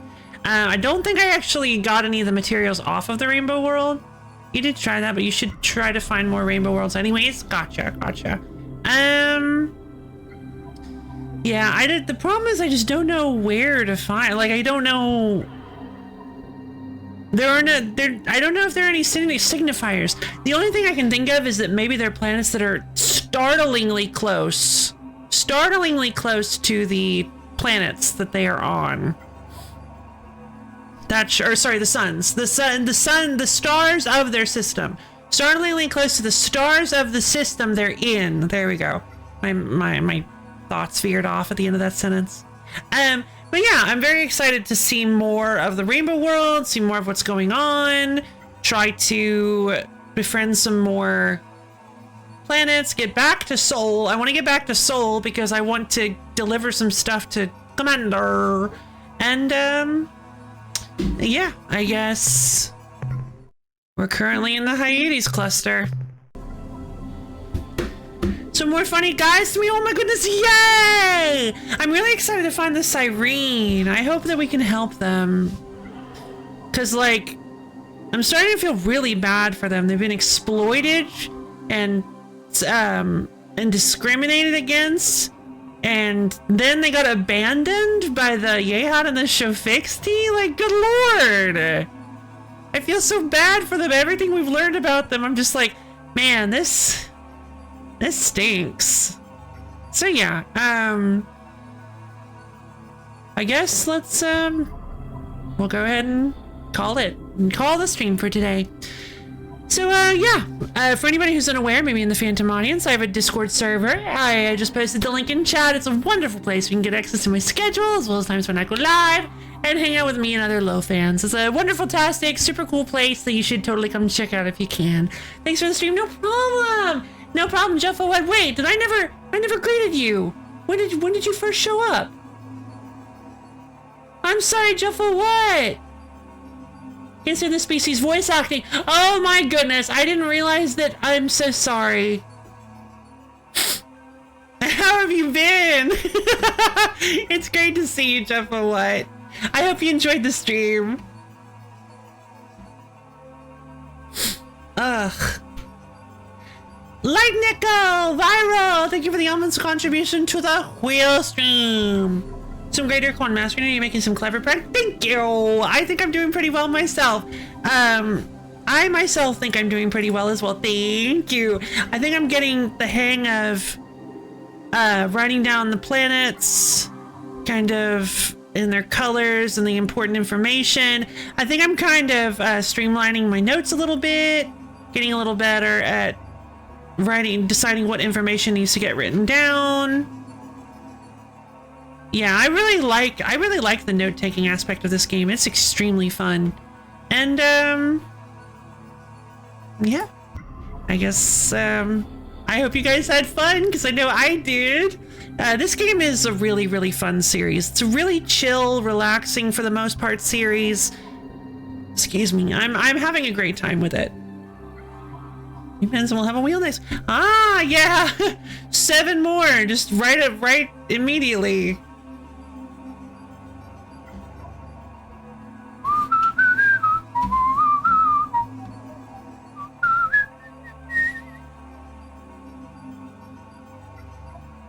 All right, I gave time. But yeah, I really enjoy this game. This is a really cool classic game. It's got a lot of time to, a lot of meat to it, a lot of really interesting ideas that I feel like are kind of outdated in terms of sensibilities. I feel like a lot of what this game is doing feels a little bit like stuff that people don't like to do much anymore. Like, I do like games that I'm sure there are lots of them floating around, but I really like games like this that are really information dense, where you gotta write down stuff. Games like Tunic, of course, and they still do it. Like games that have, and Outer Wilds, games that have like lots of that have like a big focus on knowledge. They're pretty big about that. But I feel like I'm not exactly sure the last time I saw a game like this that's kind of modern. La Mulana, huh? Okay. I definitely want to play La Mulana someday, because you guys seem to be, like, really, really... You guys seem to really think that I would enjoy La Mulana.